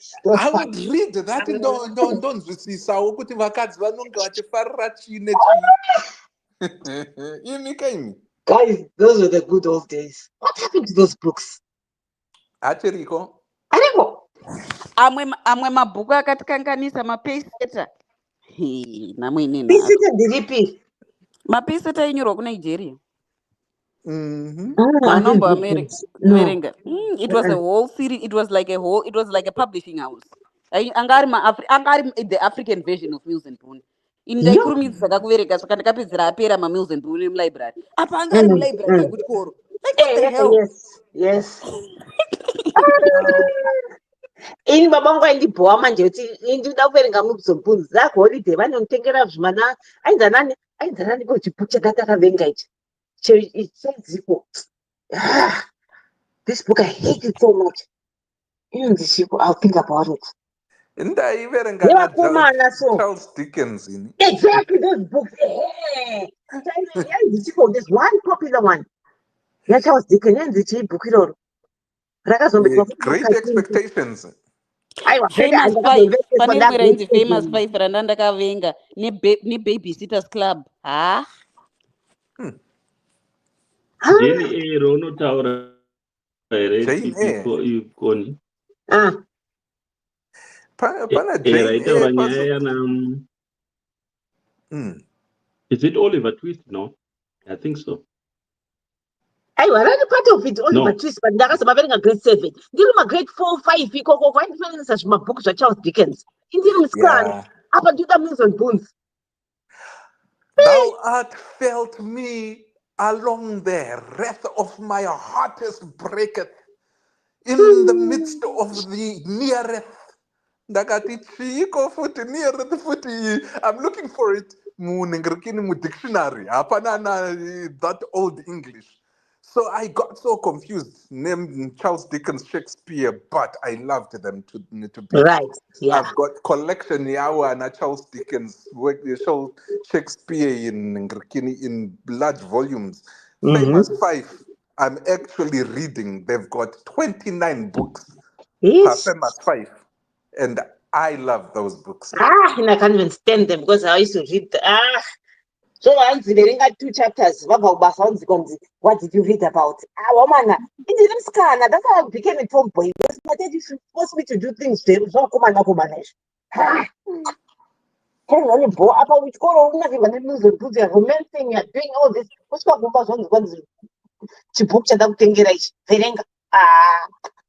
Mazuvano, instead of Mills and Boons, vakadzi vakutsvaga anonzi erotica stories. They are short stories written in succession, I want to believe, and they were made famous, I think, a couple of years ago, if not 5 years ago. And one of the guys that encouraged varume kuti, do you want to know what your wife or woman loves to do? Pananga achi fantasize. Just inonzi read my erotica stories. Takati erotica. Those are only done, and you search those if you are going to be kindagoria chayo. Because I would rather advise never to go to my sites and my erotica. Because my stories actually are just too explicit. Yep. Very explicit. But in Jesus, at least 90% of the people that were surveyed say that they would go for my erotica stories than any other story. Yeah. But women are we're just going for that instead of mom.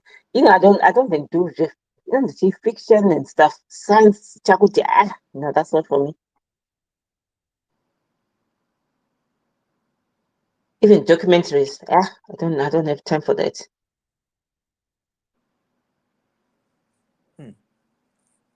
Anyway, guys, good night. Good night. Good night. Komadewa, Thank thank you. Good night. Bye bye. Thank you. Good night, guys. All right, still good night. I'm All a right. John Trump. Don't